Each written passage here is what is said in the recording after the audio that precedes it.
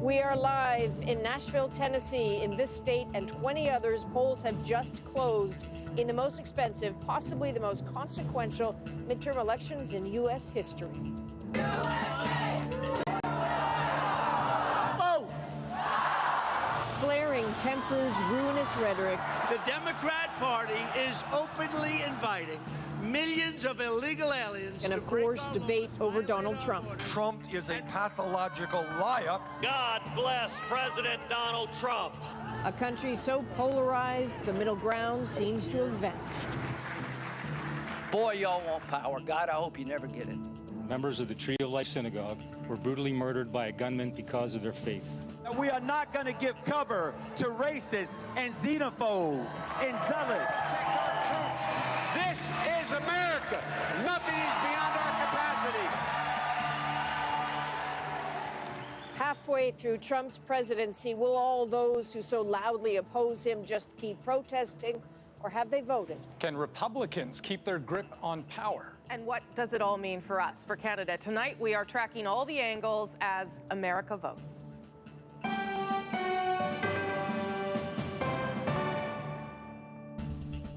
There is a lot at stake tonight. The House of Representatives, the Senate, governorships, but there's much more. What happens over the next few hours could determine the future of the Trump presidency and have a big impact on this country, too. So tonight, we are bringing a very Canadian point of view to the midterms. And of course, we are also watching the numbers, the big ones. Andrew is following the key races for us tonight. Yeah, Rosie, so let's get right at where things stand right now before we get a flood of new results this hour. So in the House, the Democrats have 26 seats projected elected by the U.S. networks. That's a big deal. The Republicans have 20. In the Senate, the Republicans have 42 seats, either uncontested or projected by the U.S. networks, and the Democrats have 25. Now, eventually, in the Senate, both of those numbers will add up to 100, because that's how many seats there are there. That makes the math pretty easy, right? You need 51 for a majority in the Senate, and that's what the Republicans had before tonight. The Senate was 51 to 49. So what Democrats need to do to win control of the Senate is effectively recapture everything they had before and gain 2. Sounds close, right? But that's a tough hill to climb. Because of the 35 seats in play tonight, most already have Democrats in them. So they're mostly defending, not attacking. But let's look at the House of Representatives, where it's a different story. There, all 435 members are up for re-election. You can see where things stood after the last vote. Parties need 218 seats for a majority, so for the Democrats to take control, they need to flip 23 Republican seats. So can they do it? Well, so far, the Democrats are leading in 12 Republican House districts. That's a very good start for their hopes in the House tonight. And one of those key seats that's making all the difference, Kentucky's 6th congressional district. Now, Democrat Amy McGrath is leading there. McGrath is a former fighter pilot up against a Republican candidate who's been trying to paint her as the most liberal of liberals. And Kentucky's a red state, so this may be an early sign of a blue wave to come, a sign that Democrats more broadly can win over Trump voters, but still early. And here's the flip side. Looking at a key race in the Senate where it is a different story. Again, still early in the race. This is Indiana you're looking at. The Democratic candidate, Joe Donnelly, fighting to survive in a state that Trump took, by the way, in the last election by 20 points. So Democrats have a rough ride here, and overall, that means a largely uphill climb to capture the Senate itself, because instead of gaining seats, they may be losing them. Rosie.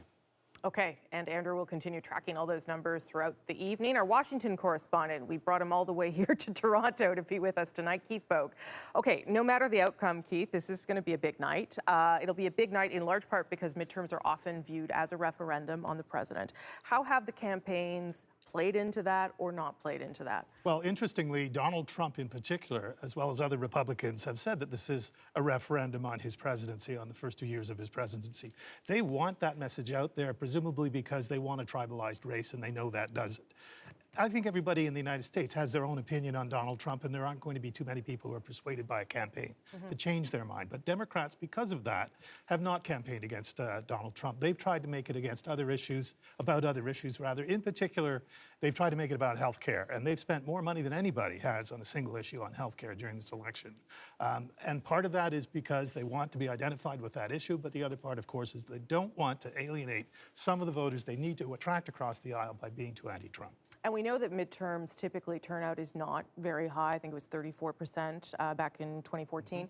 But we also know that Democrats typically don't turn out in midterms. So how have they been fighting against that impression? Whether they've succeeded or not, we'll see. Well, they do believe that they have a much more excited base than they've seen for a midterm election in an awfully long time. They've been getting turnouts at special elections that approach those that you might expect in a presidential election. They've been getting fundraising like gangbusters. In part because of Donald Trump. In part because of Donald Trump. Donald Trump, the effect of Donald Trump is on both parties. He can motivate his own base very well. We've seen that. We saw that particularly in 2016. But he also motivates Democratic voters, and there is some evidence he motivates them more. Okay, and Keith will be with us with his wise words throughout the evening. Thank you. Glad you're here.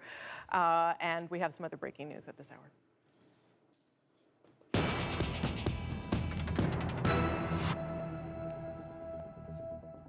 So yes, America Votes coverage will continue, but first we have some breaking political news here in Canada. We want to bring you that as well. Longtime Conservative MP Tony Clement, once a bid for the leader of the party, is stepping aside from many of his duties on Parliament Hill. With more on that, let's bring in Power and Politics host Vassy Kapelas in Ottawa tonight. Vassy, what do we know about why he's making this move? Well, the headline here, Rosie, is that essentially Tony Clement, as you mentioned, a longtime Conservative MP, was catfished, apparently. It appears to be. Mr. Clement released a statement not long ago, maybe about half an hour ago, saying that he was stepping aside from his duties as a shadow minister in the Conservative shadow cabinet and that he would relinquish his committee duties. So essentially kind of walking away from his duties on the Hill because he has, he says, been the victim of extortion. He admits a sexually explicit video and pictures of himself over the past few weeks to someone he thought was a consenting participant. Turns out, he says, that it wasn't. He's referred the case to the RCMP. I'll read a bit of the statement that he released. He said, "I recognize now that I have gone down a wrong path and have exercised very poor judgment. First and foremost, I apologize to my family for the needless pain and humiliation my actions have caused. I also apologize to my colleagues and my constituents for letting them down. I'm committed to seeking the help and treatment I need in my personal life to make sure this will not happen again, while also continuing to discharge my duties as a member of Parliament." We don't know the nature of that treatment. We don't know how long it will take, and we don't know what kind of stipulations there are as to what sort of standard or what kind of what he has to meet in order to come back to his duties on the Hill.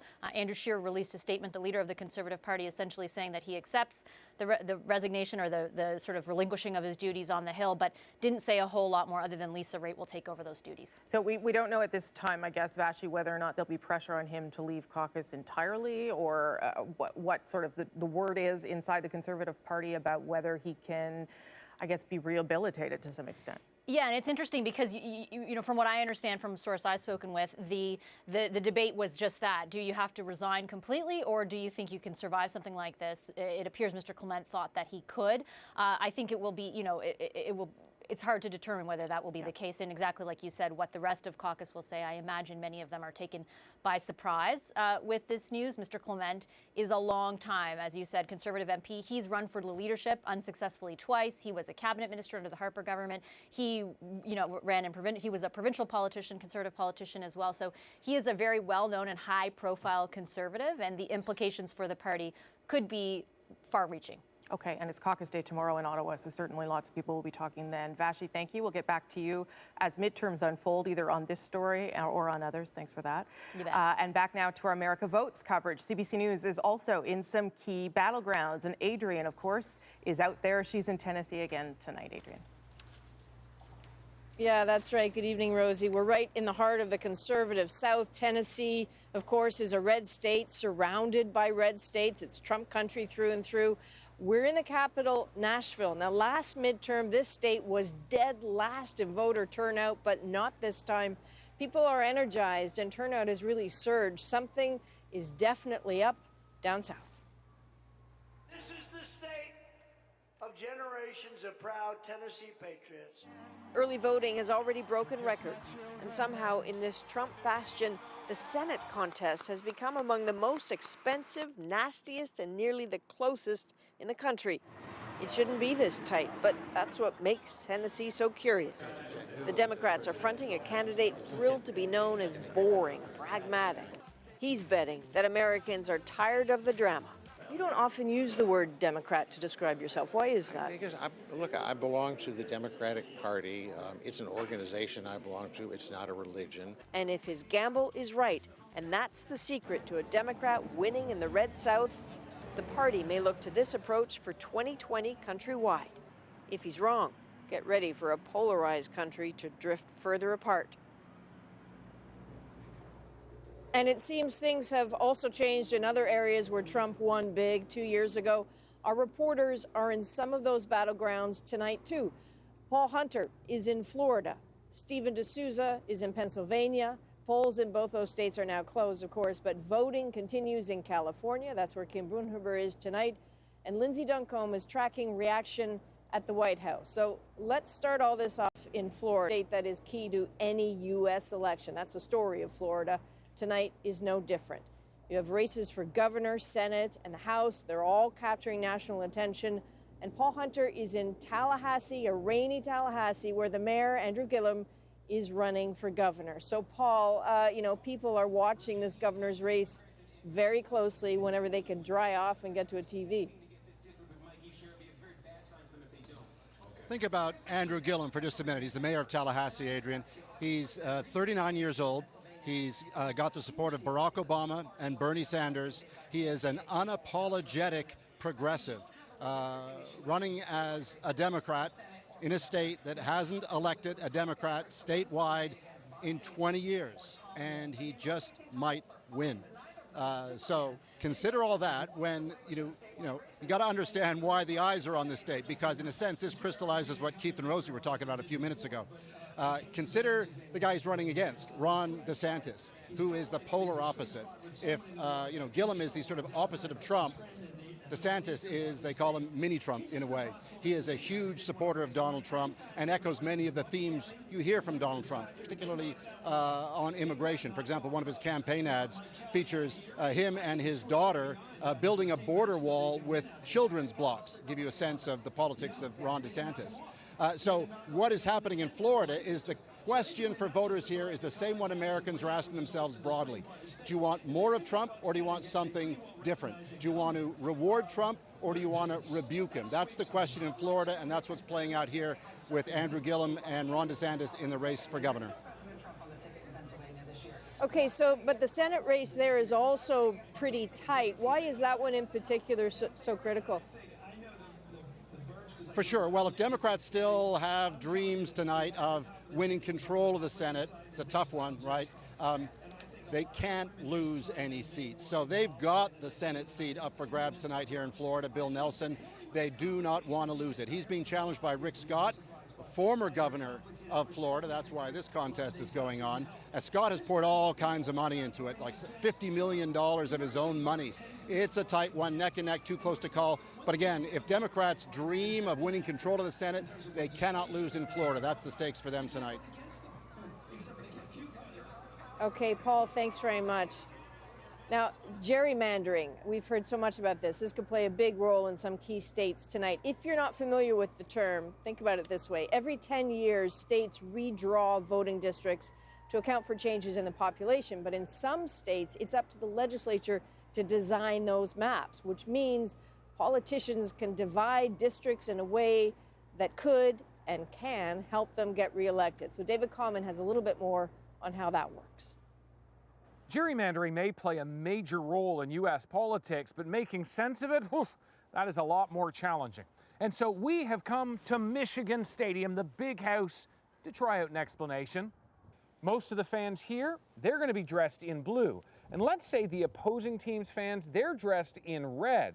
They're far fewer in number, but depending on how you engineer things, you can make them seem more important and bigger than they really are. Say you have 15 red fans and 10 blue. Easiest option, split them up by those rows. 3 groups of red fans and 2 blue. This fairly represents the fans' interests. But split them up like this, and the smaller blue team is always outnumbered by red fans in each section. Or make the minority blues the majority by changing the lines. These kinds of tricks happen all the time in American politics. Just look at Michigan's 11th and 14th congressional districts.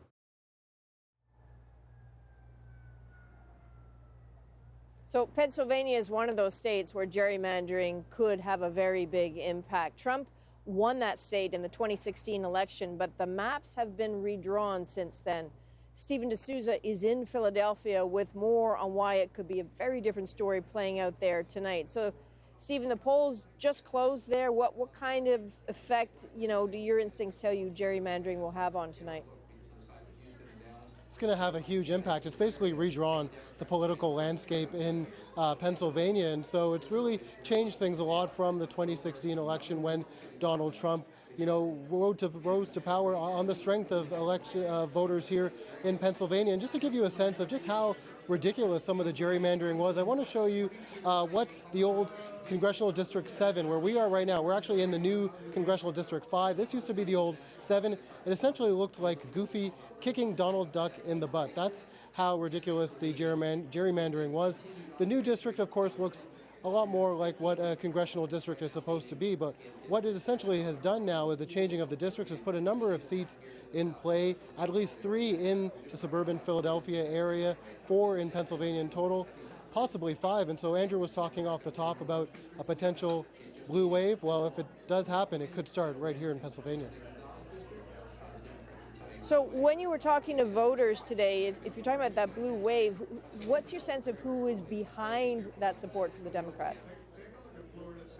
Well, really, it's, the reason we're here in the suburbs is because it's suburban women that are really pushing the support for Democrats. It's not just Democratic women who have been, activated as a result of what they saw in 2016 with Donald Trump. It's independents. It's also a number of Republicans. And we sat down with a Republican woman who says that she's just simply fed up with Trump. And so when she went into the voting booth today, she wanted to send a message. Take a listen to what she did. I'm going to vote on Tuesday, a straight Democratic ticket. First time in my life. 65 years old, been voting since I've been 18. And I'm doing that to say to whether it's the local party or the state party or the national party, we have to change. Donald Trump has laid claim to that Republican Party. That's my party too.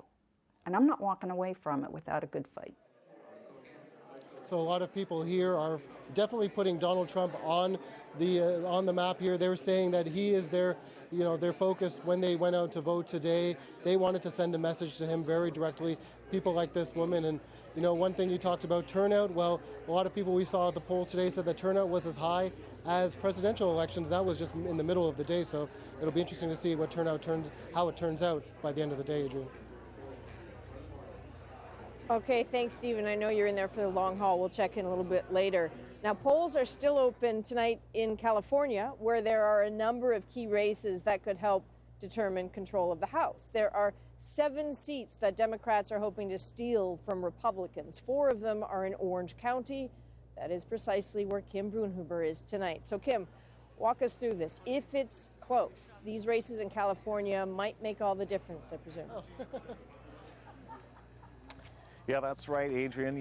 Normally election night in California, let's be honest, it's kind of a snooze. The results are usually kind of predictable. They don't often change. Even in wave elections where you see change across the country, the last 3 wave elections, only 1 House seat here in California switched. But this time people will be staying up late to watch what happens in California. As you mentioned, there are 7 seats that in 2016 here in California were Republican-held seats, but those districts voted for Hillary Clinton instead of Donald Trump.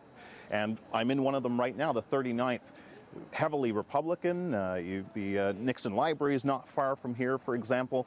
But it's changed a lot. Those demographics, many more minorities, many more young people has whittled away at the Republican base. And that's given a lot of optimism to some of the Democrats I talked to here tonight, like Lee Nick.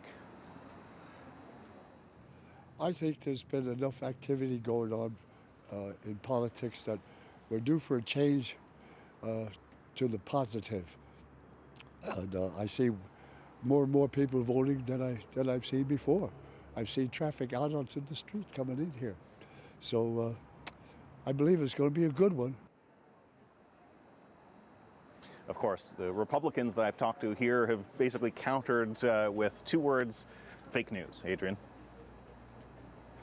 Okay. But if California, Kim, does end up deciding this election, I gather we're not going to know the results for some time, right?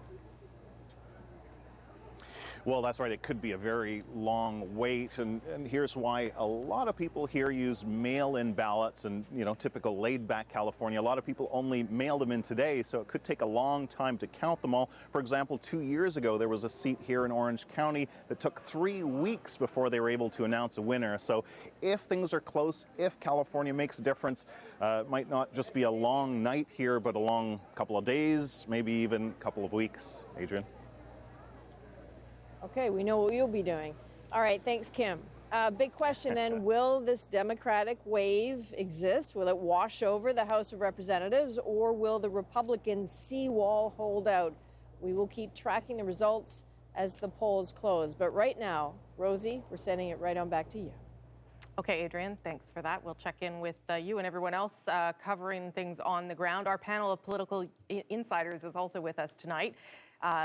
Adrian left them for me, essentially. David Frum, of course, you know him, Republican commentator and former speechwriter to George W. Bush. Patty Solis Doyle, longtime Democratic strategist and campaign manager for Hillary Clinton in 2008. And Jay Chabriab, Republican strategist and former chief of staff to Ohio Governor John Kasich. We should note that Stephanie Brown James, who's normally with this group, is actually at Andrew Gillum's headquarters, where Paul is tonight in Florida. She's been advising his campaign. And Keith Boak, our Washington correspondent, is also on the end here. We're going to force you to jump in as well. So as we watch things start to unfold, let's just give a sense to our audience about what you're watching for. David, let's start with you. What's the thing you're watching for tonight? Florida, as always. There's an intense governor's race that President Trump nationalized and also racialized. This is the Andrew Gillum race. This is the Andrew Gillum race. And President Trump attacked Gillum in ways that might ignite voter turnout, that will also drag a Senate seat, or could also drag a Senate seat, out of what should be the Republican column into the Democratic column. And what would that show you if you see that flip in Florida? Well, first, if Florida does move in the Senate, it's very bad news to the Republicans. It makes the Senate more reachable for the Democrats. It also shows the negative effect of the president. Generally, when the president's on the ballot, the party of the president wants to denationalize the race. Right. It's always bad to have the president in a midterm. So you want to say, we're doing a great job providing you with local services, dealing with local issues. The president has insisted, no, in Florida, the issue is going to be, how do you feel about racial minorities? Hate them? Vote for me. Okay. Patty, what are you watching for to give you a sense of how the evening's unfolding as lots more results are coming in this hour? Well, I know most people are looking at the congressional balance of power, whether the Democrats are going to take back the House or not, and whether Republicans will maybe pick up some more seats in the Senate. But I'm really looking at the governor's races. I think they're not getting enough attention. Democrats have historically not held many governor's races in the U.S., and a lot of them are on the 35 seats are at stake right now, and 35, many of them are in swing states. Right. That's going to matter in 2020. Democratic governors can help a Democratic nominee in 2020. But also what really matters for the governor's races is the redistricting. I mean, you ran a segment on gerrymandering. And Democrats have suffered for decades on gerrymandering. A Democratic governor can veto a gerrymandered district map, so that's important. Okay, Jay, same question to you. What are you watching for? So all day long, we've been hearing about this high surge in turnout, but none of us know what that means. And we're starting to get some indications of what that means. The thing that I'm going to be looking for is, what do the rural counties that came out big for Trump in 2016, what are they going to do? There's some early indications, and again, it's very early, and I hate saying that on TV, but it is very early. But it seems like Republicans are doing pretty well in these counties. That could keep gains for Democrats down, and it could stop some of these. It could have some upsets too. Keith, you've got like 20 seconds. I'm looking for what is going to surprise us this year. In 2016, we all know what surprised us then. Yes, we do. Many people weren't watching Virginia in 2017. I lived there, so I was. And that was a big surprise the other way, where polls had forecast a Democratic victory by for the governor by 3 points. He won by 9. And then in state races, Democrats came very close to taking back the legislature in what is one of the most gerrymandered states in the country. So I really want to see how close the forecasts are to what the end result is tonight. Okay. Meanwhile, as we continue to watch, thanks everybody, we'll check in with you, of course. We'll continue to watch results of the U.S. midterms. Andrew is standing by with more of the details. But first, we asked some of you about Canada, the U.S., and the state of politics. I think American politics right now is incredibly divisive, and I think Canada can learn that we need to stick together rather than try and drive each other apart. I think we can learn that we can be better, we are better, and that if we engage ourselves in politics, we can make a difference. We can't afford to be indifferent. We can learn the importance of one actually going to the polls and voting, and simply just knowing what you're voting for, knowing who you're voting for, and truly understanding the power in our numbers.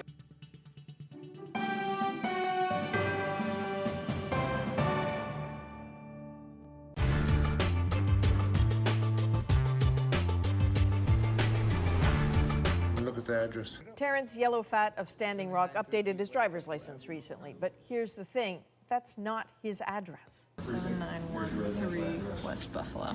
Yellowfat, like many others in his community, has used a post office box for decades because they have no other mailing addresses, which until now, for voting, worked just fine. The Supreme Court upheld a voter ID law in October, and the way the law is written, you have to have a residential street address on your ID, and that is very burdensome to Native American voters in North Dakota. And this isn't just about disenfranchising Native people, it's disenfranchising poor people. And here's one reason it matters to Democratic Senator Heidi Heitkamp.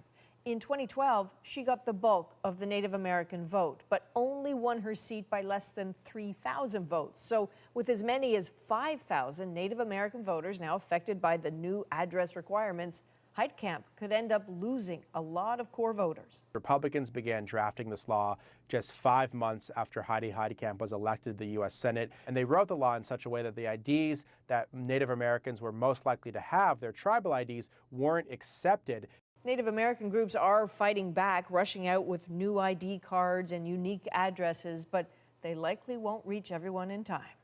In Florida, the story is a bit flipped. There's a single proposal that could be the biggest boost to voting rights since the 1965 Voting Rights Act. Right now, ex-felons cannot vote, but Amendment 4 would change that, giving the right to more than 1.5 million people in Florida.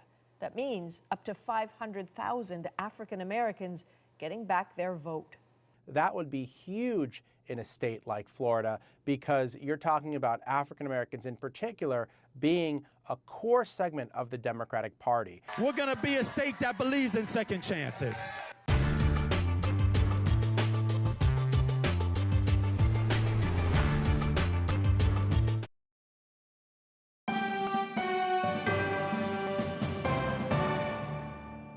Hey, welcome back. And you are watching our special coverage of America Votes. Midterm elections are always important, but this one, perhaps deciding one for the U.S. president. U.S. presidents typically don't do very well in midterms.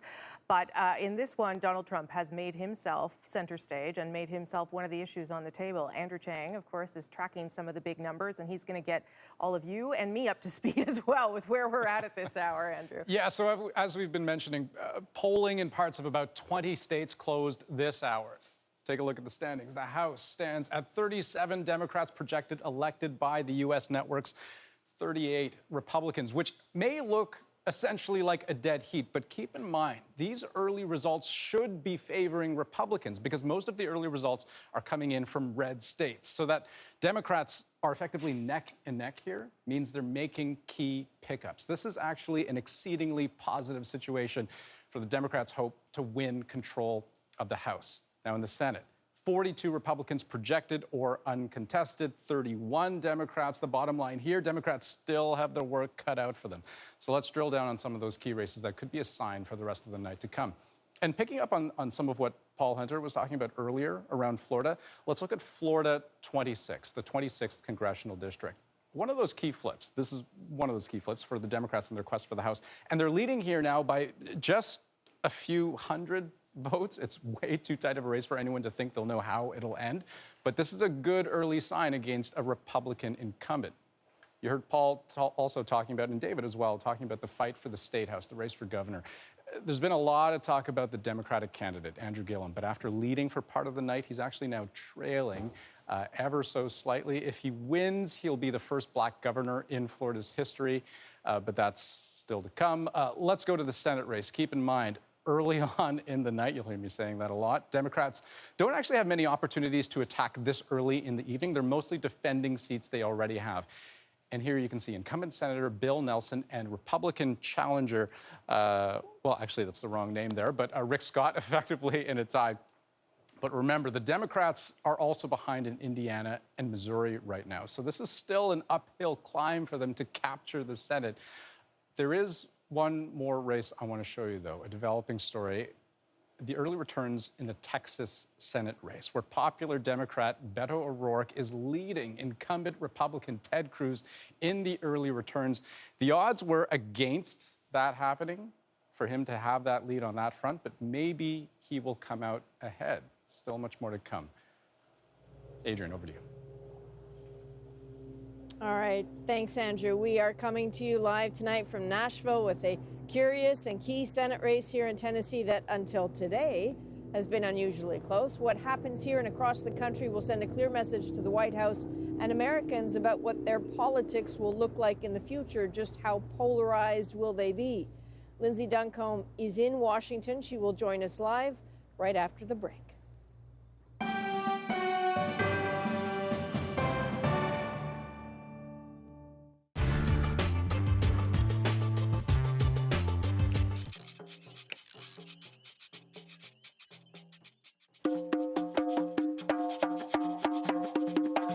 It absolutely isn't your typical way to get out the vote. But for Puerto Ricans living in Florida, it's not only a ton of fun, it's vital. The lyrics: don't stay home come election day, don't let them take your vote away.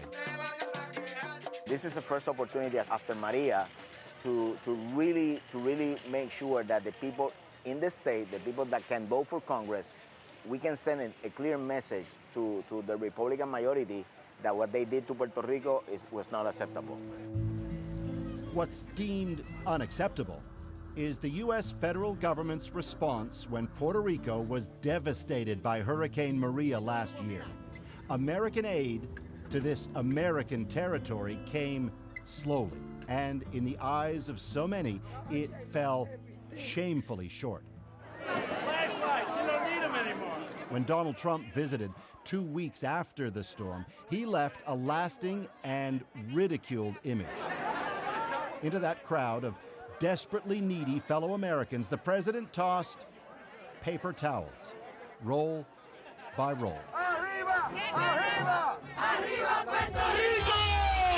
The next month, a giant demonstration in Washington, with Puerto Ricans underlining they'll not soon forget Today we say enough!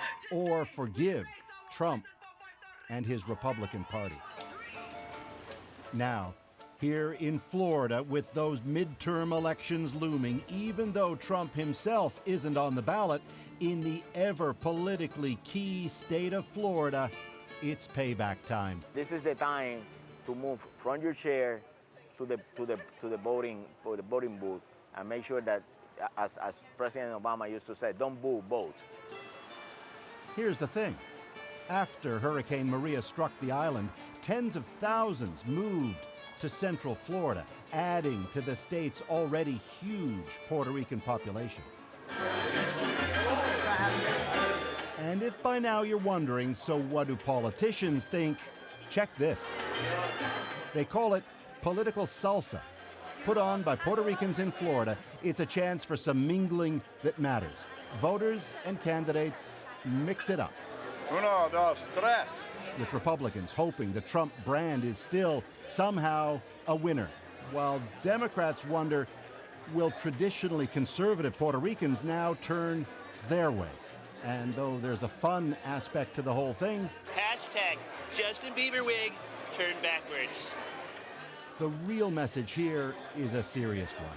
Puerto Rican votes in Florida now matter more than ever, and politicians know it. Vamos a ayudar a la gente de Puerto Rico. That's former Miami Beach Mayor Democrat Philip Levine, just arrived. What we've done in Florida is we've opened up, we had 2 relief centers. And inside, current Governor Republican Rick Scott on the ballot this fall for the U.S. Senate. Scott's personally popular. He gets credit for helping displaced Puerto Ricans settle in Florida, but Republicans broadly are a harder sell. To that key question, would you now ever vote for Trump's party? No, never. Never in my life. This is a means to an end.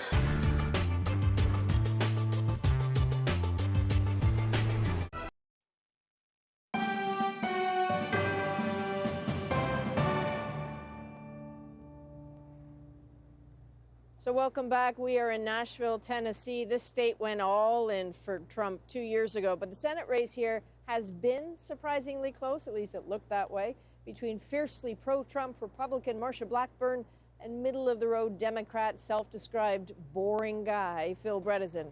His reluctance to trash talk or even say much at all about being a Democrat has got some people listening, thinking a candidate who compromises might be refreshing. But can that approach help close the deal?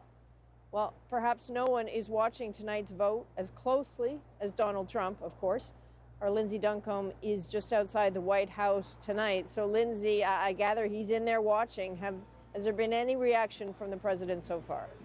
Not in the last little while since the polls have closed in terms of tweets or reaction. The White House press secretary did say that Donald Trump is watching these results with members of his family and the First Lady and political aides. And certainly there is a sense from the White House that Donald Trump did everything he believes he could in order to maintain Republican control of Congress. In that same statement, Sarah Sanders said that Donald Trump attended 30 rallies in the last 2 months, several of them in the past couple of days. But what's really key to the Republican thinking here is to look at where Donald Trump went. He was campaigning in Republican-friendly areas, in places where Democrats were in danger of losing their seats. And whether or not that strategy worked for the Senate, we'll find that out. But where Donald Trump didn't go is also just as interesting, Adrian. He did not go to the suburbs, where there are many House races that are up for grabs. And part of the reason is because the Republicans didn't necessarily want him there. And the aides inside the White House tonight are preparing Donald Trump for the possibility that Republicans could lose the House. And in a rare moment of self-reflection, speaking to a reporter last night, Donald Trump was asked whether he thought he could do something different or could have done something different in the last 2 years. He said he may have softened his tone. So almost a moment of self-reflection and self-criticism that is rare in this president as he is waiting for this referendum on the first 2 years of his presidency. So interesting. Okay, Lindsay Duncombe following the latest outside the West Wing tonight. Thanks, Lindsay. So let's head on back to the studio. Rosie, I know you're there with the panel. If I could toss a question in there about voter turnout. Watching it here in Tennessee, the state that came dead last for turnout in 2014, the youth vote is up a staggering 700%. Now, when you start so low, maybe 700% isn't much of a jump, but I'm curious what they all think about enthusiasm. Yeah, it does seem as though it's up nationally, too. At least that's what the early numbers are showing. And it's up nationally for Democrats. Of course, we'll see if that plays out. And I'll get their question to them. Don't worry, Adrian. She didn't want to abandon all of you, but she can't do all the jobs on one night. So, so let's talk about voter turnout, as Adrian points out. I mean, how important is that for Democrats? I guess, Patty, it will make all the difference. Well, it's always important for both Democrats and Republicans. But for Democrats specifically, the key to winning a midterm election is to bring those people out that don't normally vote in midterm elections. And for Democrats, that's African Americans, that's Hispanics, that's young people. Barack Obama was able to really mobilize that coalition when he ran in 2008 and when he ran in 2012, but he wasn't able to do it in the midterm elections. Ironically, President Trump really motivates these voters for Democrats. And we're seeing that in the early turnout. We're seeing it in early voting. I mean, 35 million people voted early this time around. That's way more than in 2014 that voted.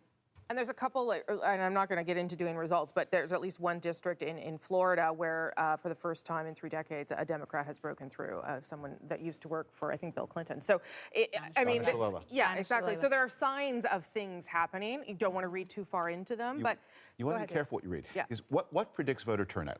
What predicts whether you, as an individual, turn out?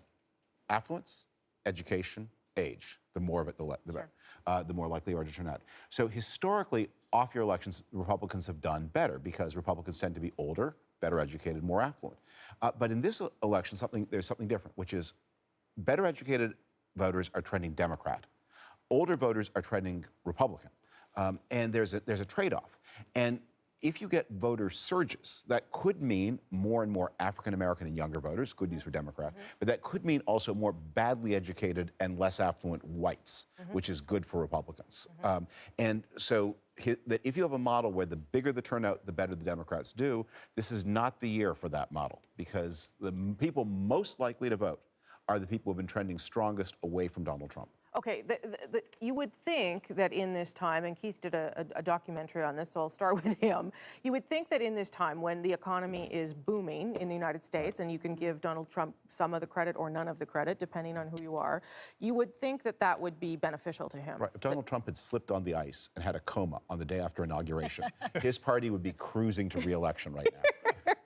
But the economy has not been as big a factor as you would think. No, I mean, there's a book out now that looks at the economy as a motivator or economic insecurity as a motivator in 2016 versus racial insecurity, that finds that racial insecurity is a driver of economic insecurity. What that means, well, what it means is that the economy has become a partisan issue. It's no longer a set of facts that people agree on. And I find this in my Twitter feed, right? I always say something about the strong economy, and suddenly I find myself in an argument with people on the left who want to argue that the economy isn't strong, and they may have a point. But the thing is, he had good economic statistics to run on. He had a low unemployment rate, he had measurable growth increases, the stock market, if you like. He chose essentially not to run on those things. He chose to run on cultural issues.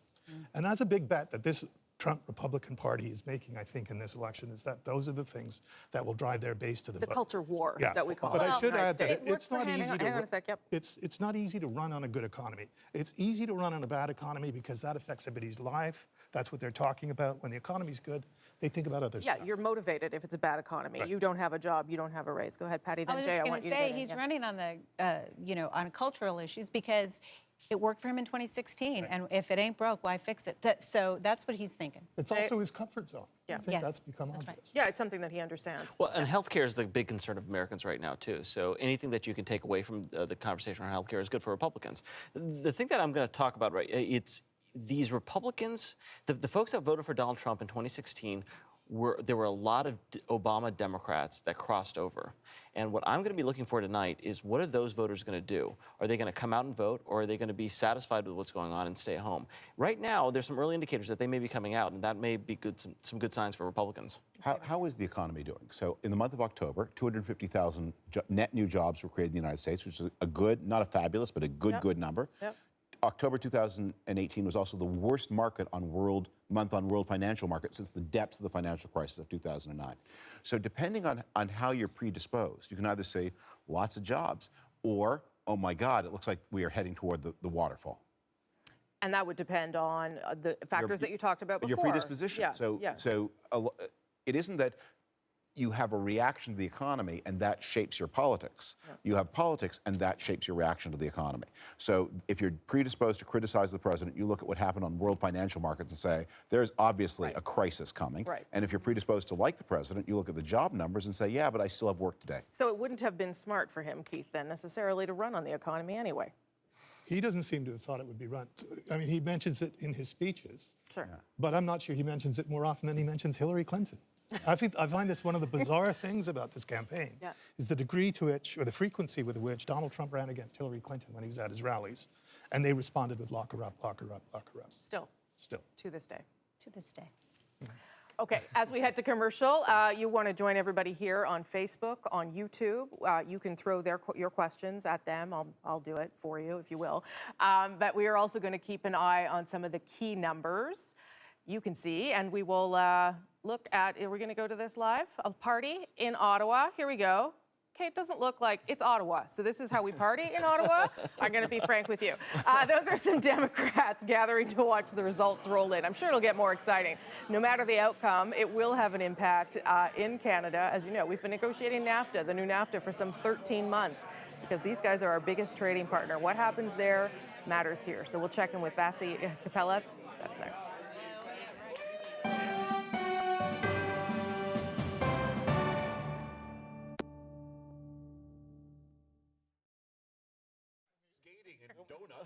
That's when they realize they're on TV. Oh, well. Imagine what they're like when they don't think they're on TV. Oh, we are live on Rosemary Facebook, goes everybody. To Toronto and skating and donuts aren't good enough for her Okay, we are anymore. live on Facebook. I'm telling you now. Okay, we are live on Facebook. Don't say anything bad. Hi, everybody. We're here with our insiders and our own Keith Bogue. Brad Schneider on Facebook. What happens if the Democrats do not succeed in regaining the House? Should we feel bad for the American people, Brad wants to know, since this is the case they made because this is what happened to them. I don't know if you want to feel bad. Let's just start with Brad's first question. What happens if the Democrats do not succeed in regaining the House? We put a big watch on Patty first. Yeah. That's the first thing. We buy right Patty now. a cocktail. Yeah, we do. Yeah, and then more than a cocktail, I think. More than a cocktail. Okay, Patty, you start off. I may be moving here to your wonderful country. That's fine. We'll take you. That's going to be a big shock. It's going to be, obviously, prognosticators have been predicting for many months that the Democrats were going to win back the House. If we don't, it's going to be a huge wake-up call. 2016 was a huge wake-up call for Democrats. I think this will be even a bigger wake-up call for Democrats because, we learned several lessons from 2016. We learned that we needed to recruit really quality candidates, which we did. We recruited candidates that matched their districts. We raised a lot of money. For the first time, we were competitive with Republicans in these races. If not, in some races, Democrats raised more money than Republicans and their counterparts. And we had an incredible enthusiasm and civic engagement. So if Democrats don't win back the House, it's going to be a huge. It'd also be a problem for 2020. I think that's fair to say, right, yes. Jay? I mean, that sort of means 2020, you better have some sort of celebrity Oprah candidate, otherwise you're done. Well, maybe, but Patty's right. Look, the Democrats have invested a lot in field organizing and the mechanics of campaigns. Yeah. But the question still remains to me is, do they understand how to message to Middle America? Do they understand how to message to the rural voters that voted for Barack Obama, the people and then that felt left switched to- behind. Yeah, Yeah. exactly. Yeah. So that's me the question, and that'll be the big soul searching too, I think, for the Democrat But Party. I tell you, I think Democrats did feel that this time around they messaged on health care, the issue that was most important to voters, health care. So we see. No, that's right. Okay, Christiane Williams on YouTube asks, how will the Canadian government approach the American administration in a possible Democratic swing in the House when it comes to things like tariffs on aluminum, steel? So I can put that one to David and to Keith. David. Well, the reason there are these tariffs on aluminum steel is because of an executive exemption to the normal rule that Congress makes tariffs and trade treaties are approved by the Senate. It remains, Donald Trump has carved out this pretty bogus national security exemption, but legally he has the power to do it. So if Canada cares about aluminum and steel, it has to deal with the executive branch. Okay, so they're stuck with Trump no matter what. What do you think it means to, I just got 1 minute left. Do you think the Canadian government's approach changes depending on what happens tonight? I think it does, at least in the respect that, I talk to members of Parliament when they visit Washington and diplomats as well. And there's so much uncertainty about around Capitol Hill about what that dialogue is supposed to be about, that I think that they would look for that to change, that they would at least be able to have conversations about things that have a kind of shared narrative to them in the way they always have in the past. Yeah. But I think that the last couple of years has left too many of them scratching their heads because they've been talking to congressmen who are scratching their heads saying, we don't really understand what's going on here either. Okay, that's it for Facebook and YouTube Live. Thank you, everybody. We'll get back to our regular programming right after this.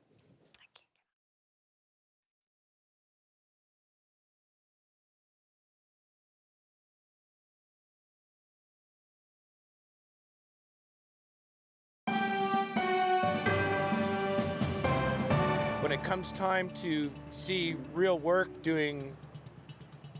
working in real ways, Donald Trump may have set the example for that. It may or may not be right, but there are things to learn from his examples. I think Canada can learn to be a bit more assertive regarding its policies. It can learn to be a bit more assertive on an international stage. America certainly does not lack assertion when it comes to politics. I believe in free speech and defending that at all costs. And I think it's really changing the climate. I think we'll see in the long run, hopefully in a good way. That's some Canadians, some of you watching tonight's results. Many of you are watching because you know that what happens south of the border will be a big deal for this country, whether it is how the government approaches the administration, trade deals, climate change. For more on that, I've joined by Vassy Kapelas, host of Power and Politics, doing double duty on a bunch of subjects tonight. Vassy, obviously the Trudeau government watching this very closely. What are you hearing about what they're watching for, how they're feeling about tonight? For sure. As you mentioned, definitely watching it very closely. I would say primarily through the lens of the USMCA. Of course, the new NAFTA deal that was agreed to not too long ago.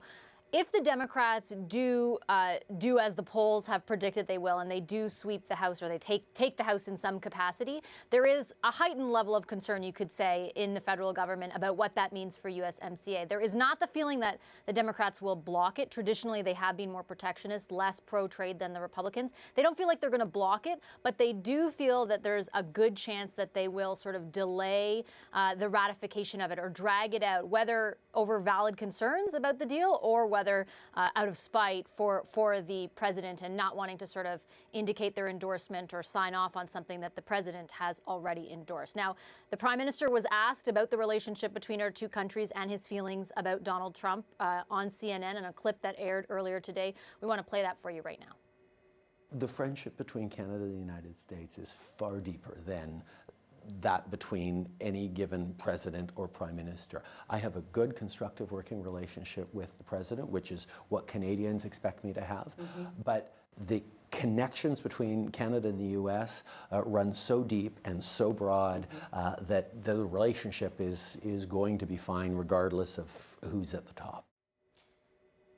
You'll remember, of course, Rosie, that in negotiating the original NAFTA, or this NAFTA, the government employed sort of a strategy of not just talking to the president, but really going around president and fostering as many relationships as possible within Congress. The plan is to do the exact same thing starting first thing tomorrow morning. David McNaughton, the ambassador to the U.S., is poised to do that. He has sort of what I'm told is a mini war room ready.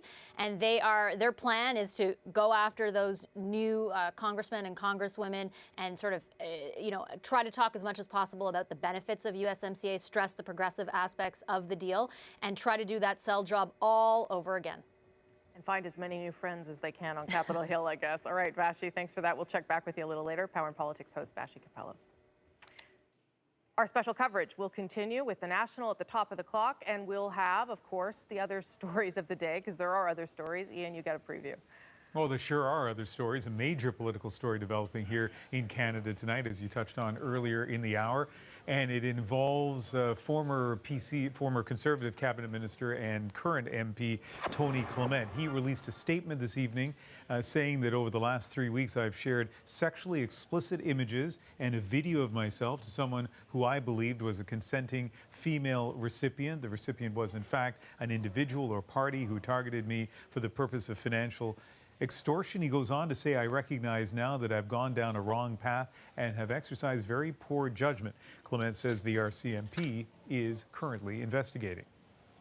Also tonight, the woman accused of a random stabbing inside a Shoppers Drug Mart in Toronto has been found not criminally responsible. The judge deciding today there was overwhelming evidence that Rohini Bisesar was suffering from schizophrenia when she stabbed Rosemarie Junor in the heart. Bisesar will remain at a secure women's forensic unit. We'll bring you the emotional reaction from Junor's family.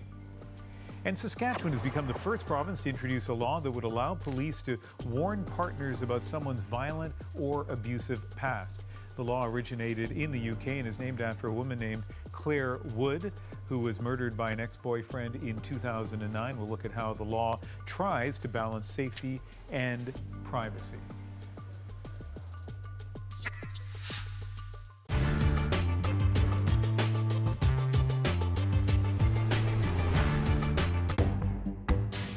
midterm elections don't usually get a whole lot of attention outside of the country, but this year is different because whatever happens in November will be seen as a referendum on Donald Trump. Right now, Republicans have the majority in both the House of Representatives and the Senate, but control of Congress is up for grabs. If nothing changes, it means Americans like what they have now and they want more of it. But if Democrats take control of either house, there could be some major changes. For starters, pretty much any Republican legislation would be dead on arrival, and expect more investigations into allegations of corruption, Russia, and Trump's businesses. So how do the midterms work? Let's start with the House. Members serve a 2-year term, so every seat is up for grabs. Right now, Republicans have 236 out of 435 seats. Democrats have 193, and 6 are vacant. One reason Democrats are optimistic, more than 40 Republicans aren't running again, including House Speaker Paul Ryan. Flipping the House is rare. In fact, in the last 25 years, it's only happened 3 times.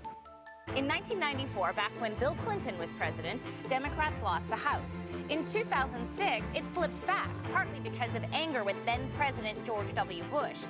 In 2010, the Tea Party wave handed control back to the Republicans, and they have kept it ever since. What do those 3 flips have in common? Each favored the party not in the White House. The Senate works differently. There are 100 senators, 2 for each state. Republicans have control of the Senate by a paper-thin margin, but it's pretty likely they'll still have control come November.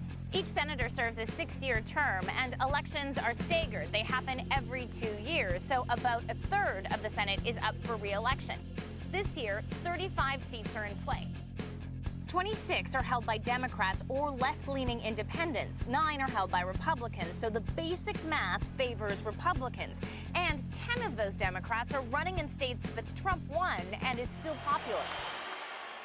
So the Senate changing hands could be a long shot, but it's not just Congress that could change. There are 36 governorships up for grabs, and more than 6,000 members of state legislatures will be elected. A record number of women are running for office, most of them Democrats, so the results could be historic. Another thing to watch for in all of this is turnout. Traditionally, more Republicans show up to vote for the midterms than Democrats. Opposition to Donald Trump could change that or not. And then there are concerns about Russia interfering in the election. All of this while the tone is already nasty on both sides and the country is increasingly divided.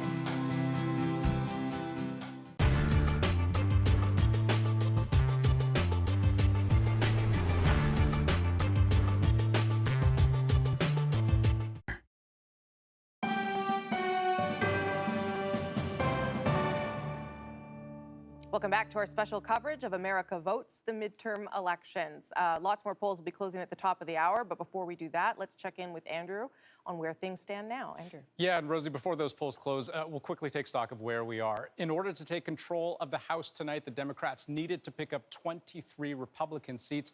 So far, they have made big gains, leading in 21 Republican seats, so they're well on their way. In the Senate, though, Republicans are projected elected by the U.S. networks in 42 seats. The Democrats behind, as you can see, 31. They need to hold states like Florida and Missouri, and so far that doesn't seem to be happening. Though, an update to the really exciting race in Texas, where Democrat Beto O'Rourke is still leading incumbent Senator Ted Cruz. That is something we're going to keep an eye on. And, well, of course, at the top of the hour, well, take a look at this. We'll have results from 9 new states, including New York, Louisiana, Nebraska, New Mexico, lots of them to come, and a key state the Democrats have pinned Senate hopes on, Republican Jeff Flake's empty seat in Arizona. Lots to watch for, Rosie. Okay, can't wait. CBC News coverage of America Votes continues here. We've just got a couple minutes before the top of the clock and we get new results and we'll start all over again. Keith, one last thing to sort of track. It does seem as though the Democrats are on track to take the House at this stage. It does seem they're on track to take the House. I don't think there are any surprises as unfolding as people expected. If there was an expectation, we'd have solid evidence of a blue wave. I don't think we got that yet. That may turn out to be the way it is later in the evening. But so far, so far I think the Democrats can say that for the House, things are going the way they thought they would. They might be able to sleep tonight. All right, we are going to bring you all the latest, of course, here on our special coverage of America Votes. CBC's The National starts on CBC Television, Atlanta, Canada. You can continue watching us online. Stay with us.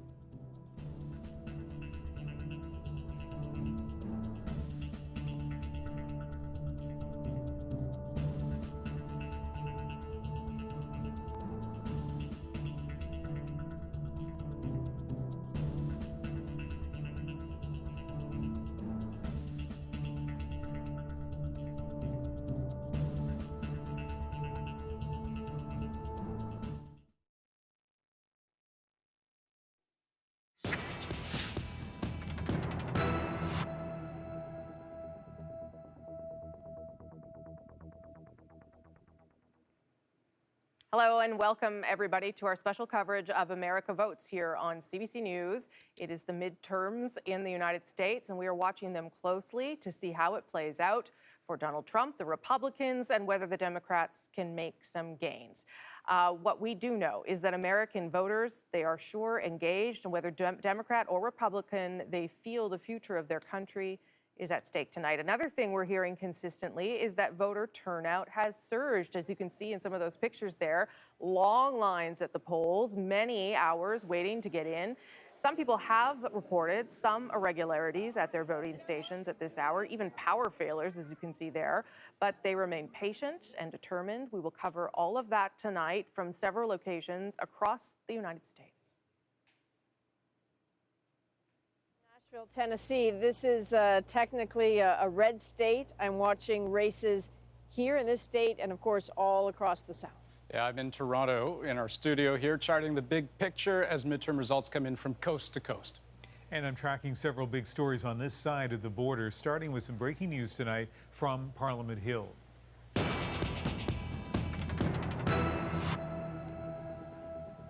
Conservative MP Tony Clement is stepping aside from many of his duties on the Hill. With more on that, let's bring in Power and Politics host Vassy Kapelas in Ottawa. And the circumstances here are stunning. Yeah, they sure are, Ian. It's a jaw dropper, really. What Tony Clement admitted earlier this evening in a statement that he released is that over the last 3 weeks, he's been sending sexually explicit pictures of himself and a video to someone he believed was a consenting woman. In fact, it was someone he says who tried to extort money from him. Sources tell me in the thousands of dollars, perhaps tens of thousands of dollars. He referred the matter, he says, Mr. Clement says, to the RCMP and resigned basically from all of his Hill duties. So things like the committees that he belongs to, and also the position he holds as a shadow minister for justice in the Conservative Party's shadow cabinet. In the statement that he released, he went on to say that he recognizes now that, quote, I have gone down a wrong path and have exercised very poor judgment. I am committed to seeking the help and treatment I need in my personal life to make sure this will not happen again, while also continuing to discharge my duties as a member of Parliament. There are still some big question marks, though, Ian. We don't understand. There's no details as to what kind of treatment he'll be seeking or for what condition, or what he might claim he needs treatment for. We don't know how long that treatment is going to take, and we also don't know if or how he'll be able to resume his Hill duties.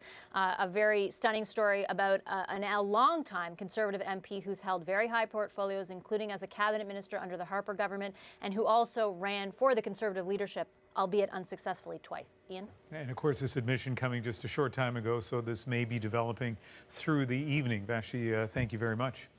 And I'll be back a little later in the hour with some of the other stories that are unfolding here in Canada. But first, over to Rosie in Toronto with the latest on the midterms. And clearly I'm very busy on my phone tracking everything, as I should be.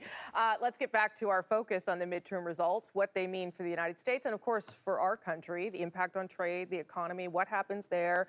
Affects us here, especially when it comes to issues like tariffs, trade, even climate change. We'll also explore the political fallout a year before, yes, our own big election. But first, let's get our bearings on where things sit at this hour. And Andrew is here to do that. Yeah, it's a lot to keep track of, isn't it? So this hour, we are expecting some key results from New York, from Arizona, from Colorado. But let's take a look at where things stand right now. So we're going to start with the Senate. You can see 42 Republican seats, 31 Democrat. And at this point, it does feel a bit like it's pushing a boulder uphill in terms of the Democrats parlaying this into a majority. Not impossible, but I'll explain why that's so in just a moment. But looking at the House, here's the good news for the Democrats. 50 Democrats, 50 Republicans. And the important thing to keep in mind here is that Democrats still have big races that lean heavily in their favor to come. Think California on the Western time zone, right? That state votes overwhelmingly blue, but right now they're also leading in more than 20 districts held by Republicans. They're out ahead. And consider the basic math needed to carry both chambers of Congress. So I want to start with the House here, just a bit of an explainer. So here's where things stood at the end of the last vote. I mentioned Democrats are in position to flip more than 20 Republican seats their way. They only need 23 by the end of the night, a gain of 23 to capture a majority in the House. So they are beyond on pace. This is looking exceedingly good for them. But turning to the Senate, where you need 51 for a majority, Republicans started ahead because most of the seats were locked in before the election even started. Only 35 of the 100 seats in the Senate are being contested this time around. But that uphill battle lies with the fact that most of those 35 seats already have Democrats in them. So they're trying, for the most part, to prevent losses, never mind making gains. And looking at some of the key races, despite trailing in Texas, where Beto O'Rourke is winning over incumbent Ted Cruz, the Republicans are picking off major Democratic incumbents. We've got Claire McCaskill in Missouri losing to Republican challenger Josh Hawley. Democratic incumbent Bill Nelson losing to Republican challenger Rick Scott. He's the former governor of that state. And the Democratic incumbent is also losing in Michigan to Republican John James. So in the House, it is a very different story. I do want to talk about at least one of those 20-plus seats that they've managed to flip, or at least it's trending that way. Or no, actually, this is projected elected by the U.S. networks. Virginia's 10th congressional district, where the U.S. networks have projected Jennifer Wexton will win. She was a Virginia state senator, and she beat incumbent Republican Barbara Comstock, a moderate. Sure, the Democrats will be taking lessons from tonight, certainly as they prepare for the presidential election in 2020. Rosie. Okay. Thanks, Andrew. I'm glad he's on the numbers, not me. Our Washington correspondent Keith Bogue is here with us in Toronto, watching how things unfold. Okay, looking at these numbers now, what does it tell us? We've talked about the blue wave. I don't know. It doesn't seem large, but maybe it's too soon to say. I think it might be too soon to say. I wouldn't say it's not going to happen. I think the House is looking like Democrats hoped it would. I think the Senate is looking tougher than they imagined it would be. Adding on to what Andrew was talking about there, the first results we saw coming in from the Senate were from Indiana, where Joe Donnelly is in a tougher fight than it looked like it was going to be, according to polling averages. And it just serves to underline how uphill a climb that is. We were talking about how they needed a net pickup of 2 and how hard that would be. If Donnelly loses, it becomes 3, you know, and just nudging away at Democratic incumbents like that, it gets very hard to see how they have a chance in the Senate. Let's remind Canadians, because this is very much about Donald Trump. These can be referendums on the president. You know, presidents don't always do well in midterms. Obama had a terrible time in 2010. So what should we read into this about the president? Because he's the guy that we spend a lot of time dealing with. Well, 2 things, first of all. I mean, your point is well taken that it's always, you know, hard for the party with the White House to do well in midterms. But there's also a structural advantage that Republicans have. That means, because of different things, gerrymandering, where the clustering of votes is, that Republicans actually start with something like, we think, an 8-point lead in the midterm races. So, you know, you've got that going against Democrats to begin with. There is, I think, a lot to exploit in the nature of the president for this midterm. He's made himself the issue. He has been in the news probably 2 or 3 times every single day since he became president. He's very controversial. You don't need to remind voters who the president is or what you think about him. There's not much possibility of minds changing. So I think that there's a strong argument to be made that Donald Trump is a very good motivator for Democrats in this environment. If nothing else. Okay, we're going to continue to check in with Keith and with our panel of experts and smart voices here as the evening unfolds. But CBC News is also in some key battlegrounds. And who else but Adrian is in Tennessee again tonight with more on that, Adrian. Yeah, that's right, Rosie. We're here in the heart of the conservative South, and we'll have coverage from several other political battlegrounds tonight. Let's go through them. Paul Hunter is in Florida. Stephen D'Souza is in Pennsylvania. Polls in both of those states are now closed, but the voting continues in California, where Kim Brunherber is tonight. And, of course, Lindsay Duncombe is tracking reaction at that very important place, the White House. So let's go back. Let's start in Florida, a state that's key to any U.S. election. That has always been the story of Florida. Tonight, it's no different. Races for governor, Senate, and the House all capturing national attention. Paul Hunter is in Tallahassee, where the mayor, Andrew Gillum, is running for governor. So, Paul, that governor's race and the Senate race are so close, I think, right now. What does that tell you? Too close to call, but the Democrats are behind in both. So, we're at Andrew Gillum's election night event here because people kind of thought he would eke it out. Maybe he still will. There are, still lots of votes left to be counted, but increasingly he's just slipping behind. So it's been kind of a somber event here in Tallahassee. In fact, the biggest cheer of the night so far went when Amendment 4 passed, which gives convicted felons in Florida the right to vote next time. It was one of 3 states that didn't allow that up until this amendment tonight. But you're right to say that all eyes are often on Florida because it is a bellwether state historically. And if the numbers hold up for Republicans the way they are so far, that would suggest that blue wave, as Keith was hinting earlier, maybe not as strong as Democrats might have hoped. Again, a somber crowd here tonight in Florida. We'll see what it means. I mean, the interesting thing about Florida as well is that it has become a changed state demographically in recent years. It's much more diverse than it was, a mix of young and old, and a variety of people have moved here from all over the U.S., which put extra eyes on this state because people thought it was much more reflective of America at large. And again, with the signal that they may be turning Republican tonight, that doesn't bode well for Democrats.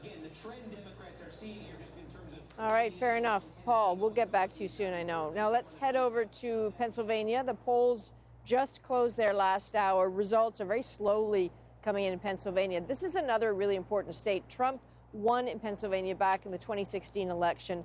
Stephen D'Souza, that's why he's in Philadelphia, tracking why it could be a slightly different story tonight. So, Stephen, there was a huge push from some grassroots groups for people to get out and vote today. Is it working?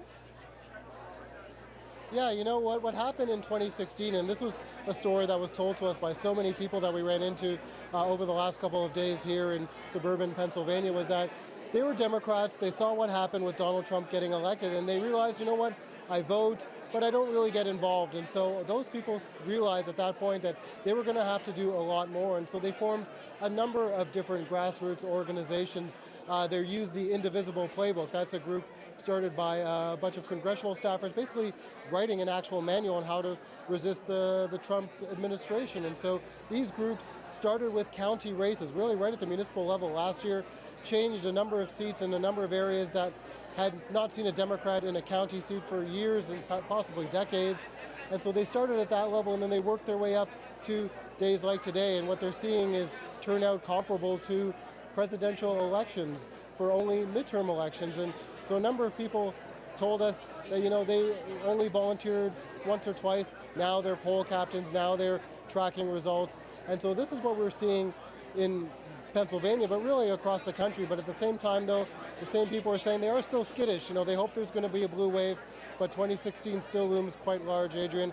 They're still worried, and until those final results are in, they're not going to take anything for granted.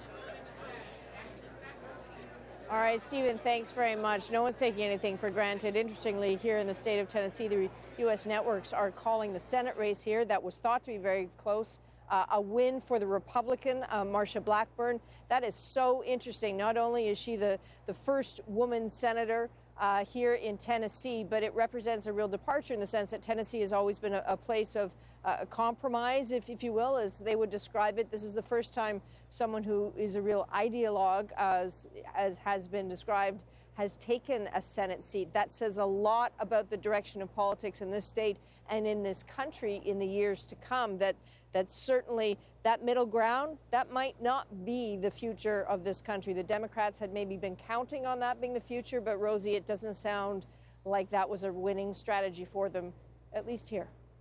Okay, Adrienne, we'll keep checking in with you and with everybody else on the ground there. Let's, though, bring in our panel of U.S. political insiders. David Frum, Republican commentator, senior editor of The Atlantic. Patty Solis-Doyle, Democratic strategist and former campaign manager for Hillary Clinton. And Jay Chabriat, he is the Republican strategist and former chief of staff to Ohio Governor John Kasich. We should note that Stephanie Brown James, usually on this panel, is actually at Andrew Gillum's headquarters in Florida. She's been advising his campaign and is there tonight. Might be in for a bad night, but we'll see. Let's start with you, David. What are you watching for? What is the thing that might surprise you or has already surprised you tonight? Well, I have been watching Florida, and as you said, it looks like a bad night for gubernatorial candidate Andrew Gillum. And that's important for a couple of reasons, both for the intrinsic importance of that race, both for what it tells us about what may happen to the Florida Senate race. If Gillum had won, it would have pulled a Democratic Senate candidate behind him. It looks, if he loses, the Republicans probably hold the seat, expanding the Republican advantage in the Senate. And finally, Ron DeSantis, the Republican candidate, ran an unusually racially provocative campaign. And I think one of the messages of this midterm is that stuff may still work in America. Okay, Patty Solis-Doyle, what has surprised you so far? Well, it's not a surprise per se, but I think it's fair to say that there is no blue wave coming tonight. I think with the loss for Democrats in Indiana and in Tennessee, we're not going to win back the Senate. We still have a very good chance at winning back the House. And that's good. But, you know, it means it's going to be a tough 2020 for us, because I think David's right. I think the Florida race, although it's still not called yet, you know, DeSantis, the Republican candidate for governor, really, I mean, there's this ad, very, you know, controversial ad where he's reading, you know, The Art of the Deal to his daughter, and he's teaching his daughter how to build a wall out of blocks. Yes. You know, he married himself to Trump, and it looks like he may win tonight. So that says that Trump's politics still works. Still work in some parts of the country, anyway. Jay Chabriat, what has surprised you so far? Again, not a lot of surprises, because the reaches that the Democrats thought they were going to get, they're not getting right now, and that may change as. Do you think that they overreached, or? No, I don't think it's an overreach. These are like the dream scenario. Sure. That's not manifesting right now. The Tennessee race is kind of interesting. That was a very publicized race. Where Adrienne is right now. Where Adrienne's right now. That's where Taylor Swift went to Instagram and registered all these new voters. And there was, I think, some quarters were hoping that all these millennials would start voting, and clearly that hasn't transpired there either, with that race being called. The other race, too, is Indiana. That's the other one that Democrats were, I don't think they thought they were going to get, but they were hoping they were going to get. But it also tells a lot about those rural voters, and that Republicans are doing very well in that state. So Keith, can we read into all of this anything about what Americans think about politics, the divide, Donald Trump at this stage? I mean, if you just take the example of Florida, and I realize Florida is sort of particular, but does that tell us that they aren't quite ready to reject him in any significant way, I guess? Well, I think we're going to really need to see what turnout looks like when the whole night is done.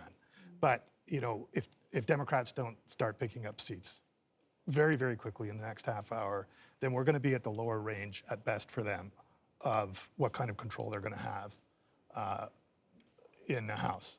I think it's pretty clear, you know, the Senate's gone, right, for them. Yeah. Republicans will likely retain control of the Senate. That was what was expected. I think that a lot of the forecasting did not really illustrate how tight the race for the House was, because the range of outcomes was so broad on that. But I think what we're seeing now is that it's at the lower end. So, you know, Steve Stivers, who runs the National Republican Congressional Committee in Ohio, and he sent out an email earlier today saying that he thought that the Republicans were going to retain Congress by a narrow majority. that's going to be an interesting storyline afterwards, because it's going to be all about models and polling and all those types of things and who runs a better campaign. Just very quickly, I had read somewhere that a midterm wave is defined as when one party picks up a combination of 20 seats. Is that what you would look for between the House and the Senate? Can we say this is a wave or this isn't a wave? How do we characterize it? Just very quickly. Then If all it takes to call it a wave is 20 seats, then it's a wave every time. Look, if the Democrats pick up 20 seats, they don't get a majority. They need 23. Right. But just to put it in perspective, the deck was stacked against us here. You know, in the House, because of gerrymandering, because of redistricting, there was a it's stacked against Democrats. In the Senate, we were defending a lot of seats in Trump territory, you know, in very ruby red states. And so if we win back the House, it's still a very good thing for Democrats. It's just not a huge... Okay. All right. Let's put you all on pause. You guys can get caught up on the results. We'll check in with our panel, of course, throughout the evening as our special coverage continues here on The National. All the analysis you need to make sense of tonight's votes. And we're also working on several other stories playing out here in Canada. The family of Rosemarie Junor, who was fatally stabbed in a Shoppers Drug Mart, reeling tonight after her killer was found not criminally responsible.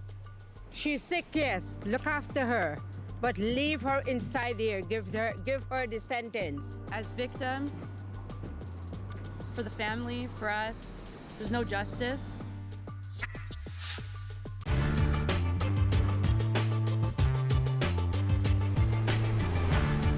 Look at the address. Terrence Yellowfat of Standing Rock updated his driver's license recently, but here's the thing. That's not his address. 7913 West Buffalo. Yellowfat, like many others in his community, has used a post office box for decades because they have no other mailing addresses, which until now, for voting, worked just fine. The Supreme Court upheld a voter ID law in October, and the way the law is written, you have to have a residential street address on your ID, and that is very burdensome to Native American voters in North Dakota. And this isn't just about disenfranchising Native people, it's disenfranchising poor people. And here's one reason it matters to Democratic Senator Heidi Heitkamp. In 2012, she got the bulk of the Native American vote, but only won her seat by less than 3,000 votes. So with as many as 5,000 Native American voters now affected by the new address requirements, Heitkamp could end up losing a lot of core voters. Republicans began drafting this law just 5 months after Heidi Heitkamp was elected to the U.S. Senate, and they wrote the law in such a way that the IDs that Native Americans were most likely to have, their tribal IDs, weren't accepted. Native American groups are fighting back, rushing out with new ID cards and unique addresses, but they likely won't reach everyone in time. In Florida, the story is a bit flipped. There's a single proposal that could be the biggest boost to voting rights since the 1965 Voting Rights Act. Right now, ex-felons cannot vote, but Amendment 4 would change that, giving the right to more than 1.5 million people in Florida. That means up to 500,000 African Americans getting back their vote. That would be huge in a state like Florida, because you're talking about African Americans in particular being a core segment of the Democratic Party. We're going to be a state that believes in second chances.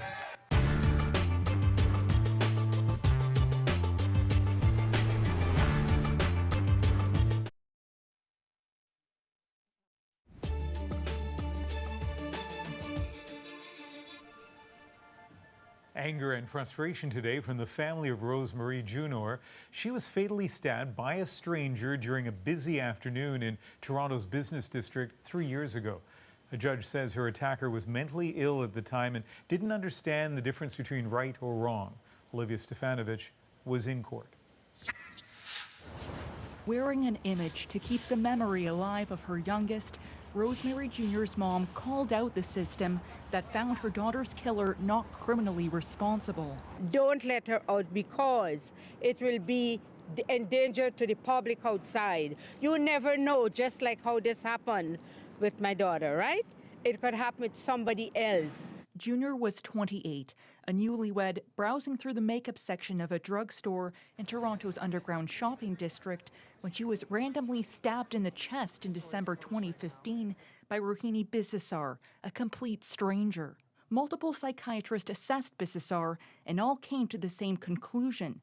Bisesar suffered from delusional thoughts, hallucinations, all due to severe, untreated schizophrenia. There is no win. There's no successful outcome here. No matter what, Ms. Junior has died. She cannot be brought back. It is the saddest thing. A judge agreed that Bisesar was incapable of knowing what she did was legally and morally wrong.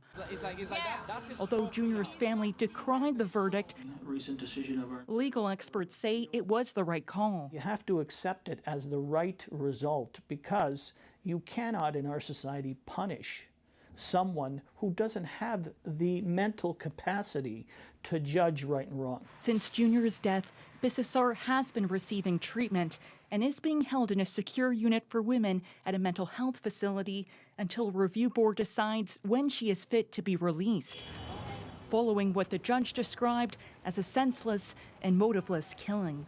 Olivia Stevanovich, CBC News, Toronto. Turning to Saskatchewan now, the first province in Canada to introduce legislation that would allow police to tell people if their partner has a violent past. As Bonnie Allen reports, it was inspired by a law in the UK. When Claire Wood broke up with her boyfriend, he threatened her repeatedly. The British woman reported him, but police weren't allowed to tell her about his violent past.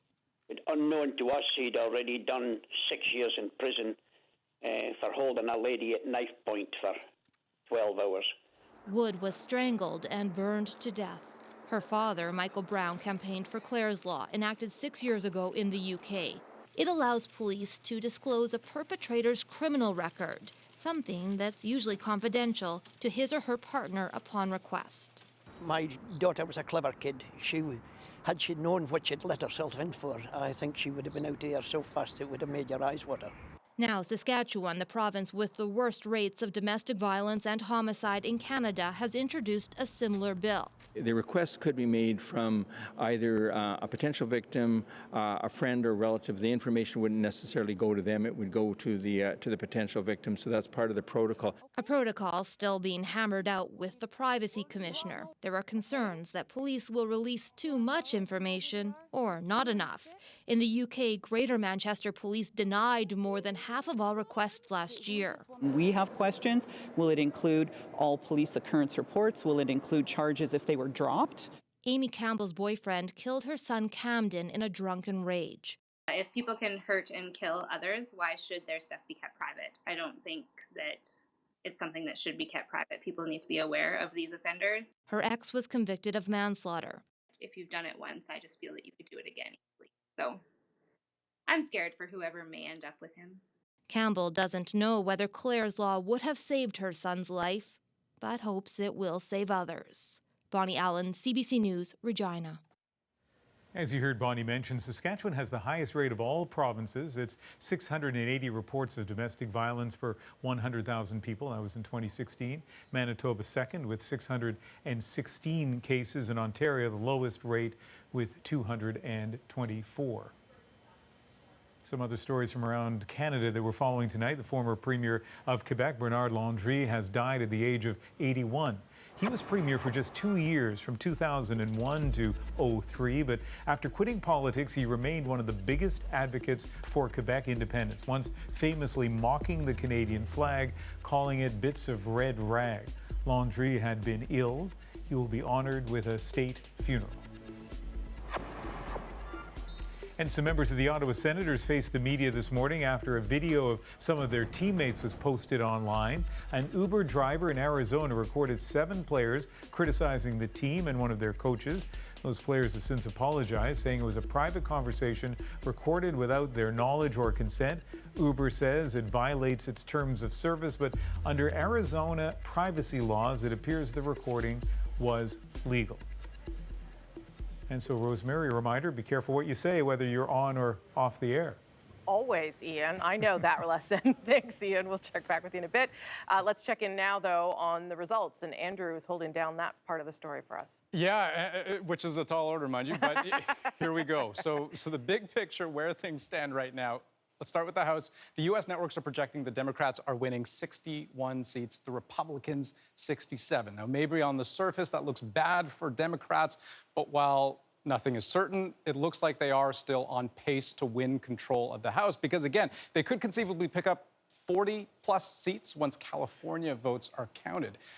So they're still on pace for the time being. In the Senate, different story. 35 Democrats and 42 Republicans. This is shaping up to be a good night for them, for Republicans. The Democrats are losing ground. They've been trailing in key races like Florida, North Dakota, Missouri, New Jersey. And the U.S. networks have projected that Democratic incumbent Joe Donnelly will lose his seat in Indiana. So, A, they can't afford to lose that many seats. But at the same time, they're not making the key gains that they needed in order to win control of the Senate. Take Tennessee as an example. They had their eye on Bob Corker's empty seat, but the U.S. networks are projecting Republican Marsha Blackburn will win. And then, just for fun, I want to keep checking in on tonight's roller coaster ride in Texas. Beto O'Rourke and the Republican incumbent Senator Ted Cruz in a dead heat. That is not nothing, considering O'Rourke was emblematic of this sort of broader, unapologetically progressive brand in the South. A Democratic win in Texas in this race would be something Texans haven't seen in 19 years. But again, Rosie, overall, the race for the Senate, the race for control, things are looking a bit grim for Democrats. Okay, Andrew, thanks for that. Our Washington correspondent Keith Bogue is here in Toronto with us tonight. Not to compare it to us, but, there was a moment in the election in 2008 when you felt the orange crush. Certainly in the last federal election, you saw that wave of Liberal votes hit Eastern Canada. Obviously, we're not going to define it in the same way, but do you think the blue wave Democrats had been hoping for is apparent at this stage? No, I don't. I mean, there are different, we're talking about how you define a wave, and I think it's important to make clear on what we mean when we're talking about these things. Prior to election night, there was a lot of talk of that.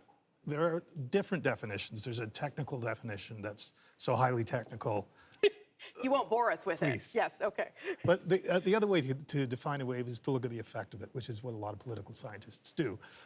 And that is to say that, in a range of toss-up races where you'd expect them to split perhaps something close to evenly, they tend to go all one way. We're not seeing that tonight. And what we are seeing in these Senate races in Indiana, Tennessee, Missouri, and so on, is the reason why not. The Democrats are losing those by bigger margins than they thought they were going to based on the polling, and that is bound to have a down ballot effect too for House races, and you can expect that won't be isolated to those states. And there were a lot of toss-ups, a lot of them. So what led us to believe that so many would go one way, and it's not actually happening, do you think? Well, we saw a lot of circumstantial evidence over the past year, not just in polling, but in special elections, on calendar elections, in the fundraising and so on, that looked as though there's something really important happening with Democrats, and there may well be. But it's being countered by something with Republicans, which is why I say we need to see what the turnout numbers are.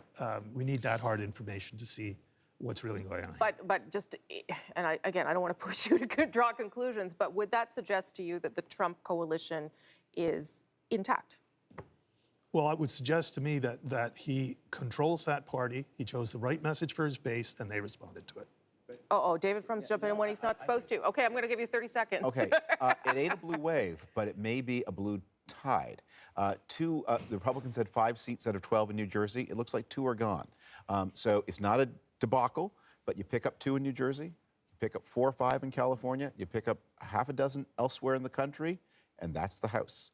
And once the House is gone, that means gavels, investigations, subpoenas, the Trump presidency opens. Okay, and we'll get to that. I got to take a break, though, because David doesn't follow the rules. Everybody else will have to, and I'll get him in shape during the commercial. A lot more special coverage for you straight ahead, right here on The National. What should we take away from the results so far? Good thing this panel of insiders standing by. We'll tackle that next. First, though, as we go to break, we asked some of you about Canada, the U.S., the state of politics. Here's what you told us. You never know what's going to happen next, so there's always a dilemma. And I would say Canada should not learn from America whatsoever. I don't think there's much that Canada can learn from the U.S., but I think it's the other way around. Let's try to do exactly not what they're doing.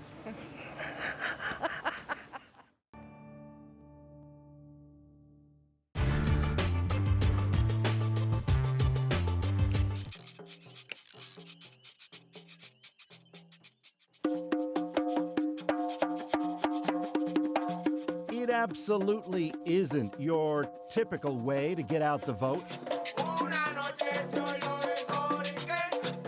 But for Puerto Ricans living in Florida, it's not only a ton of fun, it's vital. The lyrics: don't stay home come election day, don't let them take your vote away. This is the first opportunity after Maria to really make sure that the people in the state, the people that can vote for Congress, we can send a clear message to the Republican majority that what they did to Puerto Rico was not acceptable. What's deemed unacceptable is the U.S. federal government's response when Puerto Rico was devastated by Hurricane Maria last year.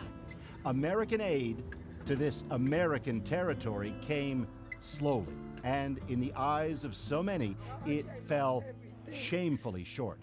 Flashlights, you don't need them anymore. When Donald Trump visited 2 weeks after the storm, he left a lasting and ridiculed image. Into that crowd of desperately needy fellow Americans, the president tossed paper towels, roll by roll. Arriba! Arriba! Arriba Puerto Rico! The next month, a giant demonstration in Washington, with Puerto Ricans underlining they'll not soon forget Today we say enough! Or forgive Trump and his Republican Party. Now, here in Florida, with those midterm elections looming, even though Trump himself isn't on the ballot, in the ever politically key state of Florida, it's payback time. This is the time to move from your chair to the voting booth and make sure that, as President Obama used to say, don't boo, vote. Here's the thing. After Hurricane Maria struck the island, tens of thousands moved to Central Florida, adding to the state's already huge Puerto Rican population. And if by now you're wondering, so what do politicians think? Check this. They call it political salsa. Put on by Puerto Ricans in Florida, it's a chance for some mingling that matters. Voters and candidates mix it up. Uno, dos, tres. With Republicans hoping the Trump brand is still somehow a winner, while Democrats wonder, will traditionally conservative Puerto Ricans now turn their way? And though there's a fun aspect to the whole thing, Hashtag Justin Bieber wig turned backwards. the real message here is a serious one. Puerto Rican votes in Florida now matter more than ever, and politicians know it. Vamos a ayudar a la gente de Puerto Rico. That's former Miami Beach Mayor Democrat Philip Levine, just arrived. What we've done in Florida is we've opened up, we had 2 relief centers. And inside, current Governor Republican Rick Scott on the ballot this fall for the U.S. Senate.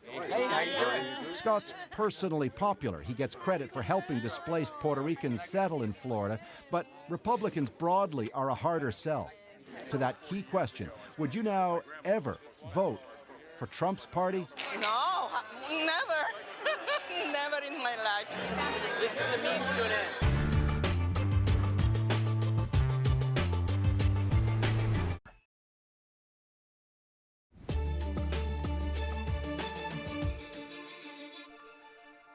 Let's bring back our U.S. political insiders. We rely on them to help guide us through the evening, along with Keith Bogue, of course, David Frum, Patty Solis Doyle, and Jay Shabria. Okay, this is when we take a moment just to pull back, make sure we understand what's happening, what we're going to have tomorrow, and we are talking a lot about this blue wave and whether it's there or not. Give me your analogy about what you said during the commercial about why isn't it a wave? It's like this is like a boring baseball game. The Great, Democrats everybody just turn off their TVs, David. Okay, this is the one that separates the real fans from the amateurs. The Democrats are putting a man on base about every 15 minutes, and and then every fourth man on base is a run. So there are no homers. There's no big drama. Nothing yet has happened that's really, that has broken the mold of where we were. But you're just watching a steady increment of Democratic gains. Now, tomorrow we may learn that behind those steady increments of gains were millions and millions of additional Democratic votes. Yes. And that is something that is going to be significant for 2020. For now, what matters is the question that is interesting to me is tomorrow morning, will we begin to be in a situation where the House of Representatives begins to act to do some oversight over President Trump instead of acting like his enabler? And it is looking as if the answer to that is going to be yes. And how important is that, Patty, for Democrats to know that they have a little control and an ability to be a bit of a check and balance on the president? Well, before I answer that, I just want to add really quickly to what David said. And I think Democrats were very invested in these midterms emotionally. But if you look back at it intellectually, as I said earlier, the deck was stacked against us. But also, the economy is doing really, really well. And when the economy is doing well under that president, you know, people vote for him. We were distracted by his favorability, but the economy, 3 out of 4 voters think the economy is in great shape.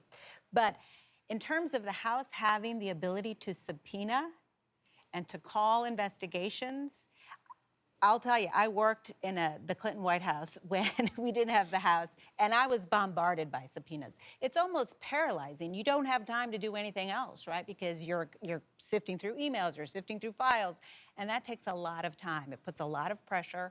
And also, just the imagery of members of the Trump administration going in front of a House investigative committee, raising their hand, it's just bad imagery.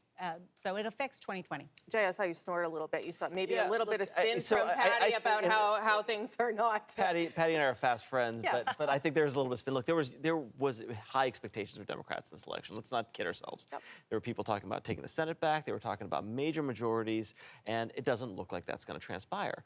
There's no doubt the subpoenas are going to have an effect, but it could have a counter effect too. If voters, this election does not solve the Democrats' structural problem. In my opinion, they have a failure of the ability to communicate with voters all around the country. And I'm not certain that they have figured that out yet. And if they can't, and if all they're focused on is subpoenas and bringing the Trump administration in front of them, I don't know how they're going to solve that. And you look at the 2020 landscape, who amongst that class actually understands it? I can't name anyone. May I dissent from that? Yes. I think actually this tonight does set the Democrats up to solve their communication problem. If the Democrats did well and if Beto O'Rourke were to win, Democrats would say, that's it, Americans want cars that run on marijuana. Actually, a big enough win to establish some oversight and enough chastening for Democrats to remember that America is not Santa Monica. That is what sets them up in 2020, not a big breakthrough tonight, which would put them on a wrong path. Okay, so let me just, because this is a question a lot of Canadians will care about, do the Democrats, if they take the House, do they then move to impeach the president? Because that's what a lot of people have wondered. Is it worth it? Will they do it? What's the risks? What do you think, Keith?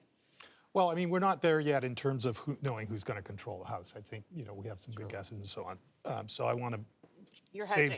Well, I want to save it for another hour or so. But look, the impeachment question is a very difficult one for Democrats, and we saw that during the campaign.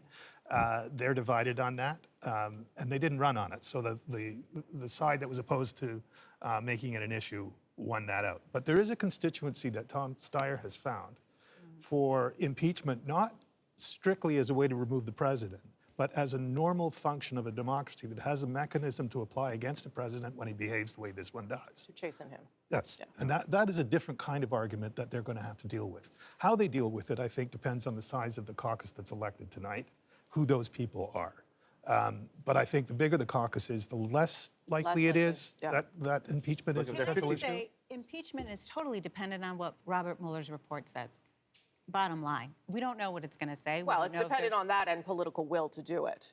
Correct. Yeah. But if Robert Mueller comes up with some significant charges, then, I think the House will discuss whether or not to impeach him, and they should. The lesson of 1998 was if impeachment is partisan, it fails and hurts the people who try it.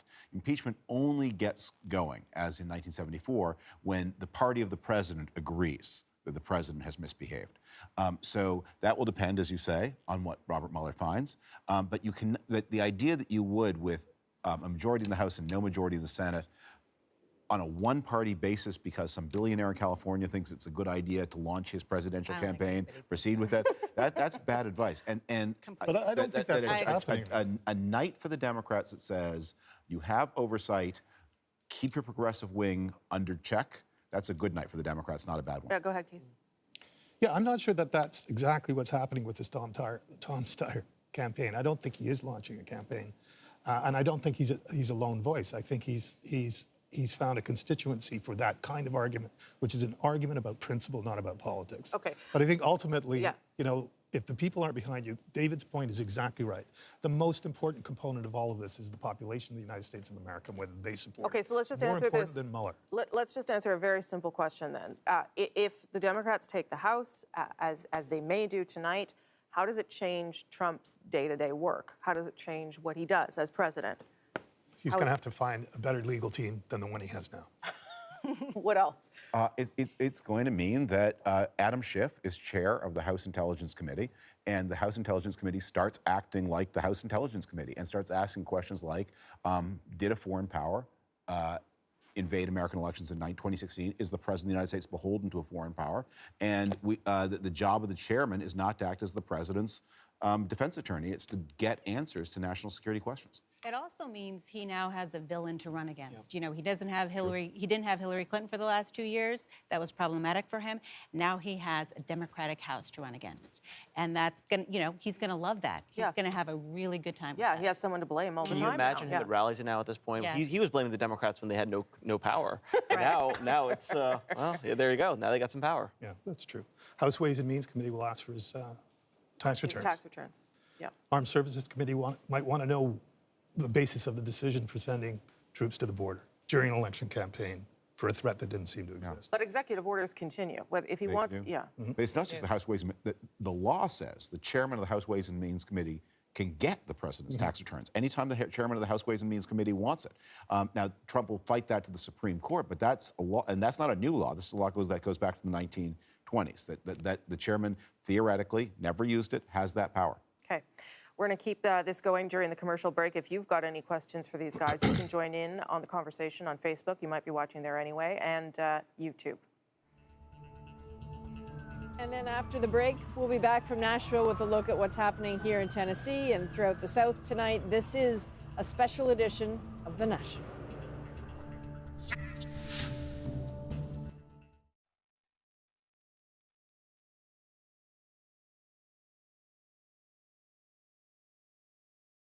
Facebook and on, hi everybody watching us on Facebook and on YouTube.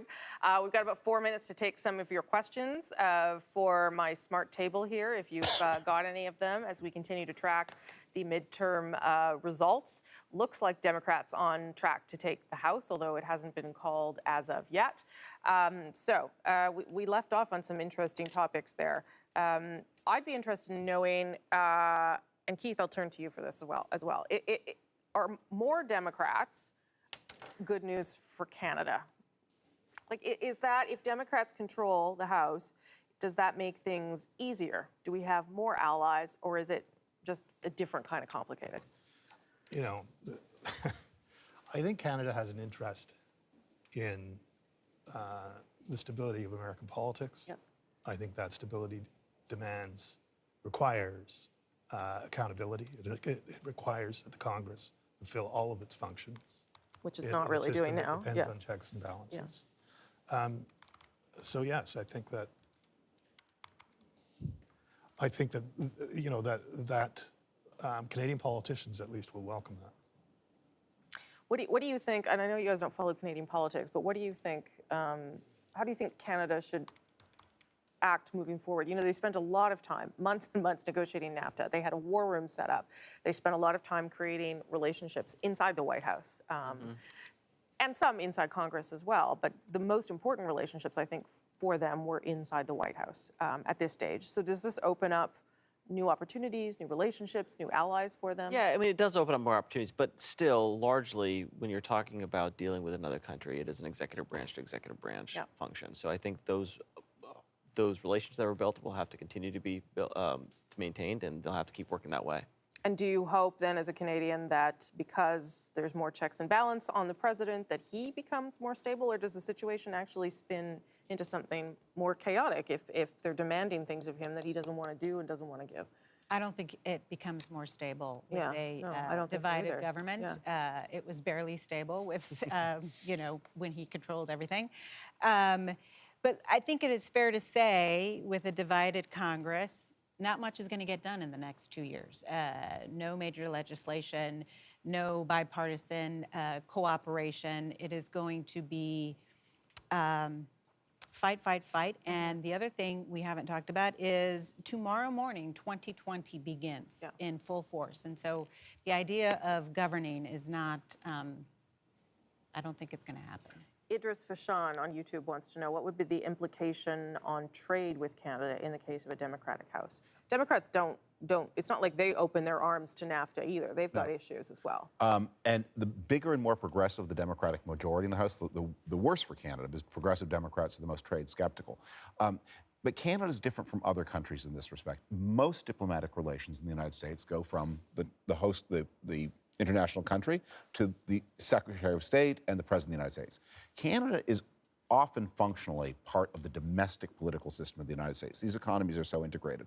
And successful Canadian ambassadors from Alan Gottlieb in the 1980s onward have understood Canada also works with Congress. Yes. And if the Congress, and one of the things that has happened is even though Democrats are trade skeptical, the fact that Donald Trump has decided that Canada is his least favorite country has meant that a lot of Democrats have decided if he dislikes Canada so much, we must like it. Yeah. And so Canada's standing, Canada benefits from the same negative partisanship that so many others suffer from. Okay, I got to go, everybody. Thanks for the questions on YouTube and Facebook. We'll do more.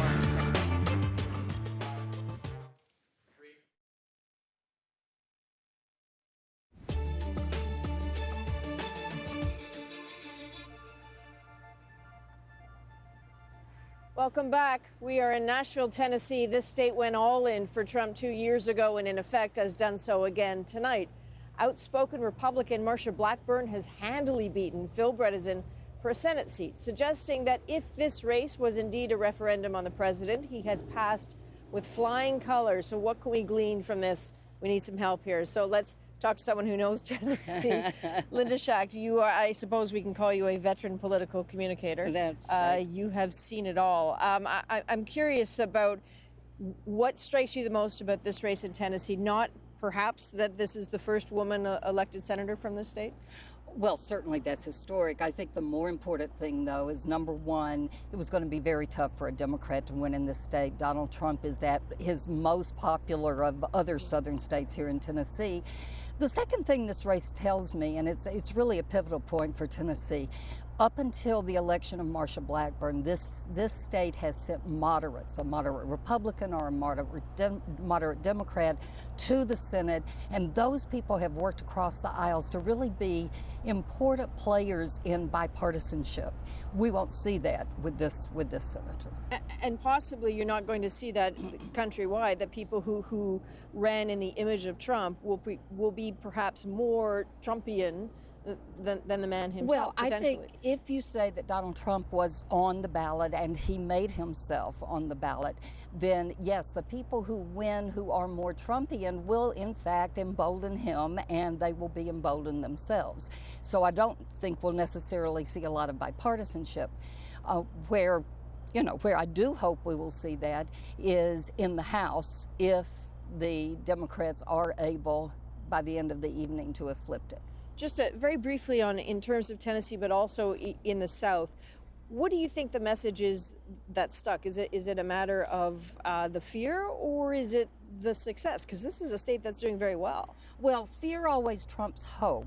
Okay, but in this state, not only the popularity of President Trump, but the fact that people were voting not only about immigration, but also about their pocketbooks, I think may be what's happening across the country, but I think it happened here. The Democrats decided to make a bet on health care and on pre-existing conditions, and it appears that immigration, fear, the caravan, and Kavanaugh were more powerful than that. To that last point, so many people have told us in the last couple of days that what happened, in their words, to Brett Kavanaugh sealed the deal for them, for their Republican vote. Well, there's some people who think that suburban women who were so important to both sides, some suburban women with sons may have seen their son in Brett Kavanaugh, and the spectacle is something that cost perhaps Governor Bredesen this race and will cost other Democrats the race. Linda, thank you very much Sure, for taking thank you time for having me. us. So we are now just minutes away from this next wave of polls that are closing. We have you covered here on The National. Our colleagues Rosie and Andrew are back right after this break with what we're watching for. We'll be right back.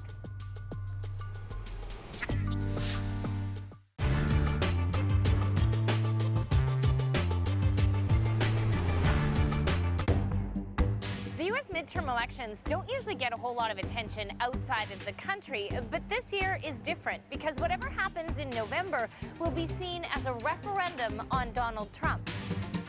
Right now, Republicans have the majority in both the House of Representatives and the Senate, but control of Congress is up for grabs. If nothing changes, it means Americans like what they have now and they want more of it. But if Democrats take control of either house, there could be some major changes. For starters, pretty much any Republican legislation would be dead on arrival, and expect more investigations into allegations of corruption, Russia, and Trump's businesses. So how do the midterms work? Let's start with the House. Members serve a 2-year term, so every seat is up for grabs. Right now, Republicans have 236 out of 435 seats. Democrats have 193, and 6 are vacant. One reason Democrats are optimistic, more than 40 Republicans aren't running again, including House Speaker Paul Ryan. Flipping the House is rare. In fact, in the last 25 years, it's only happened 3 times. In 1994, back when Bill Clinton was president, Democrats lost the House. In 2006, it flipped back, partly because of anger with then-President George W. Bush. In 2010, the Tea Party wave handed control back to the Republicans, and they have kept it ever since. What do those 3 flips have in common? Each favored the party not in the White House. The Senate works differently. There are 100 senators, 2 for each state. Republicans have control of the Senate by a paper-thin margin, but it's pretty likely they'll still have control come November. Each senator serves a 6-year term, and elections are staggered. They happen every 2 years, so about a third of the Senate is up for re-election. This year, 35 seats are in play. 26 are held by Democrats or left-leaning independents. 9 are held by Republicans, so the basic math favors Republicans. And 10 of those Democrats are running in states that Trump won and is still popular. So the Senate changing hands could be a long shot, but it's not just Congress that could change. There are 36 governorships up for grabs, and more than 6,000 members of state legislatures will be elected. A record number of women are running for office, most of them Democrats, so the results could be historic. Another thing to watch for in all of this is turnout. Traditionally, more Republicans show up to vote for the midterms than Democrats. Opposition to Donald Trump could change that or not. And then there are concerns about Russia interfering in the election. All of this while the tone is already nasty on both sides and the country is increasingly divided.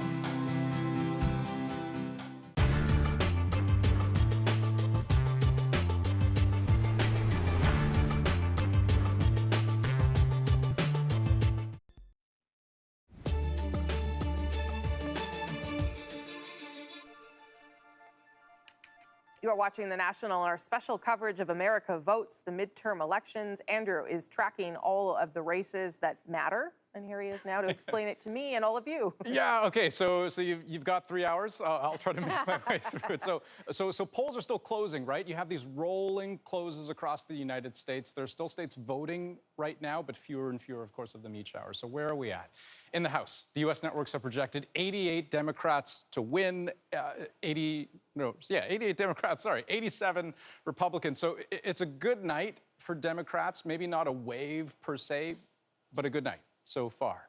In the Senate, the U.S. networks project 44 Republicans to win, 37 Democrats. Republicans are probably optimistic that they'll hang on, but it could still go either way. And I do want to take a quick look at what's shaping up to be the race of the night. My gosh, the Texas Senate race. First, O'Rourke was leading, then Cruz, then back to O'Rourke, and now Republican incumbent Ted Cruz is back ahead by the slimmest of margins. At one point, it was so close, they were less than 1,000 votes apart with more than 4 million votes counted.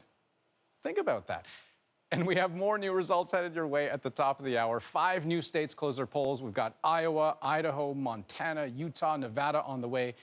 and many more results still to trickle in tonight, Rosie. Okay, I'm throwing a wild question at you. I'm not sure I'm allowed to do that, but you said something smart about California during the commercial break. So I just want you to make that point to viewers because they might be wondering why the race is so tight here. Yeah, so right now you've got 88 Democrats, 87 Republicans, right? And most people might look at that and think, gosh, they look like they're tied right now. How could you say that things are looking good for the Democrats? The thing to remember with those rolling poll closes, think of California. That's all the way in the western part of the country, right? Those polls closed the latest, and California traditionally is an overwhelmingly blue state. The Democrats could pick up easily 40-plus seats all in one fell swoop. So California is going to be really pivotal to the Democratic plan here in terms of capturing the House. But again, they could even be trailing right now, and I'd still be looking at the equation and saying things are looking on pace for the Democrats. And that's why Andrew is doing the numbers and I am not. So we'll continue to watch all of those results right here on The National through the night. And so we're our colleagues at Front Burner. That's CBC's new daily podcast. In case you haven't subscribed, Keith Bogue is going to be on tomorrow. In case you didn't know, with Jamie Poisson. Subscribe wherever you get your podcasts or go to cbc.ca/frontburner. We'll be back at the top of the clock.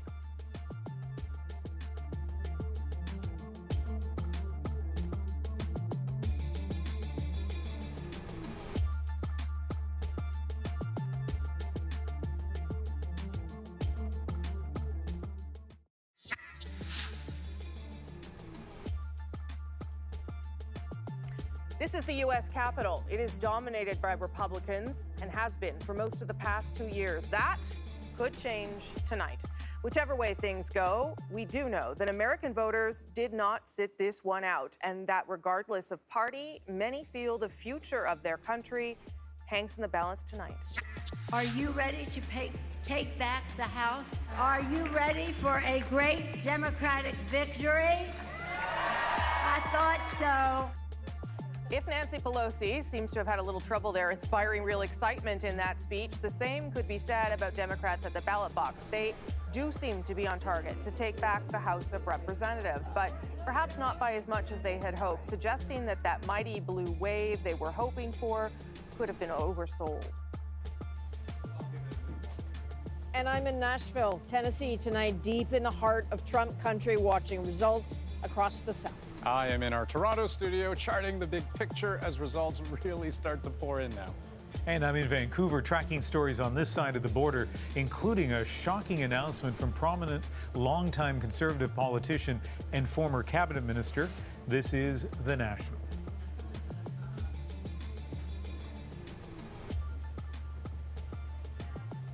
Well, let's begin with that developing political story on this side of the border. Ontario Conservative MP Tony Clement is stepping aside from many of his duties on Parliament Hill.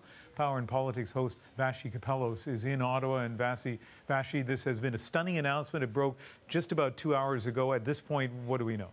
Well, we are learning some new details, Ian. What we do know for sure is that Tony Clement, as you said a few hours ago, released a statement saying that he was stepping back from his duties on the Hill, which include acting as a Conservative shadow, like a shadow minister for justice, and serving on at least one committee, but I believe more than one, a couple committees. He says he's doing so because he shared sexually explicit pictures and a video over the last 3 weeks with someone he thought was a consenting woman. He says later that person turned out to try and extort money, to try and extort some money from him. I've been told by a source in the Conservative Party that it's 50,000 euros. That's the amount that they were saying would be the price for those pictures, the pictures and the video. He released the statement, as I said, and in part it says that he recognizes now, quote, that I have gone down a wrong path and have exercised very poor judgment. First and foremost, I apologize to my family for the needless pain and humiliation my actions have caused. He goes on to say he'll be seeking treatment. We don't know the details of how long that treatment will take or even the nature of that treatment. We expect Conservative leader Andrew Scheer to talk more about this tomorrow morning. Ian? The story, of course, raising so many issues, and we may see some developments on it through the evening, Vassy. Thank you very much.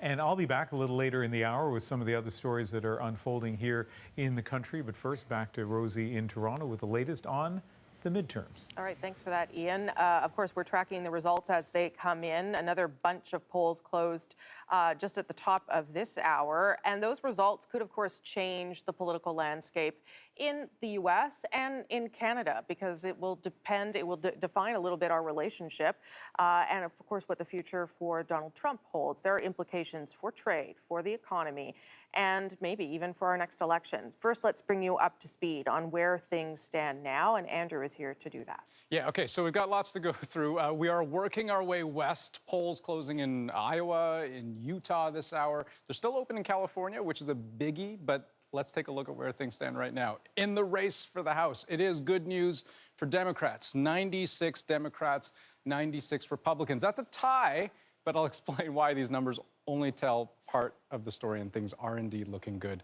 for the Democratic Party. There's also the Senate, where the U.S. networks have projected 44 Republican seats and 38 Democrats. Democrats still fighting tooth and nail to stay in the game. There are some really, really close Senate races that could still change things, but the odds have been stacked against Democrats from the very start. So let me show you why. So we're talking about the Senate here, right? The Senate has 100 seats, 2 for each state. So that makes the math pretty easy. You need 51 for a majority, and that's what the Republicans had. Before tonight, the Senate was 51 to 49. So what Democrats needed to do to win control of the Senate is effectively recapture everything they had before and then gain 2.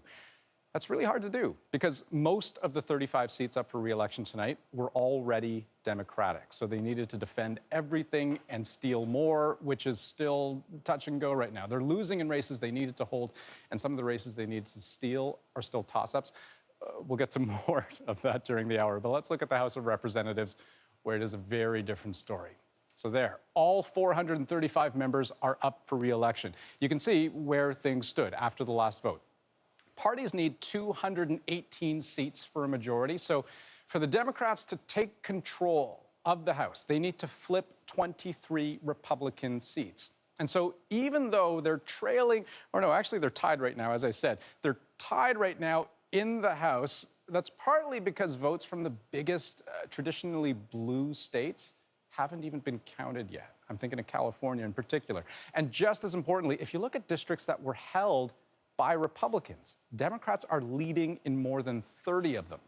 Now remember, they needed to flip 23, right? But all that being said, the outcome is not a guarantee yet because some of those races are still pretty darn close. Let me show you one. Here's an example. Virginia's 7th congressional district. The Democrat leading. But how do you get slimmer than that, right? This is a very close race between Abigail Spanberger and the Republican incumbent Dave Bratt. This race was considered to be a toss-up before we even got started tonight, and these results are certainly delivering on that front. Now check out Pennsylvania's 1st district. What Democrats hoped would be a key pickup, but they're neck and neck. Republican incumbent Brian Fitzpatrick facing a very credible challenge from Democrat Scott Wallace, who ran a heavily anti-Trump campaign, by the way, but the margin here just, 1.2% apart. So again, shaping up to be a good night for Democrats, even if there are still tight races, and it's bad news for Republicans, whose bid to keep control of the House is looking bleak. Rosie. Okay, thanks, Andrew. Our Washington correspondent, Keith Bogue, is here with us in studio to give us a sense of where things are at, what we should be keeping track of. Any surprises, I guess, for you tonight? Let's start there. Well, Democrats, I think, are surprised that Joe Donnelly lost his Senate bid in Indiana. And they're particularly disappointed because that looks as though it's now set up for Republicans to pick up a seat in the Senate, which has implications for the Senate races in 2020, as you know.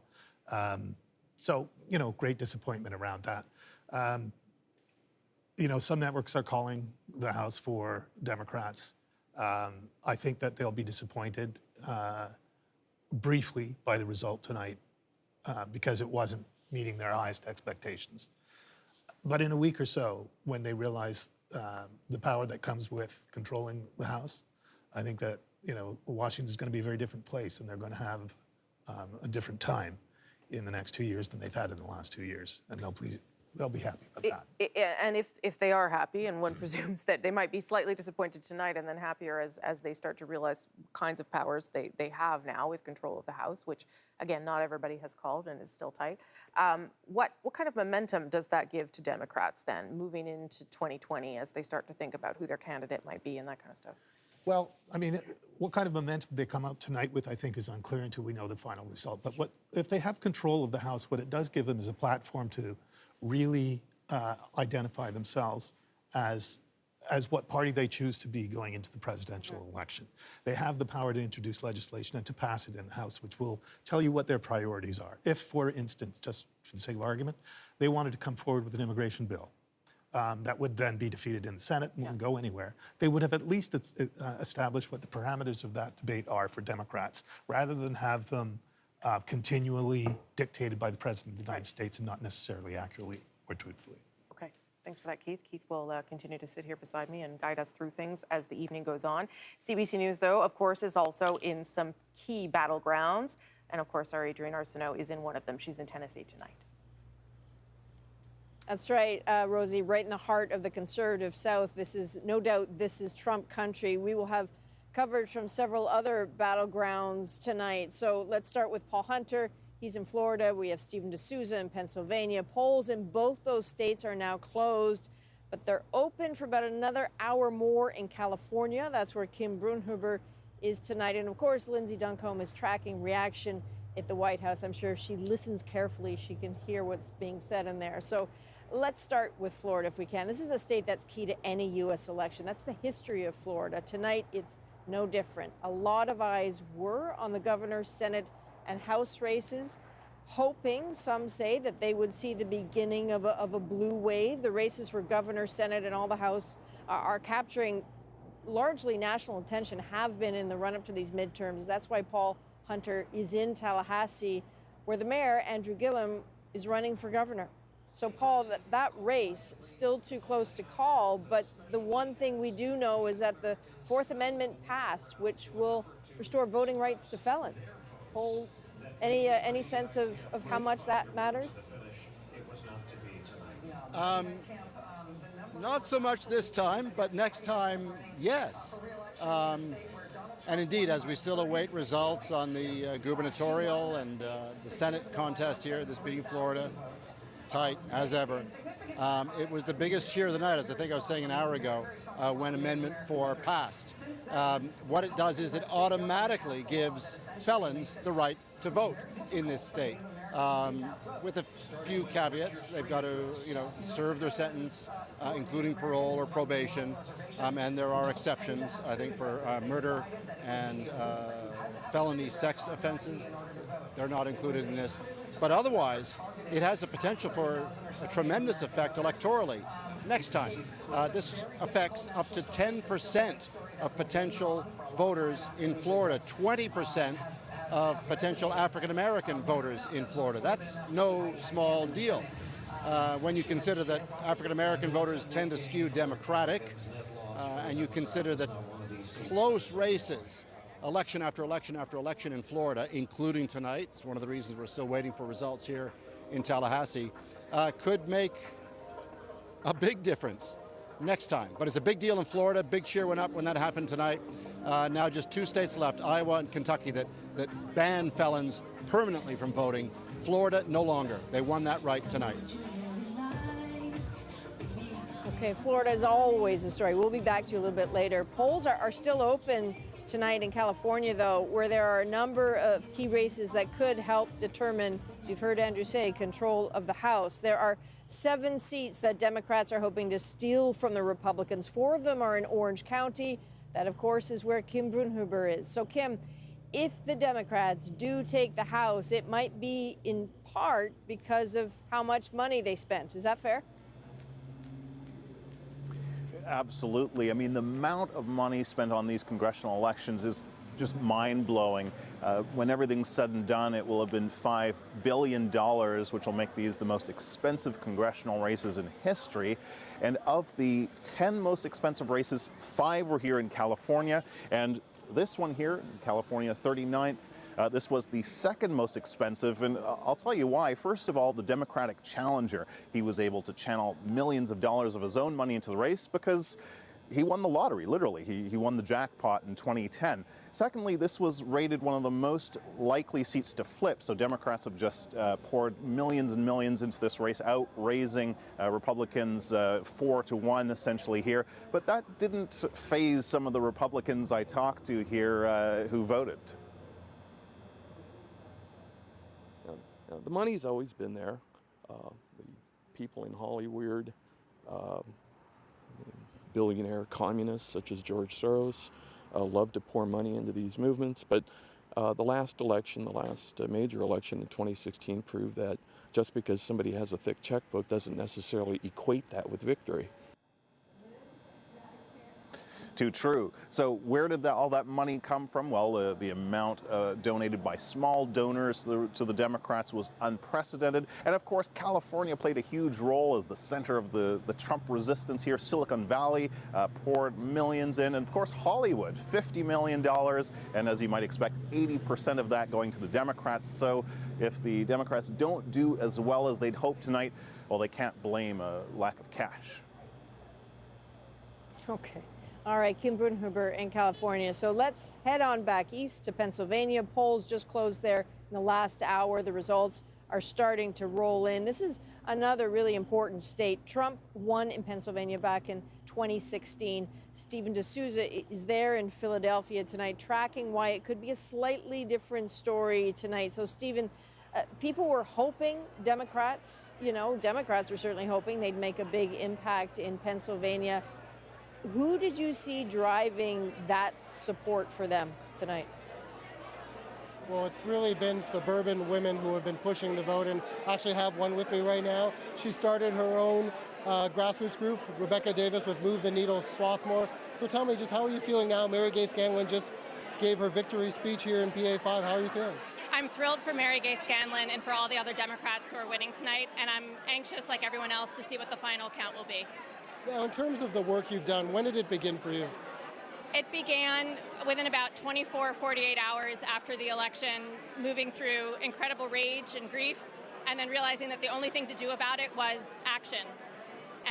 So right after Donald Trump was elected. Right after Donald Trump's election, just getting together with other people who were feeling similarly. We met in my living room. We founded a group, and we decided that we would try to connect progressive social justice values to political engagement.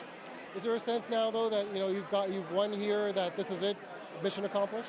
Not in the slightest. We are fighting really hard in Pennsylvania to win back the state legislature, as well as picking up all of these congressional seats. We've really closely fought state House and state Senate seats that we're still waiting to find out the results of. And we're also in Delaware County working against an entrenched Republican machine that has been disenfranchising a lot of the voters for years.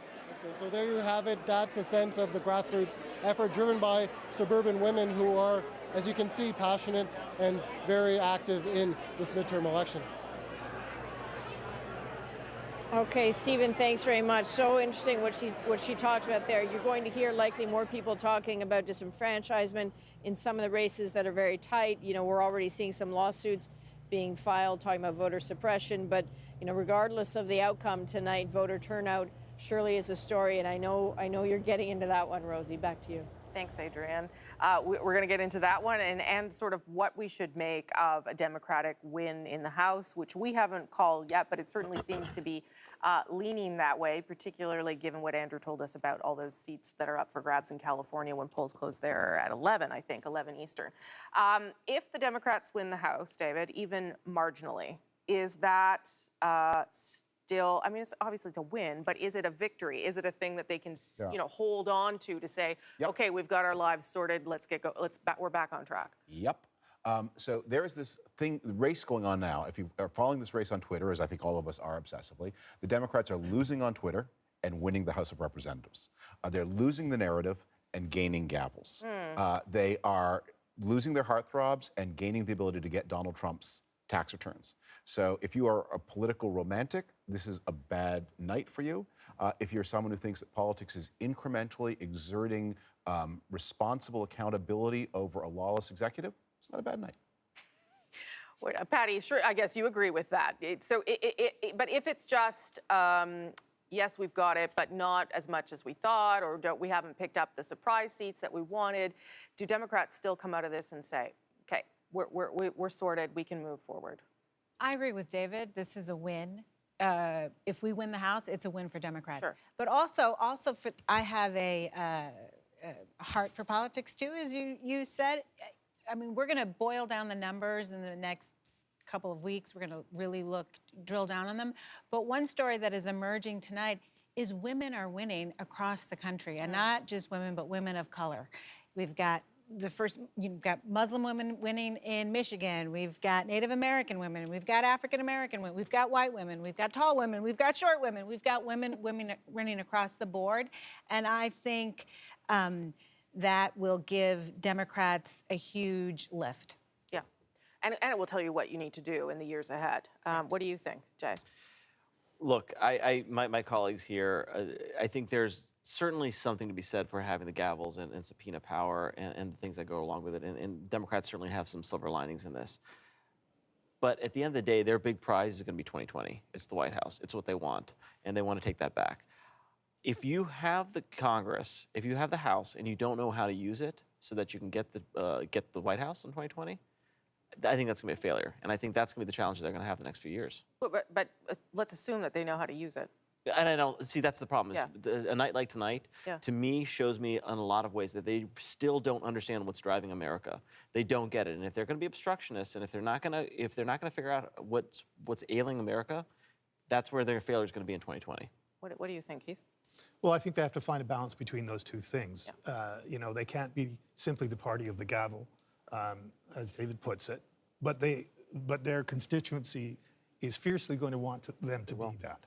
But at the same time, they have to build something for the 2020 election, for the presidential, that is beyond just the accountability, the check. It's the negative and the positive. They have to do both They of have those to have things. something that they can put in the window, something that says this is who we are. Yeah. That's not going to allow the president to continue to define them as he has, as he tried to in this. I think this is a good night for the Democrats in 2020. If this had been a slightly bigger night, I'm not a Democrat, but You're not? no, I'm worried about. I care about accountability. Yes, I know you do. But if the Democrats had a big night and Beto O'Rourke had won in Texas, he would be on his way to the Democratic nomination now and on his way to debacle. This is a very chastening election. It gives them enough power to hold Donald Trump accountable, and it sends a message: collar your progressives. You have to nominate someone from the middle of the country. Don't do anything exotic. Find someone who can do what the Democrats have picked up 4 governor's races tonight so far. One of those people, not Beto. If that's the lesson they take away, I think it's a very positive night.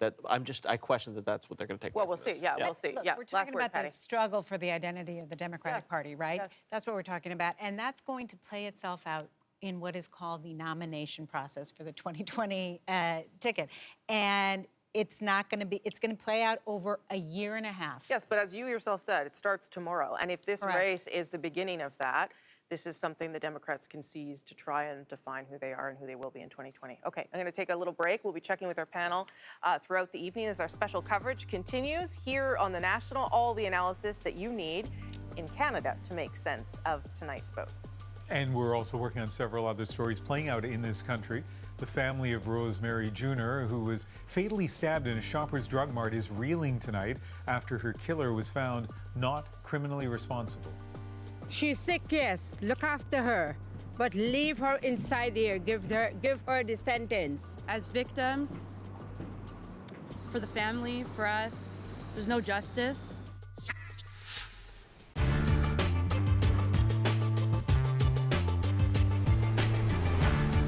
Look at the address. Terrence Yellowfat of Standing Rock updated his driver's license recently, but here's the thing, that's not his address. 7913 West Buffalo. Yellowfat, like many others in his community, has used a post office box for decades because they have no other mailing addresses, which until now, for voting, worked just fine. The Supreme Court upheld a voter ID law in October, and the way the law is written, you have to have a residential street address on your ID, and that is very burdensome to Native American voters in North Dakota. And this isn't just about disenfranchising Native people, it's disenfranchising poor people. And here's one reason it matters to Democratic Senator Heidi Heitkamp. In 2012, she got the bulk of the Native American vote, but only won her seat by less than 3,000 votes. So with as many as 5,000 Native American voters now affected by the new address requirements, Heitkamp could end up losing a lot of core voters. Republicans began drafting this law just 5 months after Heidi Heitkamp was elected to the U.S. Senate, and they wrote the law in such a way that the IDs that Native Americans were most likely to have, their tribal IDs, weren't accepted. Native American groups are fighting back, rushing out with new ID cards and unique addresses, but they likely won't reach everyone in time. In Florida, the story is a bit flipped. There's a single proposal that could be the biggest boost to voting rights since the 1965 Voting Rights Act. Right now, ex-felons cannot vote, but Amendment 4 would change that, giving the right to more than 1.5 million people in Florida. That means up to 500,000 African Americans getting back their vote. That would be huge in a state like Florida because you're talking about African Americans in particular being a core segment of the Democratic Party. We're going to be a state that believes in second chances.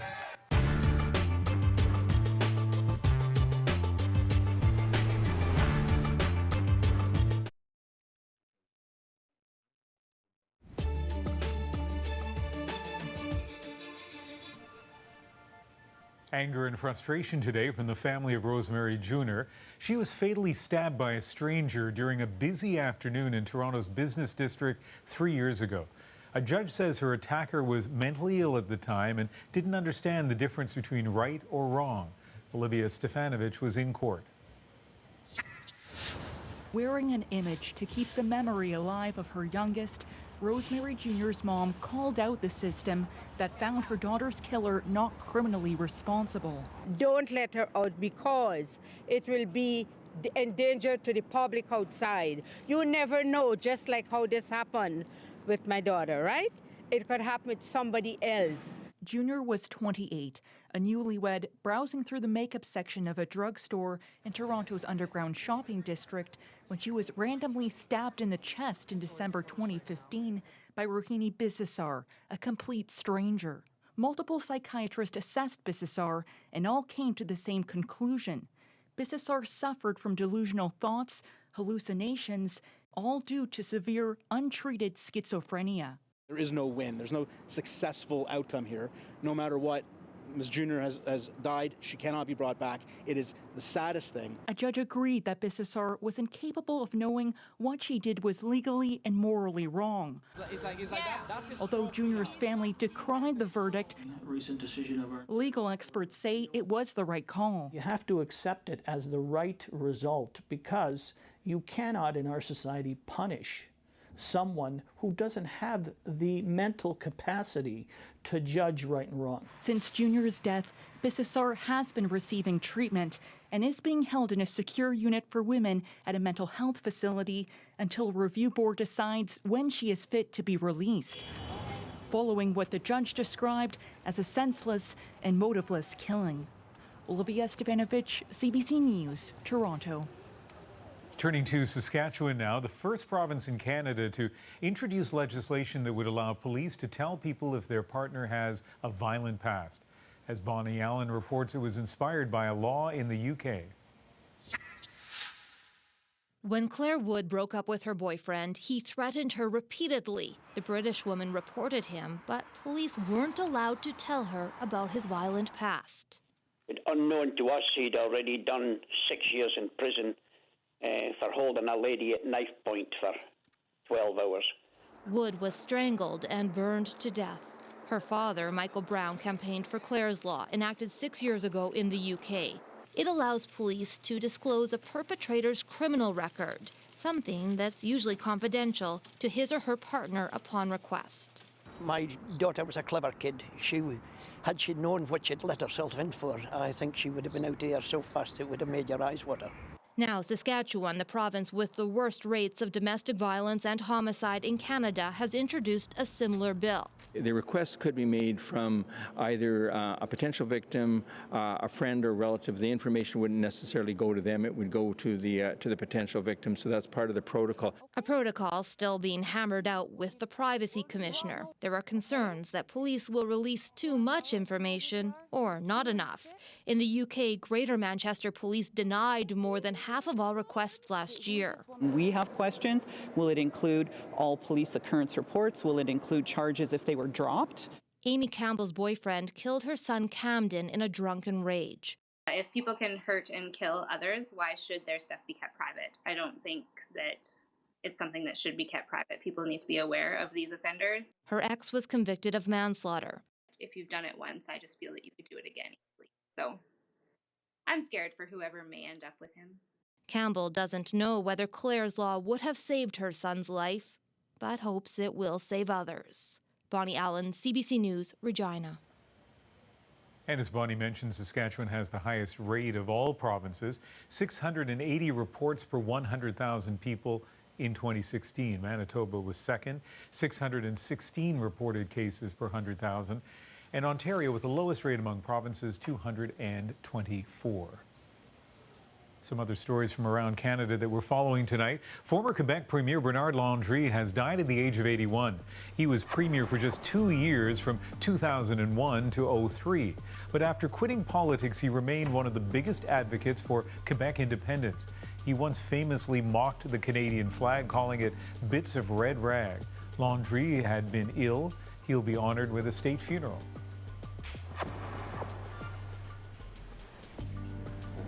Guys have made a great effort to repair relationships. And some of the leaders of the Ottawa Senators faced the media this morning after this video of some of their teammates was posted online. An Uber driver in Arizona recorded 7 players criticizing their team and one of their coaches. Those players have since apologized, but said it was a private conversation recorded without their knowledge nor consent. Uber says the recording violates its terms of service, but under Arizona privacy laws, it appears the recording was legal. And now back to my co-host, who's always discreet, whether tweeting or speaking. Rosie. I don't know about Twitter, but I definitely keep it closed in an Uber. Thanks, Ian. All right, we can tell you at this hour that U.S. networks have declared that the U.S. Senate will be Republican. So that gives us a conclusion to at least part of the story. And let's go to Andrew now to walk us through those Senate races and why they've managed to secure that. Yeah, so and we should really underline this, right? The top line breaking news, the Republicans will hold the Senate. This has been a big question all night, but a majority of U.S. networks have projected that outcome. And it's no question why when you look at the numbers. So 38 Democrats, 45 Republicans. But the real story is at the race level. So let's go ahead and show you what got them there. Starting with the Senate race in North Dakota. Republican Kevin Cramer, he's beating the incumbent Heidi Heitkamp. To be fair, this isn't a huge surprise. Heitkamp was considered one of the most endangered Democratic senators going into tonight. Trump won this state by 36 percentage points back in 2016, which is a really big margin. Heitkamp did try to work with Trump over the last couple of years, even one of a rare breed of Democrats who supported Trump's pick of Neil Gorsuch for Supreme Court Justice, but then along came Brett Kavanaugh, whom she voted against. That was a tricky decision that may have hurt her. In Texas, the U.S. networks have agreed, though it was a close race, a real roller coaster all night long. Incumbent Republican Ted Cruz will hold his Senate seat. Beto O'Rourke and the Democrats had hoped to pick this one up as a gain. Doesn't look like that's going to happen. And let's go to Florida. Not a done deal there yet, but incumbent Democrat Bill Nelson is losing to Rick Scott. Scott was the 2-term governor of Florida. He's been even learning Spanish for his Senate run. So big news for the Republicans, who will maintain control of the Senate tonight. Again, 38 Democrats, 45 Republicans. And even though the Republicans haven't hit that magic number 51 for a majority, it's now only a matter of time. Okay, Andrew, thanks. Our Washington correspondent Keith Bogue is here with us. So projected they will win this, they will hold the Senate. What does that mean for the president? What does it mean for Republicans? Well, I think not only are they projected to hold, but there's a good chance that they'll pick up a couple of seats there. And we talked about that before. That puts them in better shape than they were for 2020 as well. And of course, we saw the president in the last weeks of the campaign concentrating on Senate races because he could more easily associate himself with what has turned out to be a winning campaign. So that's important for them. But I think that the night eventually is going to look like it's unfolded in the most likely way that people expected that it would, with Democrats taking the House and Republicans keeping the Senate. And because we've been talking about the blue wave and whether it's big or whether it isn't, let's just talk about how big a deal it is for the Democrats to gain control of the House and what that enables them to do, how that changes the way politics is done in Washington. Sure. Well, they have a lever of power that they can use in different ways now. They will have control over committees, chairmanships, budgets for them. They will be the priority demand for the bureaucracy. They will have all of that working for them. They can have control over the budget. They can derail the Trump agenda if they choose to do that. Or they can no border wall if they want, or they can make it a conditional concession to Trump if they want. They can get something in exchange. They have a lot of room to play on just the legislative part of policy it. stuff. But they also will have a platform now to clearly define, or more clearly define, what the party stands for and what its priorities are.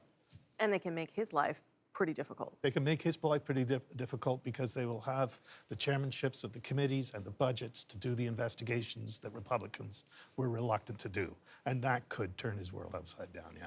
Okay, so he's got a bumpy ride ahead. We've got a lot more special coverage for you straight ahead here on The National. What should we take away from the results so far? Good thing our special panel of insiders standing by. We'll tackle all of that next. First, though, as we go to break, we ask some of you about Canada, the U.S., and the state of politics. I think Canada can learn a lot from the United States and from American politics because it is so divided right now. And I think it gives us a chance as Canadians to reflect on the many things that unite us and make us not have that kind of divisive politics. Canada can learn from this for upcoming election, just to really hash out ideas in a civilized manner as opposed to just being angry about our differences.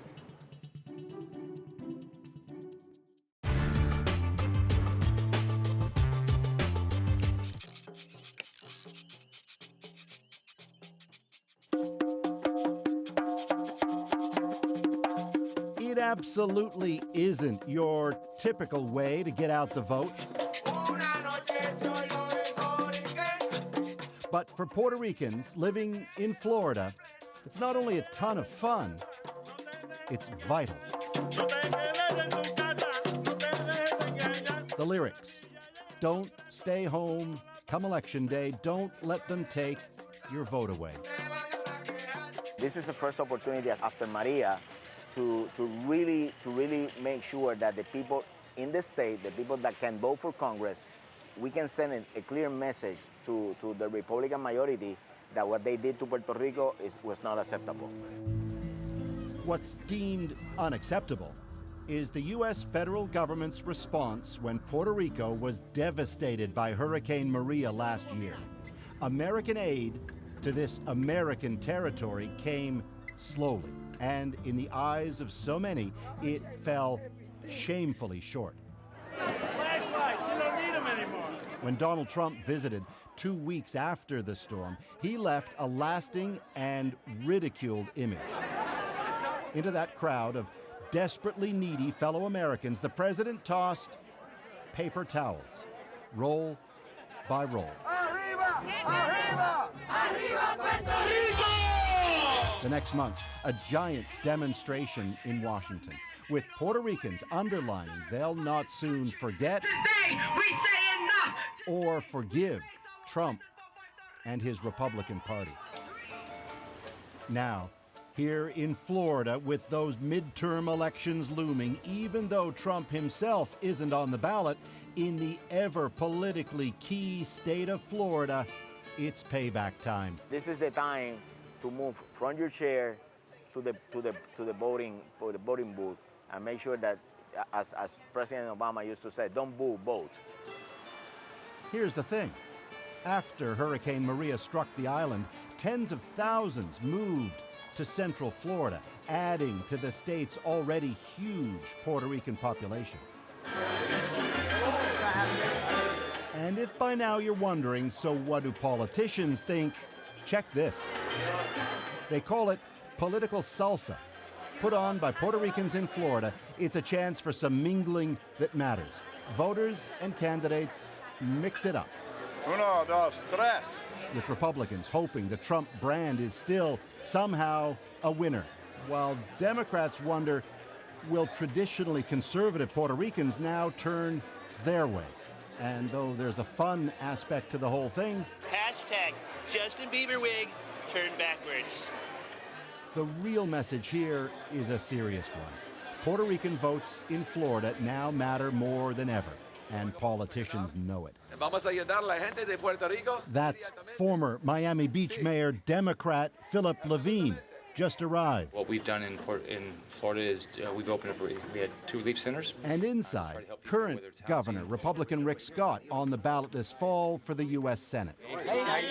Scott's personally popular. He gets credit for helping displaced Puerto Ricans settle in Florida, but Republicans broadly are a harder sell. To that key question, would you now ever vote for Trump's party? No, never. Never in my life. This is a means to an end.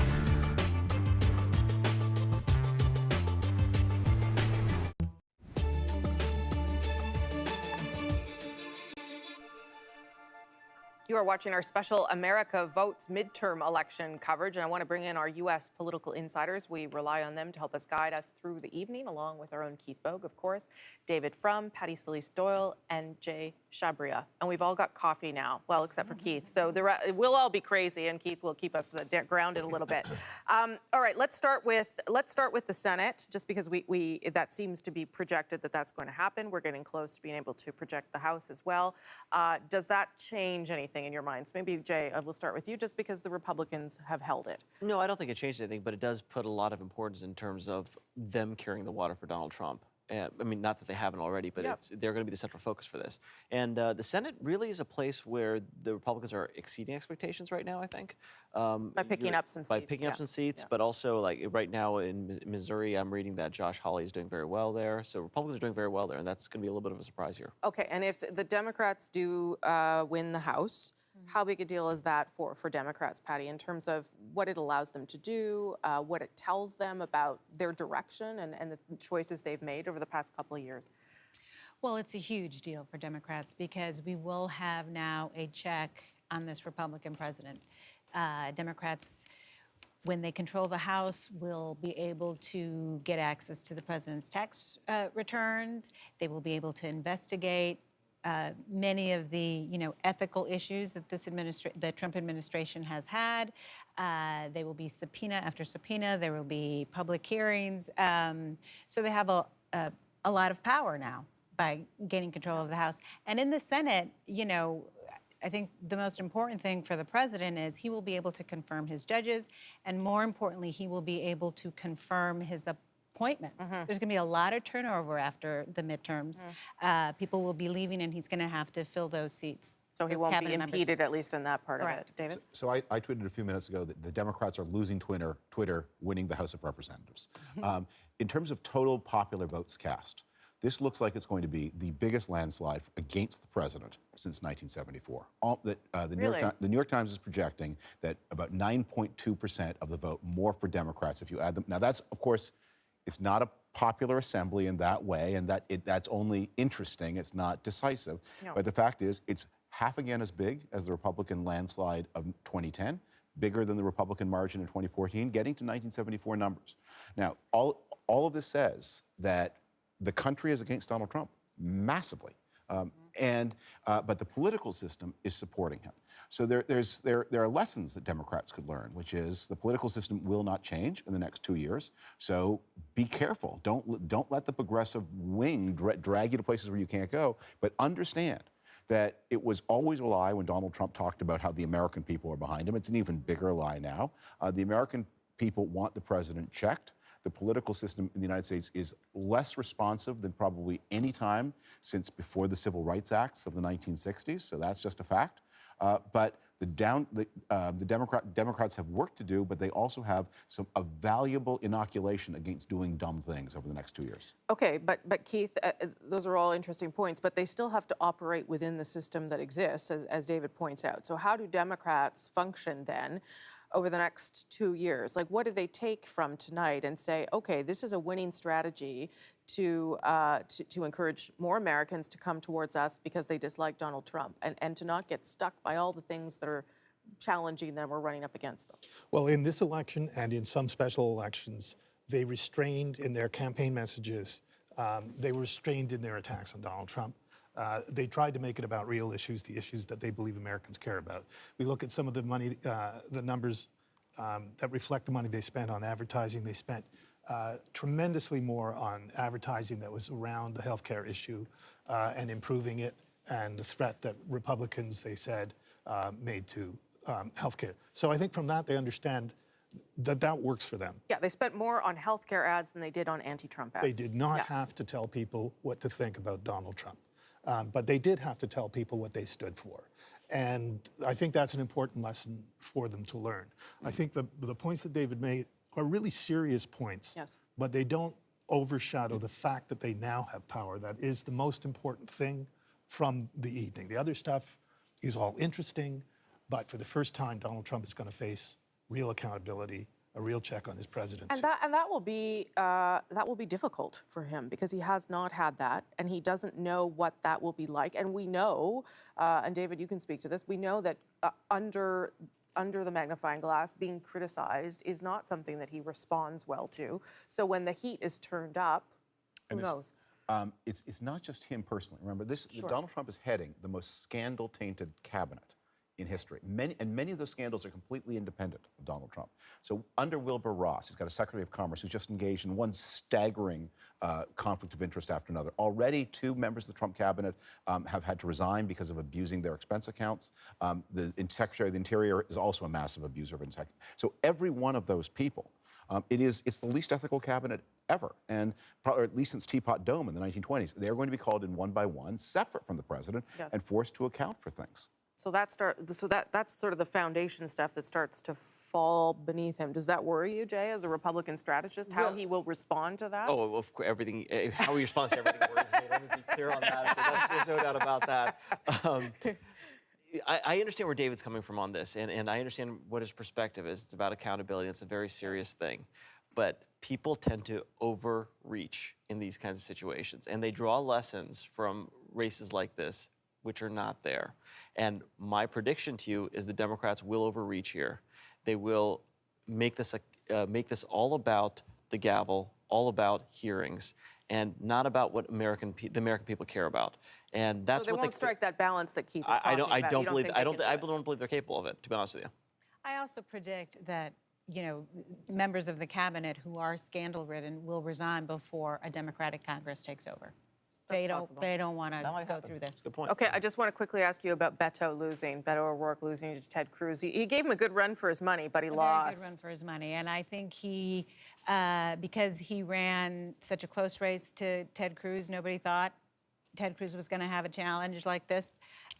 He is a national figure. He has raised more money than some presidential candidates. He is going to be a, national figure for the Democrats, one to watch, and I bet you he runs for president in 2020. It's either him or Joe Biden. Well, it's going to be 25 people running or more, and we'll see who succeeds. But the way the process is laid out, the person with high name recognition and money is favored to make it. Okay, you can have 10 seconds to roll your eyes, and then I'm going. Winning. I always thought winning your race was the predicate for going on to win to fight the next one. But what do I know? I'm old. Okay, we're going to keep this going during the commercial break. I don't know where it'll go next. You can join in on that conversation. It's live on Facebook and YouTube. All right, everybody, and then after the break, we will be back from Nashville. First, though, one of the celebrations tonight, Democrat Jennifer Wexton flipped a Republican stronghold in Virginia, the first House seat to flip tonight. Take a listen to this. Thank you guys so much. I've been saying since the beginning of this campaign that change is coming to America, and change is coming to Virginia 10. And that change came tonight.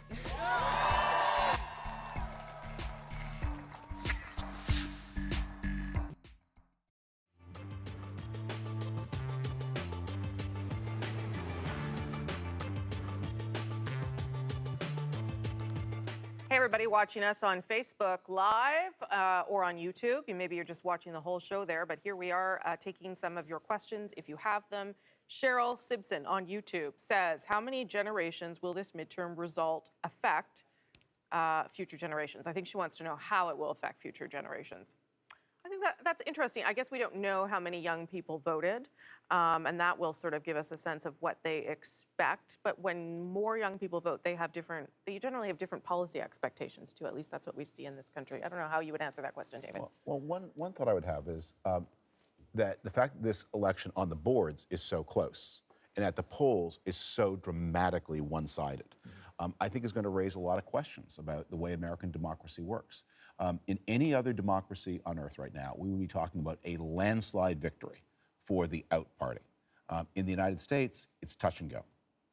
Well, the reason for that is because of redistricting and gerrymandering. That's why we did not win more seats, to your point. But the good news there is Democrats picked up some governorships. So far, 4 tonight, and still many are outstanding. Okay, but that can change that. This is going to be my dumb question of the night. Why can no one fix that? Like, why It's is being that? fixed. It's being addressed. It's being fixed, and it has to be done state by state. And there are legislatures doing it. In Ohio, we've taken steps to doing it for the legislature and for the congressional districts, and that's happening in pockets around the country. So you're seeing But it. like, we just redrew our electoral map in Canada, right? And we added 30 seats or something. But that was all done by a neutral Elections Canada body. And that's the difference. And it should be that way. But It's also, crazy. this is, in the United States, a relatively new problem in the way it presents itself now. I mean, America has had a long history of racial oppression and unfairness, but what has happened is not just gerrymandering and those things, although they're important. It's the concentration of the winners of globalism in very small geographic areas, central metropolitan districts, and the spreading of the losers of globalism through rural areas means that even if you were a neutral commission would still find that Democrats are packed into tiny cities where people where Democratic winners get 70, 75, 80% of the vote, and Republicans are spread over a vast countryside of more. That's a new kind of problem that calls for deeper kinds of rethinking. But that's a problem here, too, where you would have more seats given in urban centers, but there's still a way to distribute that more evenly, is there not, in the United States? Well, I think that, I mean, those are distinct problems, gerrymandering and the concentration of votes. Yeah. That problem hasn't been solved in Canada either. No, but at least the distribution is done more neutrally, even if the concentration of the population is different. And there's not going to be a perfect system ever, right, that addresses that. Yes. The question is, how close do you get to it being intolerably out of balance?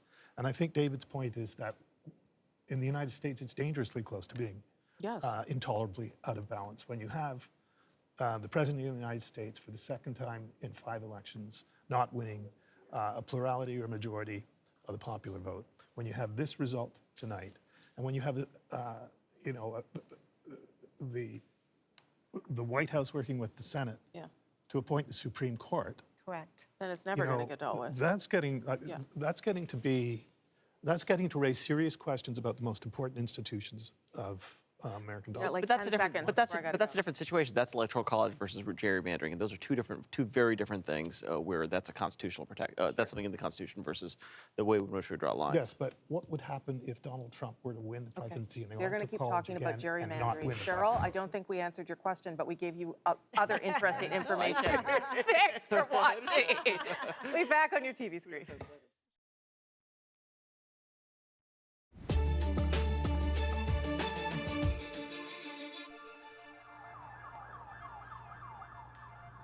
Welcome back. We are in Nashville, Tennessee, where many voters here watched a heated Senate race pitting 2 household names in the state against each other. We will get to that one in a moment, but perhaps no one is watching tonight's vote as closely as Donald Trump, of course. Our Lindsay Duncombe is just outside the White House tonight. So, Lindsay, we're getting our first reaction from the West Wing. What is it? Well, Sarah Sanders, the press secretary, spoke to reporters, and no surprise that Donald Trump really is finding reason to declare victory in these results, especially as we look at the Senate. The president's strategy was to go and have rallies in tight Senate races, and the message from the White House, Adrian, is that worked. Here's more from Sarah Sanders. Obviously, candidates that have embraced the president, embraced his policies, and that he's gone in and campaigned for and worked hard for, we're seeing that pay off tonight. But anybody that was anticipating a blue wave tonight's not going to get it. Maybe you get a ripple, but I certainly don't think that there's a blue wave. The other questions that Sarah Sanders was asked was about how the president intends to handle a House that is run by the Democrats, certainly setting up a scenario where there will be more investigations into the president's finances, the Democrats controlling committees and having subpoena power. Sarah Sanders said that the president does not expect that mixed government would have an impact on the kinds of things that he wants to do with respect to immigration, with respect to building the wall and continuing to cut back regulations. But certainly, I think the ability of Donald Trump to really put that agenda in place has been curtailed, and we have set up that new dynamic here in Washington by the looks of it. All right, Lindsay, thanks very much. That's Lindsay at the White House. I'm imagining the lights are all on at the residence, and there's a bank of monitors in front of the president watching every step of this. But we are back here in Tennessee. Now, this state went all in for Trump 2 years ago, and in effect has done so again tonight. Outspoken Republican Marsha Blackburn has handily beaten Phil Bredesen for a Senate seat, suggesting that if this race was indeed a referendum on the president, he has passed with flying colors. And the new senator-elect said moments ago she will uphold what Trump stands for in office. More constitutional judges, lower taxes, less regulation, making certain that we protect life, that we defend the Second Amendment,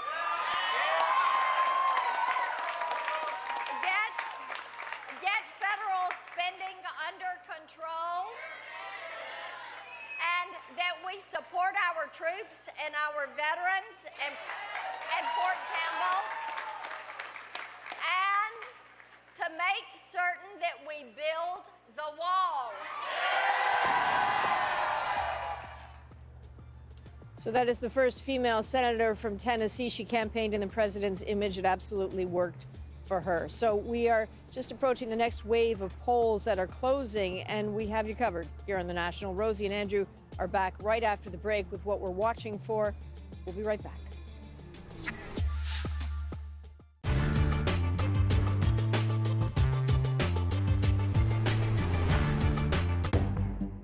The U.S. midterm elections don't usually get a whole lot of attention outside of the country, but this year is different because whatever happens in November will be seen as a referendum on Donald Trump. Right now, Republicans have the majority in both the House of Representatives and the Senate, but control of Congress is up for grabs. If nothing changes, it means Americans like what they have now and they want more of it. But if Democrats take control of either house, there could be some major changes. For starters, pretty much any Republican legislation would be dead on arrival, and expect more investigations into allegations of corruption, Russia, and Trump's businesses. So how do the midterms work? Let's start with the House. Members serve a 2-year term, so every seat is up for grabs. Right now, Republicans have 236 out of 435 seats. Democrats have 193, and 6 are vacant. One reason Democrats are optimistic, more than 40 Republicans aren't running again, including House Speaker Paul Ryan. Flipping the House is rare. In fact, in the last 25 years, it's only happened 3 times. In 1994, back when Bill Clinton was president, Democrats lost the House. In 2006, it flipped back, partly because of anger with then-President George W. Bush. In 2010, the Tea Party wave handed control back to the Republicans, and they have kept it ever since. What do those 3 flips have in common? Each favored the party not in the White House. The Senate works differently. There are 100 senators, 2 for each state. Republicans have control of the Senate by a paper-thin margin, but it's pretty likely they'll still have control come November. Each senator serves a 6-year term, and elections are staggered. They happen every 2 years, so about a third of the Senate is up for re-election. This year, 35 seats are in play. 26 are held by Democrats or left-leaning independents. 9 are held by Republicans, so the basic math favors Republicans. And 10 of those Democrats are running in states that Trump won and is still popular. So the Senate changing hands could be a long shot, but it's not just Congress that could change. There are 36 governorships up for grabs, and more than 6,000 members of state legislatures will be elected. A record number of women are running for office, most of them Democrats, so the results could be historic. Another thing to watch for in all of this is turnout. Traditionally, more Republicans show up to vote for the midterms than Democrats. Opposition to Donald Trump could change that or not. And then there are concerns about Russia interfering in the election. All of this while the tone is already nasty on both sides and the country is increasingly divided.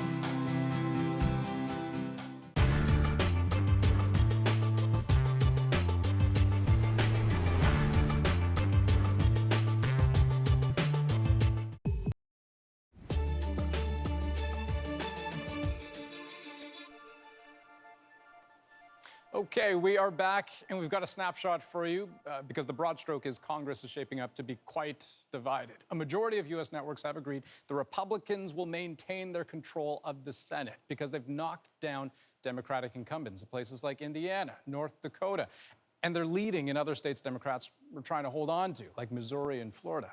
In the House, very different story. Right now, Democrats are winning 142 seats and Republicans are winning 143. Remember, both sides are reaching for that magic number of 218 for a majority. And despite looking pretty close, this is a good night for Democrats as they've made key gains, seats that they didn't have before in states like Pennsylvania and Virginia and New Jersey. And at the top of the hour, polls close in a few more states, including the blue behemoth that is California, where the Democrats will really start to pull away. Interesting times ahead. You bet. And it will be a divided Congress, and that may or may not be good news for Canada, as the Trudeau government has worked very hard to develop a close relationship with those inside the White House. Now they will have more people to try and make allies. If you want to listen to our daily new podcast, it's called Front Burner. Keith Bogue will be on it with Jamie Poisson tomorrow. Subscribe wherever you get our podcasts. You're watching CBC News.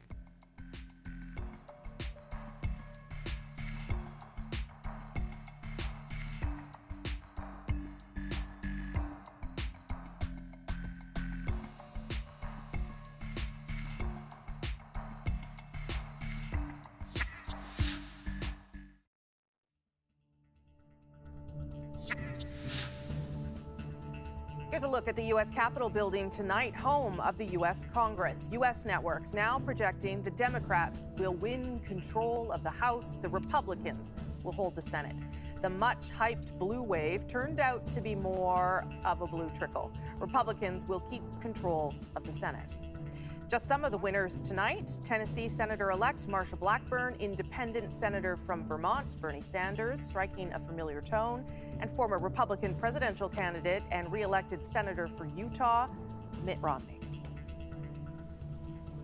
And I'm in Nashville, Tennessee, deep in the heart of Trump country, watching results across the South. I'm in our Toronto studio charting the big picture as results really pour in.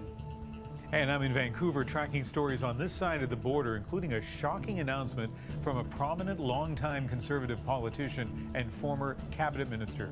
This is The National.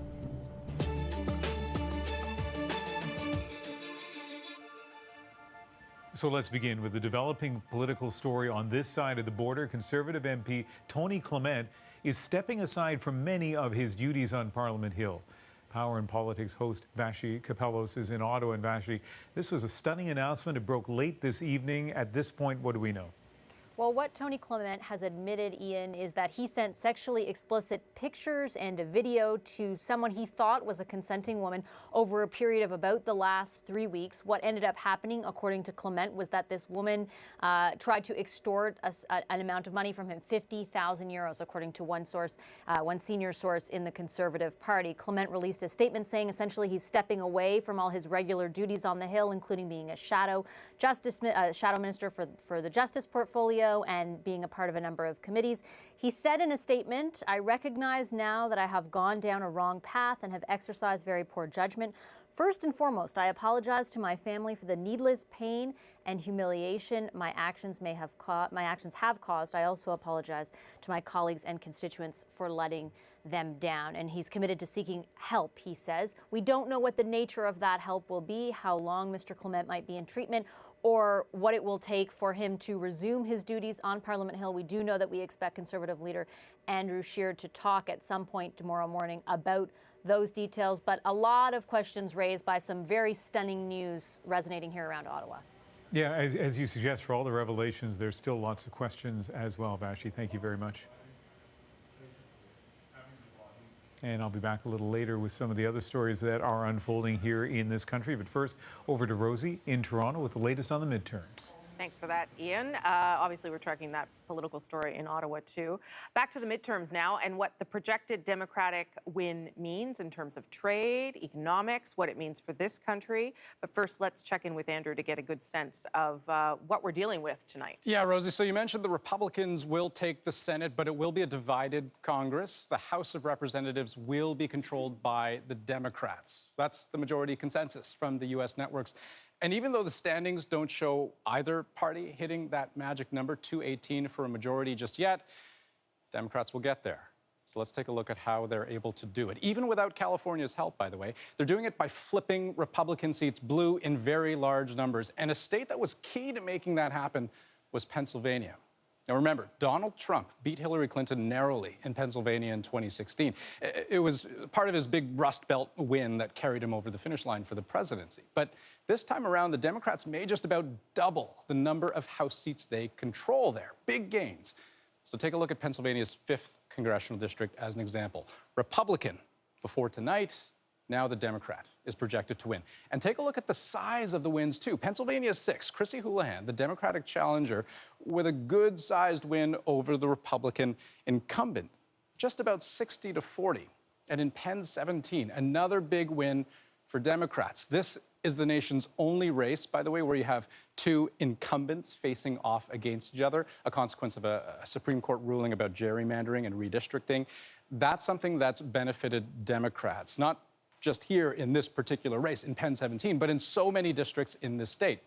A state that had more heavily favored Republicans in the way its districts were drawn, fundamentally changed, and in a way that favored Democrats. Rosemary.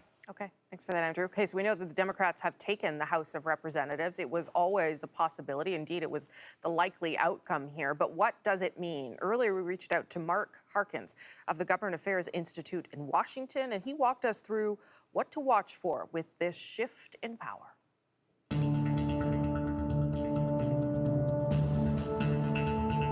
Our last three presidents have all faced a situation that sometime during their presidency, they lost control, their party lost control of the House of Representatives. And essentially what happens at that point is their legislative program goes off the rails. If they don't have the majority in the House or the Senate, they can't push through what their agenda is. The agenda that President Trump would wish to put forward would be derailed. So you wouldn't hear talk about a wall anymore. You probably might not hear about a Space Force. These type of things would be the first and foremost.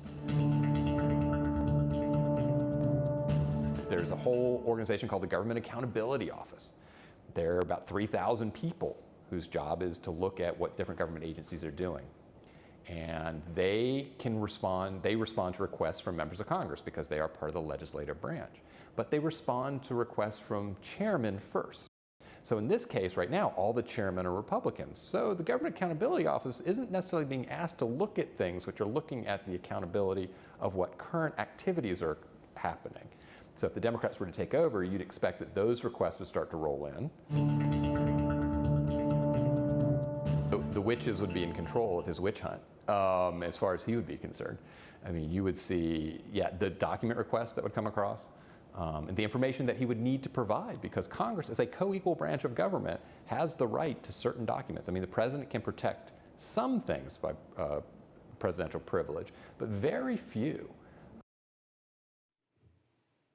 Our Washington correspondent Keith Bogue is here. That's an interview you did, I think. It is. Yeah. Okay. So let's pick up on that point. How real is Trump's presidency about to get for him? He's about to take on. It's almost going to be a different. It's almost going to be a different job in some ways. Well, absolutely. I mean, first of all, you know, the accountability that was missing from the Republicans when they controlled the House is going to return with a vengeance with Democrats in control of the House, and obviously that's going to mean certain things in terms of investigations.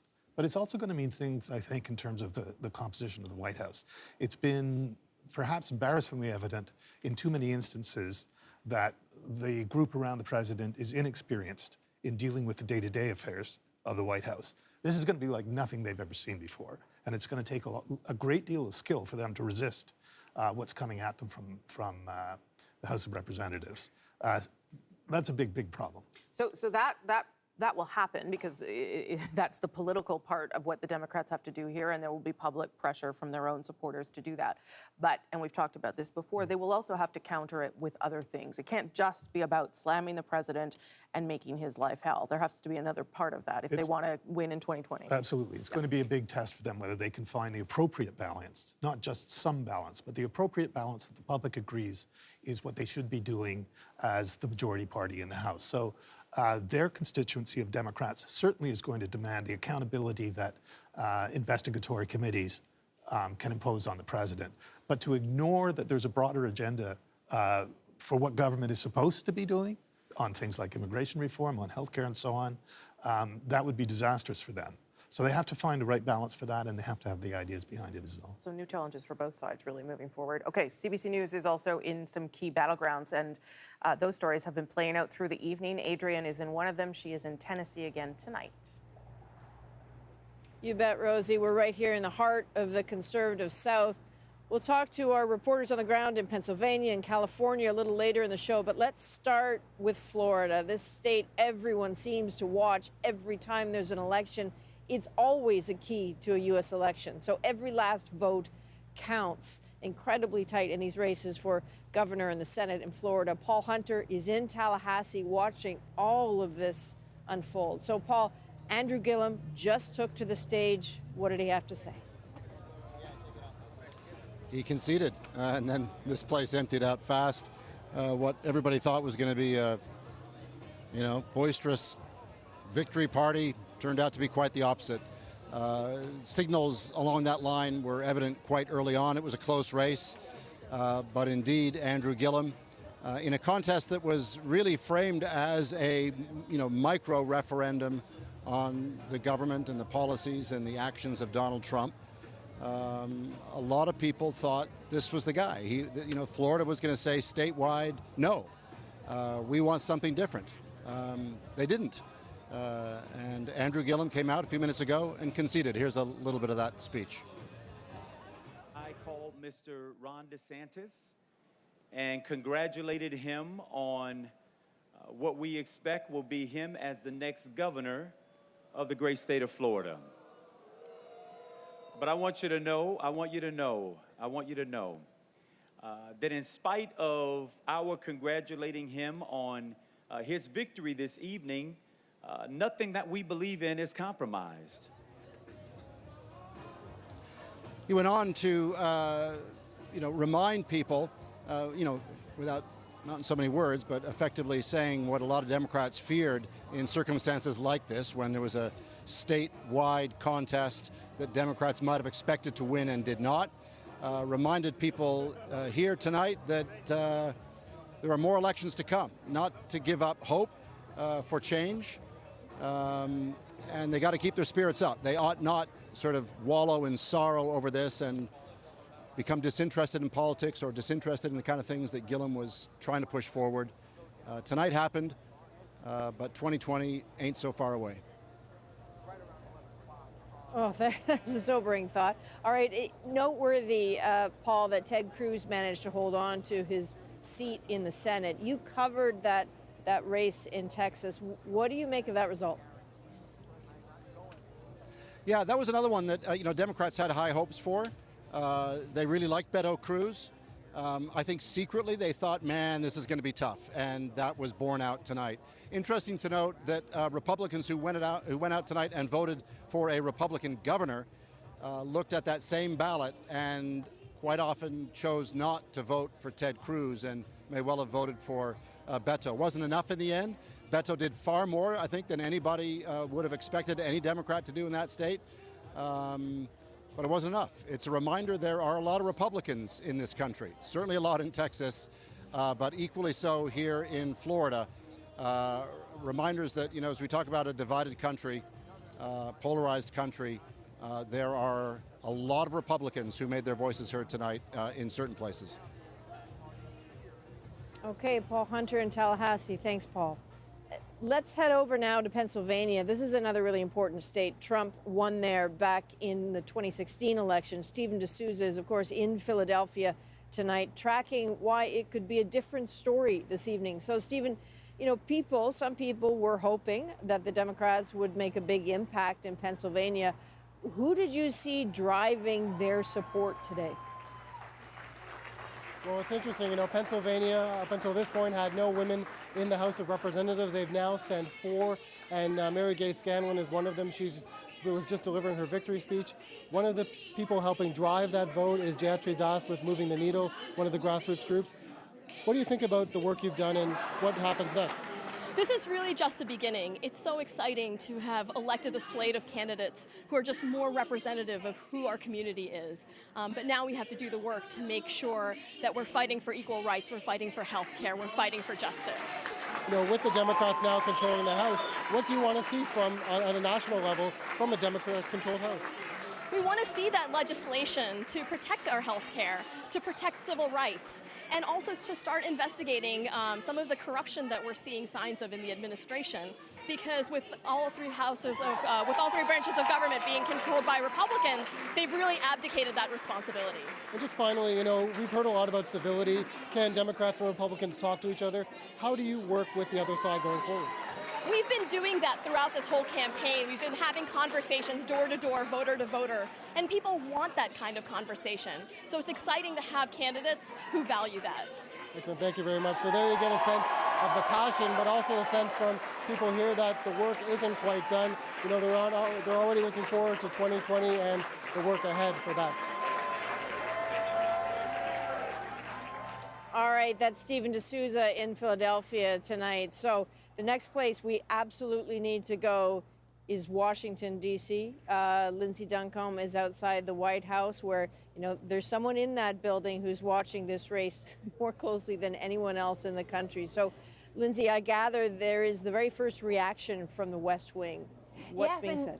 Some of that reaction we're actually hearing, Adrienne, from inside the White House, not where reporters are allowed to go tonight. But there have been a couple of key moments when we've heard cheers so loud they filtered over to where we're standing. One of those moments was when DeSantis was declared the governor in Florida, a big win for Donald Trump. Another one was when Fox said that Tennessee, that Senate race, would be won by the Republicans. Those moments on cable television made it, there were cheers so loud in the White House, they filtered over to where we're standing. Of course, this is likely a mixed result for the president. He is looking at having to deal with a House controlled by Democrats. Sarah Huckabee Sanders was out here speaking to reporters. She was asked about what that would mean for the president's agenda. Here's what she said. The president's agenda isn't going to change regardless of whose party is there. We're still going to be an administration that's focused on lowering the taxes, growing our economy, creating jobs, defeating ISIS, remaking the judiciary, fixing the tremendous opioid crisis that we have. I think we can work with Democrats on that. So certainly challenges for dealing with the new House coming in, but not a surprise, Adrienne, that the White House is declaring victory. All right, thanks, Lindsay. That's Lindsay Duncombe outside the White House, where you know all the televisions are on. So right now, let's send it back to Rosie in studio. And in fact, the president has just tweeted after 8 hours of restraining himself from his favorite platform. He did tweet just a minute ago, quote, "Tremendous success tonight. Thank you to all."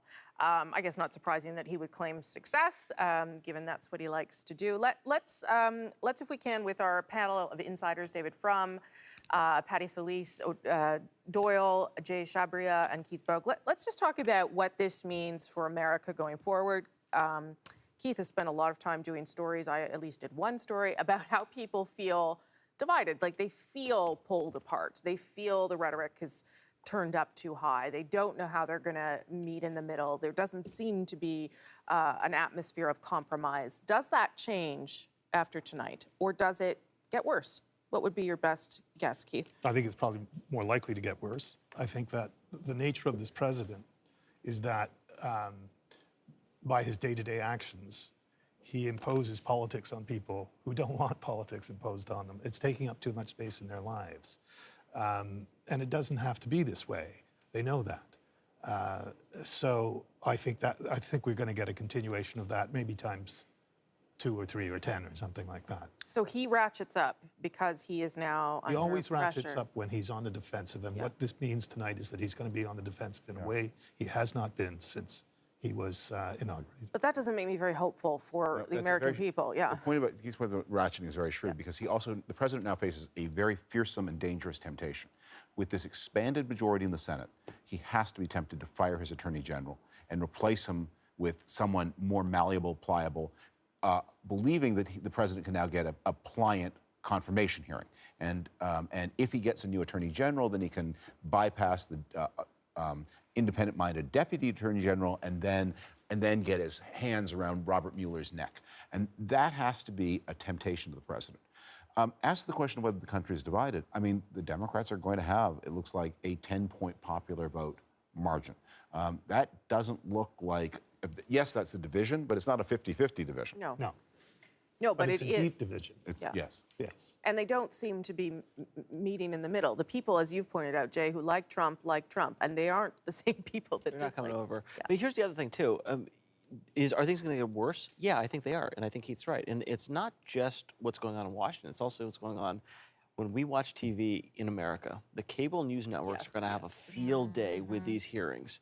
And if we thought it was going to be bad now, I mean, my goodness, when everything we're going to see is a gavel and hearings, they're going to be playing for their ratings all the time. And it's just going to deepen those divisions. I think what's somewhat disconcerting about tonight's results, particularly in the Senate, is, just 2 weeks ago in America, we had some incidents of domestic terrorism. We had a pipe bomber send pipe bombs to Democratic officials. We had a shooting at a synagogue, and the country was mourning, and the country was in distress. And the president, rather than take a more healing tone and bring people together, he escalated. He escalated at these rallies in the final week of the campaign. And as much as it, bothers me to say it, in many of those states where he campaigned, Republicans won on his escalation. And that's, like I said, it's disturbing. Yeah. He will take the lesson, what, My David? guess is that what he's going to try to do, because remember, he's not a very strategic person. He's not very realistic about himself.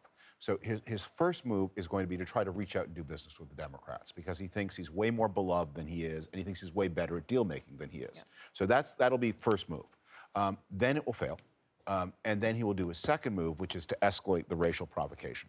And there will be more of that. And all of that will be taking place against the background of a softening economy in 2019. Yeah. And that's what the financial markets were telling us in October. Yes. And perhaps the beginnings of recession in 2020. Okay, we're going to put you all on pause and come back to you in a little bit, but lots of good stuff to think about there. We'll be checking in with our panel, of course, throughout the evening as our special coverage continues here on The National. All the analysis and some context you need to make sense of tonight's vote.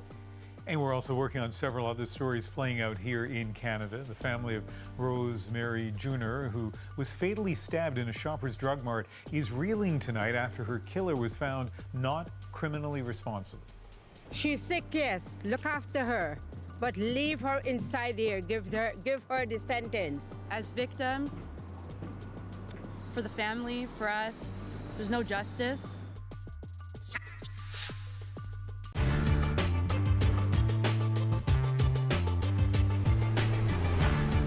Look at the address. Terrence Yellowfat of Standing Rock updated his driver's license recently, but here's the thing, that's not his address. 7913 West Buffalo. Yellowfat, like many others in his community, has used a post office box for decades because they have no other mailing addresses, which until now, for voting, worked just fine. The Supreme Court upheld a voter ID law in October, and the way the law is written, you have to have a residential street address on your ID, and that is very burdensome to Native American voters in North Dakota. And this isn't just about disenfranchising Native people, it's disenfranchising poor people. And here's one reason it matters to Democratic Senator Heidi Heitkamp. In 2012, she got the bulk of the Native American vote, but only won her seat by less than 3,000 votes. So with as many as 5,000 Native American voters now affected by the new address requirements, Heitkamp could end up losing a lot of core voters. Republicans began drafting this law just 5 months after Heidi Heitkamp was elected to the U.S. Senate, and they wrote the law in such a way that the IDs that Native Americans were most likely to have, their tribal IDs, weren't accepted. Native American groups are fighting back, rushing out with new ID cards and unique addresses, but they likely won't reach everyone in time. In Florida, the story is a bit flipped. There's a single proposal that could be the biggest boost to voting rights since the 1965 Voting Rights Act. Right now, ex-felons cannot vote, but Amendment 4 would change that, giving the right to more than 1.5 million people in Florida. That means up to 500,000 African Americans getting back their vote. That would be huge in a state like Florida because you're talking about African Americans in particular being a core segment of the Democratic Party. We're going to be a state that believes in second chances.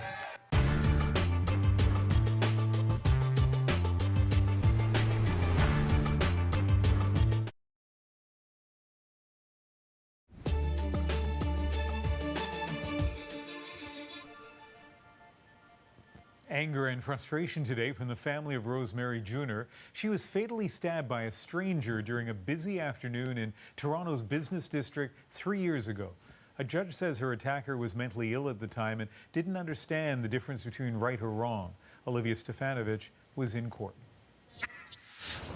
Wearing an image to keep the memory alive of her youngest, Rosemary Jr.'s mom called out the system that found her daughter's killer not criminally responsible. Don't let her out because it will be in danger to the public outside. You never know, just like how this happened with my daughter, right? It could happen with somebody else. Jr. was 28, a newlywed browsing through the makeup section of a drugstore in Toronto's underground shopping district when she was randomly stabbed in the chest in December 2015 by Rohini Bisesar, a complete stranger. Multiple psychiatrists assessed Bisesar and all came to the same conclusion.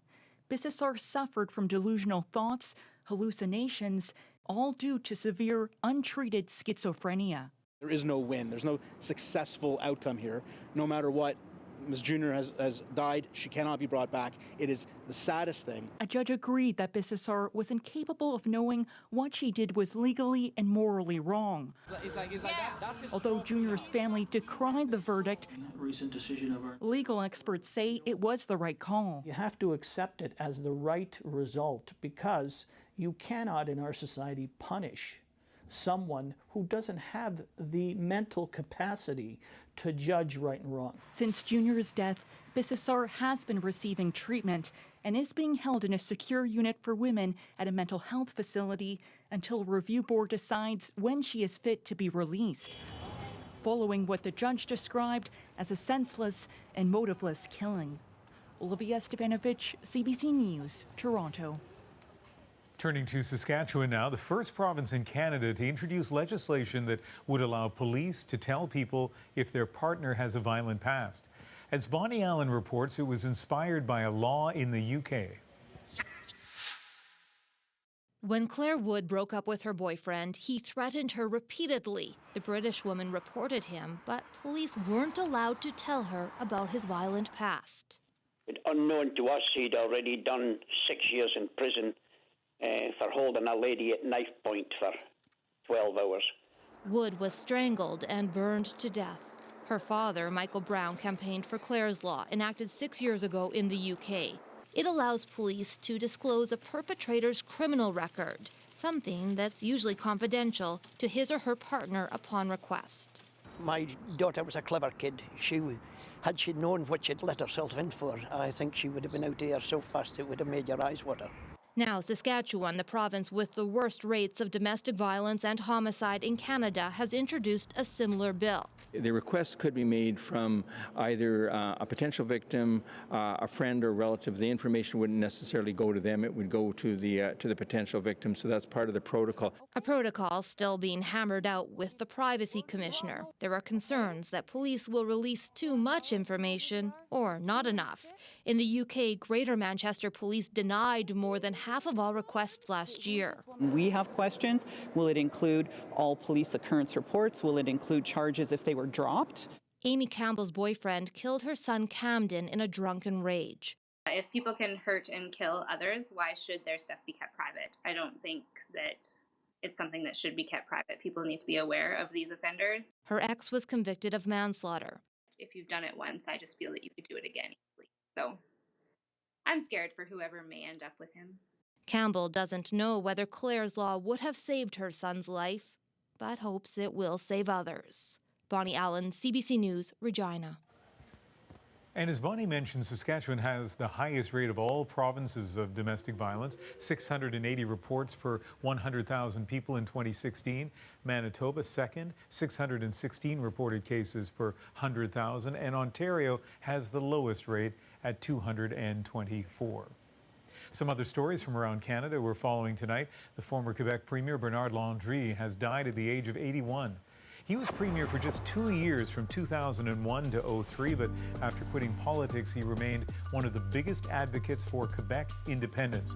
He once famously mocked the Canadian flag, calling it bits of red rag. Landry had been ill. He'll be honored with a state funeral. This is a hiccup, but I think guys have made a great effort to repair relationships. Well, some members of the Ottawa Senators faced the media this morning after this video of some of their teammates was posted online. An Uber driver in Arizona recorded 7 players criticizing their team and one of their coaches. They've since apologized, saying it was a private conversation recorded without their knowledge nor consent. Uber says the recording violates its terms of service, but under Arizona privacy laws, it appears the recording was legal. And Rosemary, sure was an interesting story, and on another night would have gotten a lot more attention, but of course, top of mind tonight, the midterms. That's right, Ian, because what happens south of this border matters in this country. Of course, our biggest trading partner tonight has made a different decision. The Senate has stayed Republican, but the House has gone Democrat. And let's go to Andrew now to walk us through how we got here on both of those fronts. Yeah, so we know which parties will have control of what, but in terms of how we got here, why don't we start in the Senate? So truth be told, Democrats started off on the wrong foot from the get-go. Their only hope was to defend all states where they have senators and then try to pick up a few more. But they started losing states almost immediately in different places for different reasons. So Indiana is an example where the incumbent Democrat, Joe Donnelly's loss, that was among the first projected by the U.S. networks. And he was fighting momentum from the start. This was Trump country, and it's Vice President Mike Pence's home state as well, by the way. Then take a look at Missouri. Another race where Democrats were trying to hold on. Claire McCaskill was on the defensive, mostly campaigning on health care issues. Problem is, the Republican candidate, Josh Hawley, campaigned on health care as well. And he seized on McCaskill's vote against the nomination of Brett Kavanaugh to the Supreme Court. This is a state that was once reliably blue, but has been increasingly trending red. And on the House front, where Democrats are seeing much more success, a kind of reversal of fortunes here vis-a-vis the Senate. Here's an interesting race in Colorado, the 6th congressional district there. That's a district that's home to the city of Aurora, where a gunman killed 12 people in a movie theater several years ago. Columbine High School, also nearby. The Democratic candidate here campaigned hard on gun control, and it seems tonight it worked. Rosie. All right. Thanks for that, Andrew. Our Washington correspondent, Keith Bogue, is here with us to give us some perspective on what we've seen tonight. Keith, let's ask, I'm going to ask you about the Democrats and sort of what message they should take from tonight with this win, this claiming of the House. Maybe not by as big a margin as they wanted, but it's certainly a victory. So what can they walk away with tonight? Well, I think that to the extent that they understood how important it was to talk about issues and not attack just base their whole campaign on attacking Donald Trump. I think that's an important lesson, that there was a resonance to that they picked the right issue to spend the money on, healthcare. And healthcare is an issue that they should want to be identified with. And that's going to be important in 2020 as well. So I think that's an important lesson for them there. I think that, there's a lesson for everyone in terms of the result and the imbalance between the seat harvest, as they call it, and the actual popular vote. It is enormous. And it is a problem for Democrats that they're not going to be able to fix between now and 2020. But they have to recognize how much harder they have to work because of that. And they have to probably... I don't mean harder than this election. Yes, I just mean harder than the other side. Yeah. And I guess part of that is also getting the vote out. And there was a huge effort to get out people that wouldn't normally, and we don't know all the numbers yet, but to get out people that wouldn't necessarily vote in midterms, which typically have much lower voter turnout anyway. Not only do they have lower voter turnout, but they have particularly lower voter turnout for Democrats. Yeah. And I think there'll be clear evidence that they have overcome that to a significant degree when we see what the final numbers. But that will also be a message, I guess, for them in the presidential, like in 2020, that if they want to win, they have to make sure that those people who don't typically show up or feel marginalized or even suppressed, their vote gets suppressed, that those people have to come out. Yeah, and I think they'll be interested to know, to the extent that they can, how many first-time voters they got out. Yeah, how many of those young people showed up. Okay. With some Democratic wins tonight, there are also some big historical firsts. Rashida Tlaib in Michigan and Ilhan Omar in Minnesota became the first Muslim women to be elected to U.S. Congress. Sharice Davids beat out incumbent GOP representative Kevin Yoder to be the first Native American congresswoman, very first. And Colorado elected the country's first openly gay man to be governor, Jared Polis. We have a lot more special coverage for you straight ahead here on The National. What should you take away from the results so far? Our panel of insiders standing by.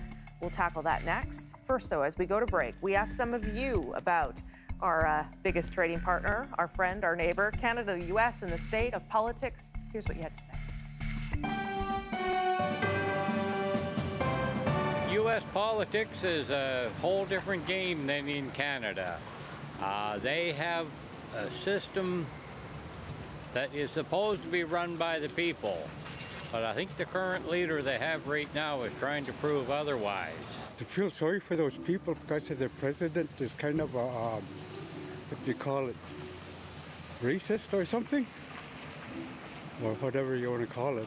He's just like, if he hates you, he's going to do something. It's not about the betterment of America, but it's just like a personal grudge.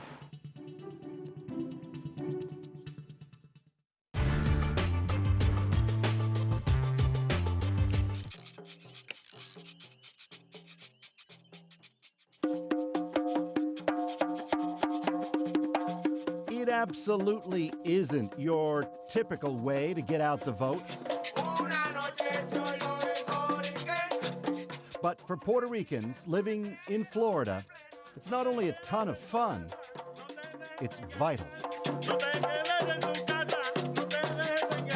The lyrics: don't stay home come election day, don't let them take your vote away. This is the first opportunity after Maria to really make sure that the people in the state, the people that can vote for Congress, we can send a clear message to the Republican majority that what they did to Puerto Rico was not acceptable.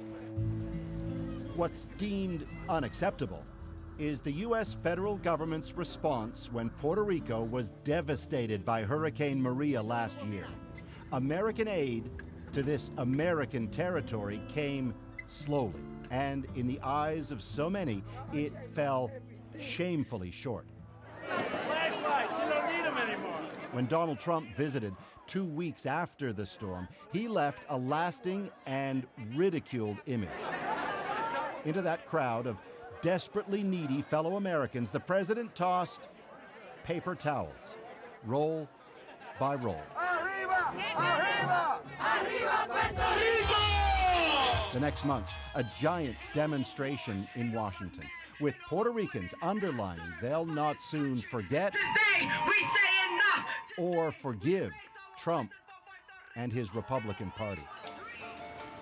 Now, Here in Florida, with those midterm elections looming, even though Trump himself isn't on the ballot, in the ever politically key state of Florida, it's payback time. This is the time to move from your chair to the voting booth and make sure that, as President Obama used to say, don't boo, vote. Here's the thing. After Hurricane Maria struck the island, tens of thousands moved to Central Florida, adding to the state's already huge Puerto Rican population.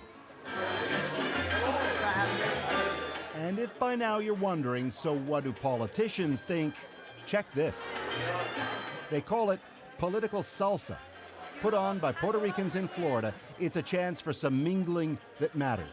Voters and candidates mix it up. Uno, dos, tres. With Republicans hoping the Trump brand is still somehow a winner, while Democrats wonder, will traditionally conservative Puerto Ricans now turn their way? And though there's a fun aspect to the whole thing, Hashtag Justin Bieber wig turned backwards. the real message here is a serious one. Puerto Rican votes in Florida now matter more than ever, and politicians know it. Vamos a ayudar a la gente de Puerto Rico. That's former Miami Beach Mayor Democrat Philip Levine, just arrived. What we've done in Florida is we've opened up, we had 2 relief centers. And inside, current Governor Republican Rick Scott on the ballot this fall for the U.S. Senate. Scott's personally popular. He gets credit for helping displaced Puerto Ricans settle in Florida, but Republicans broadly are a harder sell. To that key question, would you now ever vote for Trump's party? No, never. Never in my life. This is a means to an end.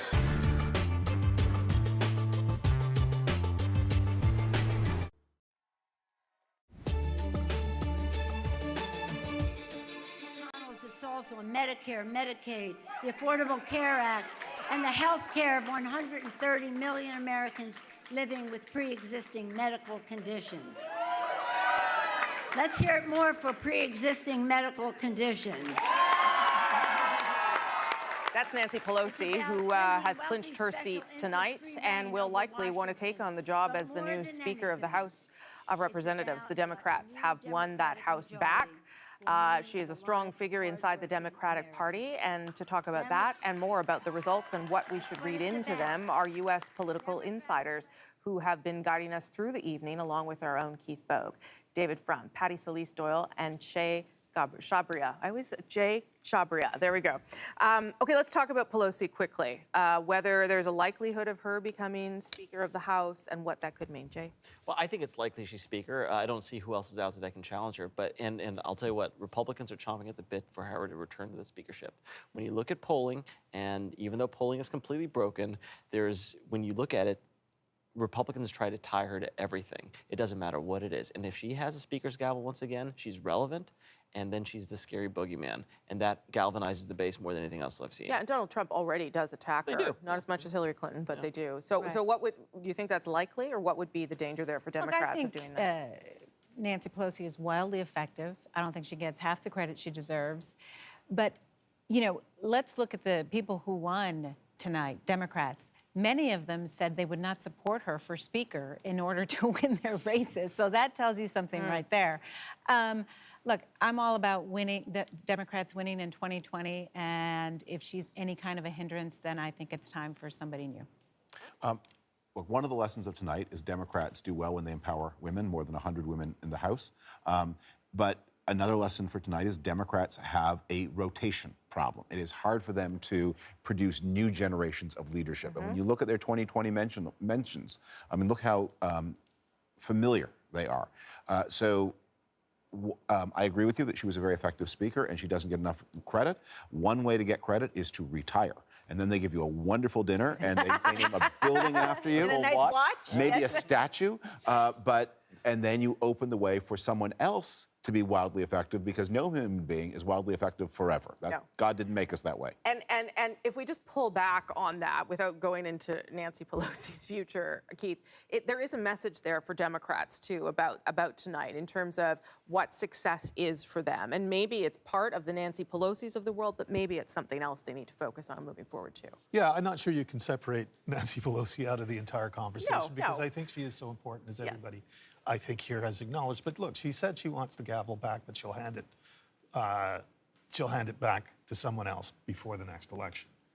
I assume she's being honest and straightforward about that.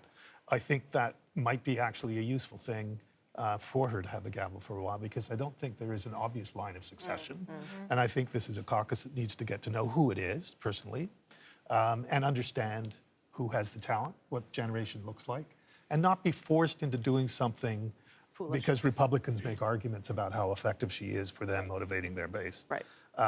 But I think it's pretty clear that they don't want to go into the next election with her. Okay, what would be the first thing you would expect a Democratic House to do, whether from a legislative policy point of view or from an attack on Trump or an accountability on Trump? David would prefer that word. David, you go first. Well, the first things they do are not necessarily the most important things they do. No. But one of the very first things they do is to say, let's test that 1924 statute that says the chairman of the House Ways and Means Committee can call the Secretary of the Treasury and say, I want to see the tax return of any single American, and the American I'm interested in is President Trump. And see if that law, and see if the Trump administration fights that law, as they will, if it goes to the Supreme Court.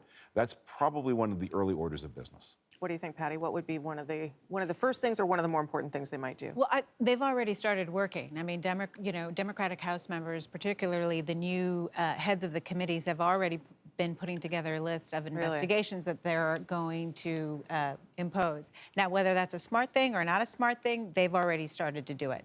But what I also think what happens next is tomorrow morning, the 2020 race begins in earnest. And everyone who's considering running for the Democratic nomination in 2020 is going to devour the exit polls, devour, every bit of information that they can from this race. Jay, what would you expect a Democratic House to do? I think what they'll do is they'll start to go with the hearings and those types of things. What they ought to do, in my opinion, is they should start to worry about policy and try to come up with their own plans for immigration reform so they can actually show people that they're not for open borders, which is what the president says they are, that they're not for citizenship on demand. And also, I think they should try to get an infrastructure bill passed. If they can do those types of things, then they'll show that they're actually a governing party, and that portends good things for them in 2020. Presumably, they can walk and chew gum. You would hope. Yeah, not everyone can, though, and we've seen that in the past. But I think all those answers are the correct ones. I think MSNBC is reporting tonight that they have already said our first order of business will be to go after the tax returns. But I think it's urgent for them to get control of the immigration issue because it's being framed by their opposition, and it is a millstone that they can fix now. That they can come up with some idea of what comprehensive immigration reform looks like and be defeated on it, but at least make the point. In fairness, though, there was compromise legislation Oh, yes, presented to the absolutely. president, Yes. and the president moved the goalpost on it Yeah. for the very reason because he wants to dominate on this issue. But in fairness, Democrats came to the table. Well, I wonder if now they could come back. I wonder if now, I don't know that the president will compromise, but could Democrats come back with something that might be palatable to him now? But they have to, though. See, that's the thing. So regardless if they came to the table before or not, they've been outmaneuvered on this. They have to come forward on something, otherwise they will be forever defined on this issue. Okay, but the question then is, does the president have to consider anything, David? Well, the question is, does anybody actually want a deal? Deals are very difficult to achieve if only one party wants it, and they're impossible to achieve if neither party wants it. And my suspicion is that the status quo, which doesn't serve America, serves the parties well, because it Both creates sides. heart-rending scenes at the border that strengthen the Democratic base, but it also backs the Democrats into, as Jay said, a very extreme position where there's no kind of enforcement that they can tolerate, and that strengthens the president. So both parties are trapped in a situation that doesn't serve the country. Last word to you on that, then, Keith. Well, I think that it's possible to come up with all of these things and never get a deal, but still have managed to define yourself to the electorate in a much clearer way than they were defined before this election. Okay. Good analysis. Thanks, everybody. More special coverage ahead here on The National. As we go to break, though, let's hear from Ted Cruz, re-elected in Texas tonight. This election wasn't about me, and it wasn't about Beto O'Rourke. This election was a battle of ideas. It was a contest for who we are and what we believe.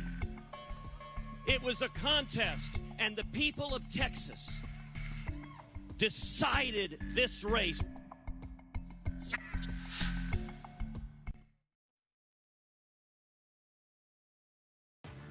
Facebook Live. Can't go quite. Yeah, you can't go yet.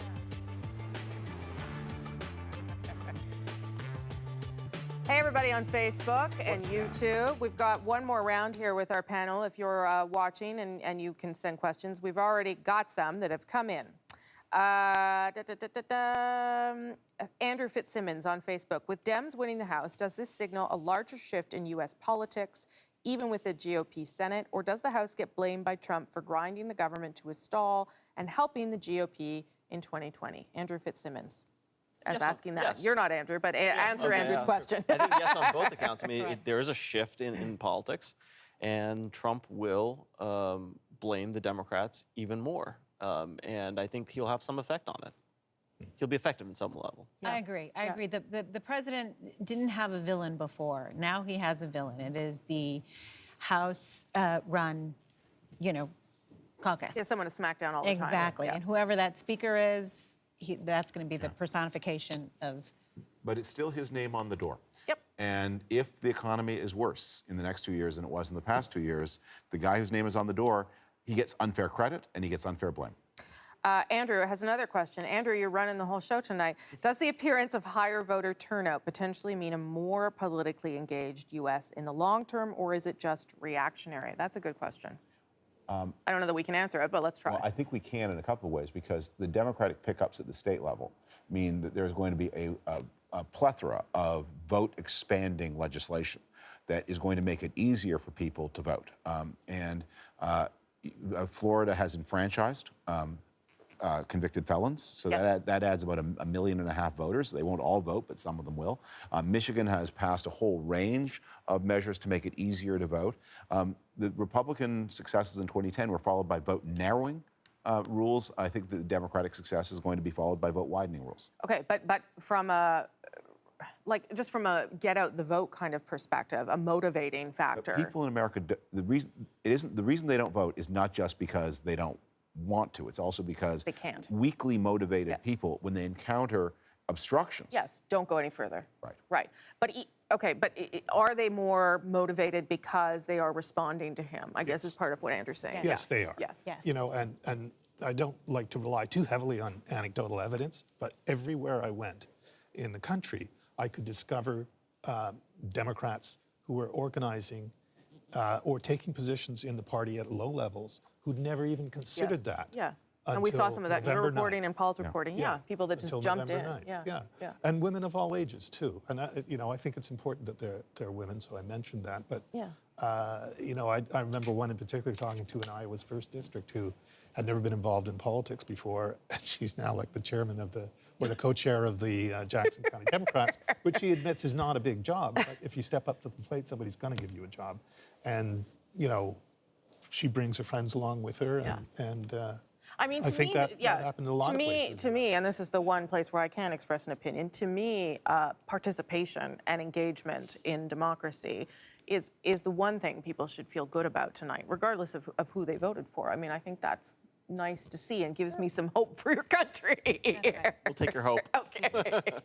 All right, we'll leave it there for everybody on Facebook and YouTube. Thanks for your questions if you were watching many times or just during this one break. And we'll head back to our show as it appears right now.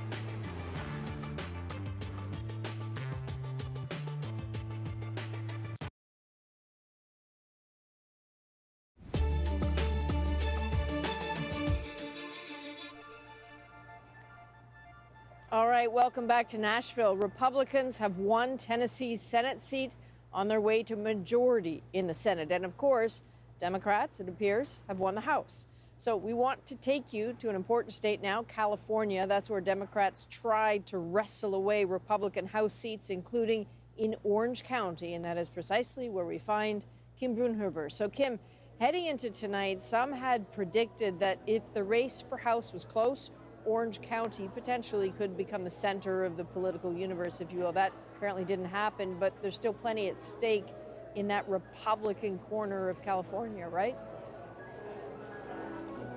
Well, absolutely. I mean, here it's an anxious night at this viewing party for the Republican candidate in the 39th district. A tough night for all Republicans in Orange County. Think about it, 4 closely packed Republican-held districts that going into tonight were in danger of flipping. And if you'd asked these Republicans 10 years ago, they would have laughed at you. After all, this is where Richard Nixon was born, where Ronald Reagan conservatism grew up. But the same demographic trends that have been sort of hollowing out the Republican base across the state are now starting to nibble at this Republican bastion. Take this district here, the 39th, there are now more minority voters than white voters. But old habits still die hard, and I talked to many independents tonight who said that they would still be voting Republican despite, not because of, Donald Trump. I do believe that Trump has good intentions. He does play the part of a fool, and he does appear foolish, but he does have good intentions. And if he just would keep his mouth shut longer, that would be helpful. That's unlikely, but now Republicans here. Go ahead. No, go ahead. I was just responding to her comment there. It's interesting how you hear, some people, particularly Republicans, say they like what he does, but not what he says, and yet it doesn't matter for them at the polling station. Listen, Kim, thanks very much. I know you've got a lot to keep your eye on in California. Rosie and Keith are back right after the break. They'll explain all of this to us with more special coverage right here on The National.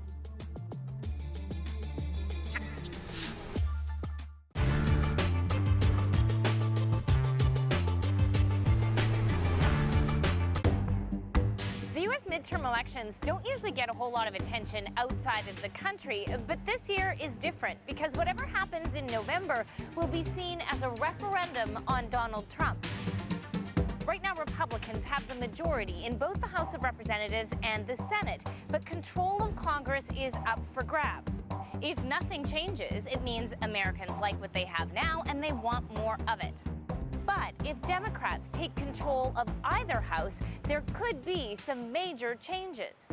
For starters, pretty much any Republican legislation would be dead on arrival, and expect more investigations into allegations of corruption, Russia, and Trump's businesses. So how do the midterms work? Let's start with the House. Members serve a 2-year term, so every seat is up for grabs. Right now, Republicans have 236 out of 435 seats. Democrats have 193, and 6 are vacant. One reason Democrats are optimistic, more than 40 Republicans aren't running again, including House Speaker Paul Ryan. Flipping the House is rare. In fact, in the last 25 years, it's only happened 3 times. In 1994, back when Bill Clinton was president, Democrats lost the House. In 2006, it flipped back, partly because of anger with then-President George W. Bush. In 2010, the Tea Party wave handed control back to the Republicans, and they have kept it ever since. What do those 3 flips have in common? Each favored the party not in the White House. The Senate works differently. There are 100 senators, 2 for each state. Republicans have control of the Senate by a paper-thin margin, but it's pretty likely they'll still have control come November. Each senator serves a 6-year term, and elections are staggered. They happen every 2 years, so about a third of the Senate is up for re-election.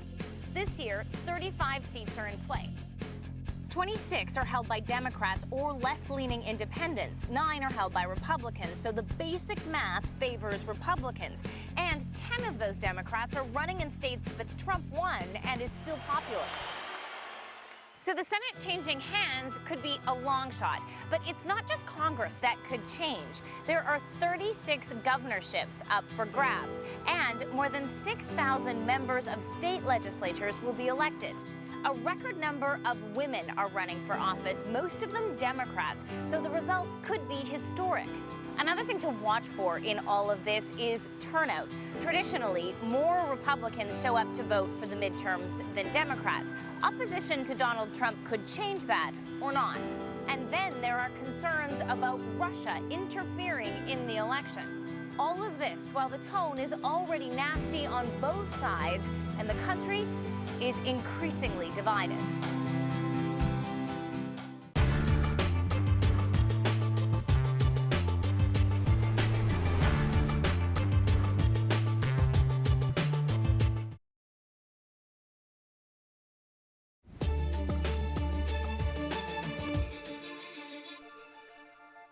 You're watching our special coverage of America Votes here on The National. The headline of the night, the Democrats have taken back the House of Representatives and the Republicans have held on to the Senate, which means that Washington tomorrow morning is going to change, and probably in a pretty dramatic way. And our Washington correspondent, Keith Bogue, is here with us in the studio for some thoughts on what that might be. So how does Donald Trump's job become more difficult? Because it will. Okay, well, first of all, I mean, this is obviously a big deal, but we shouldn't confuse that to mean that it's an unusual thing. This happens to presidents.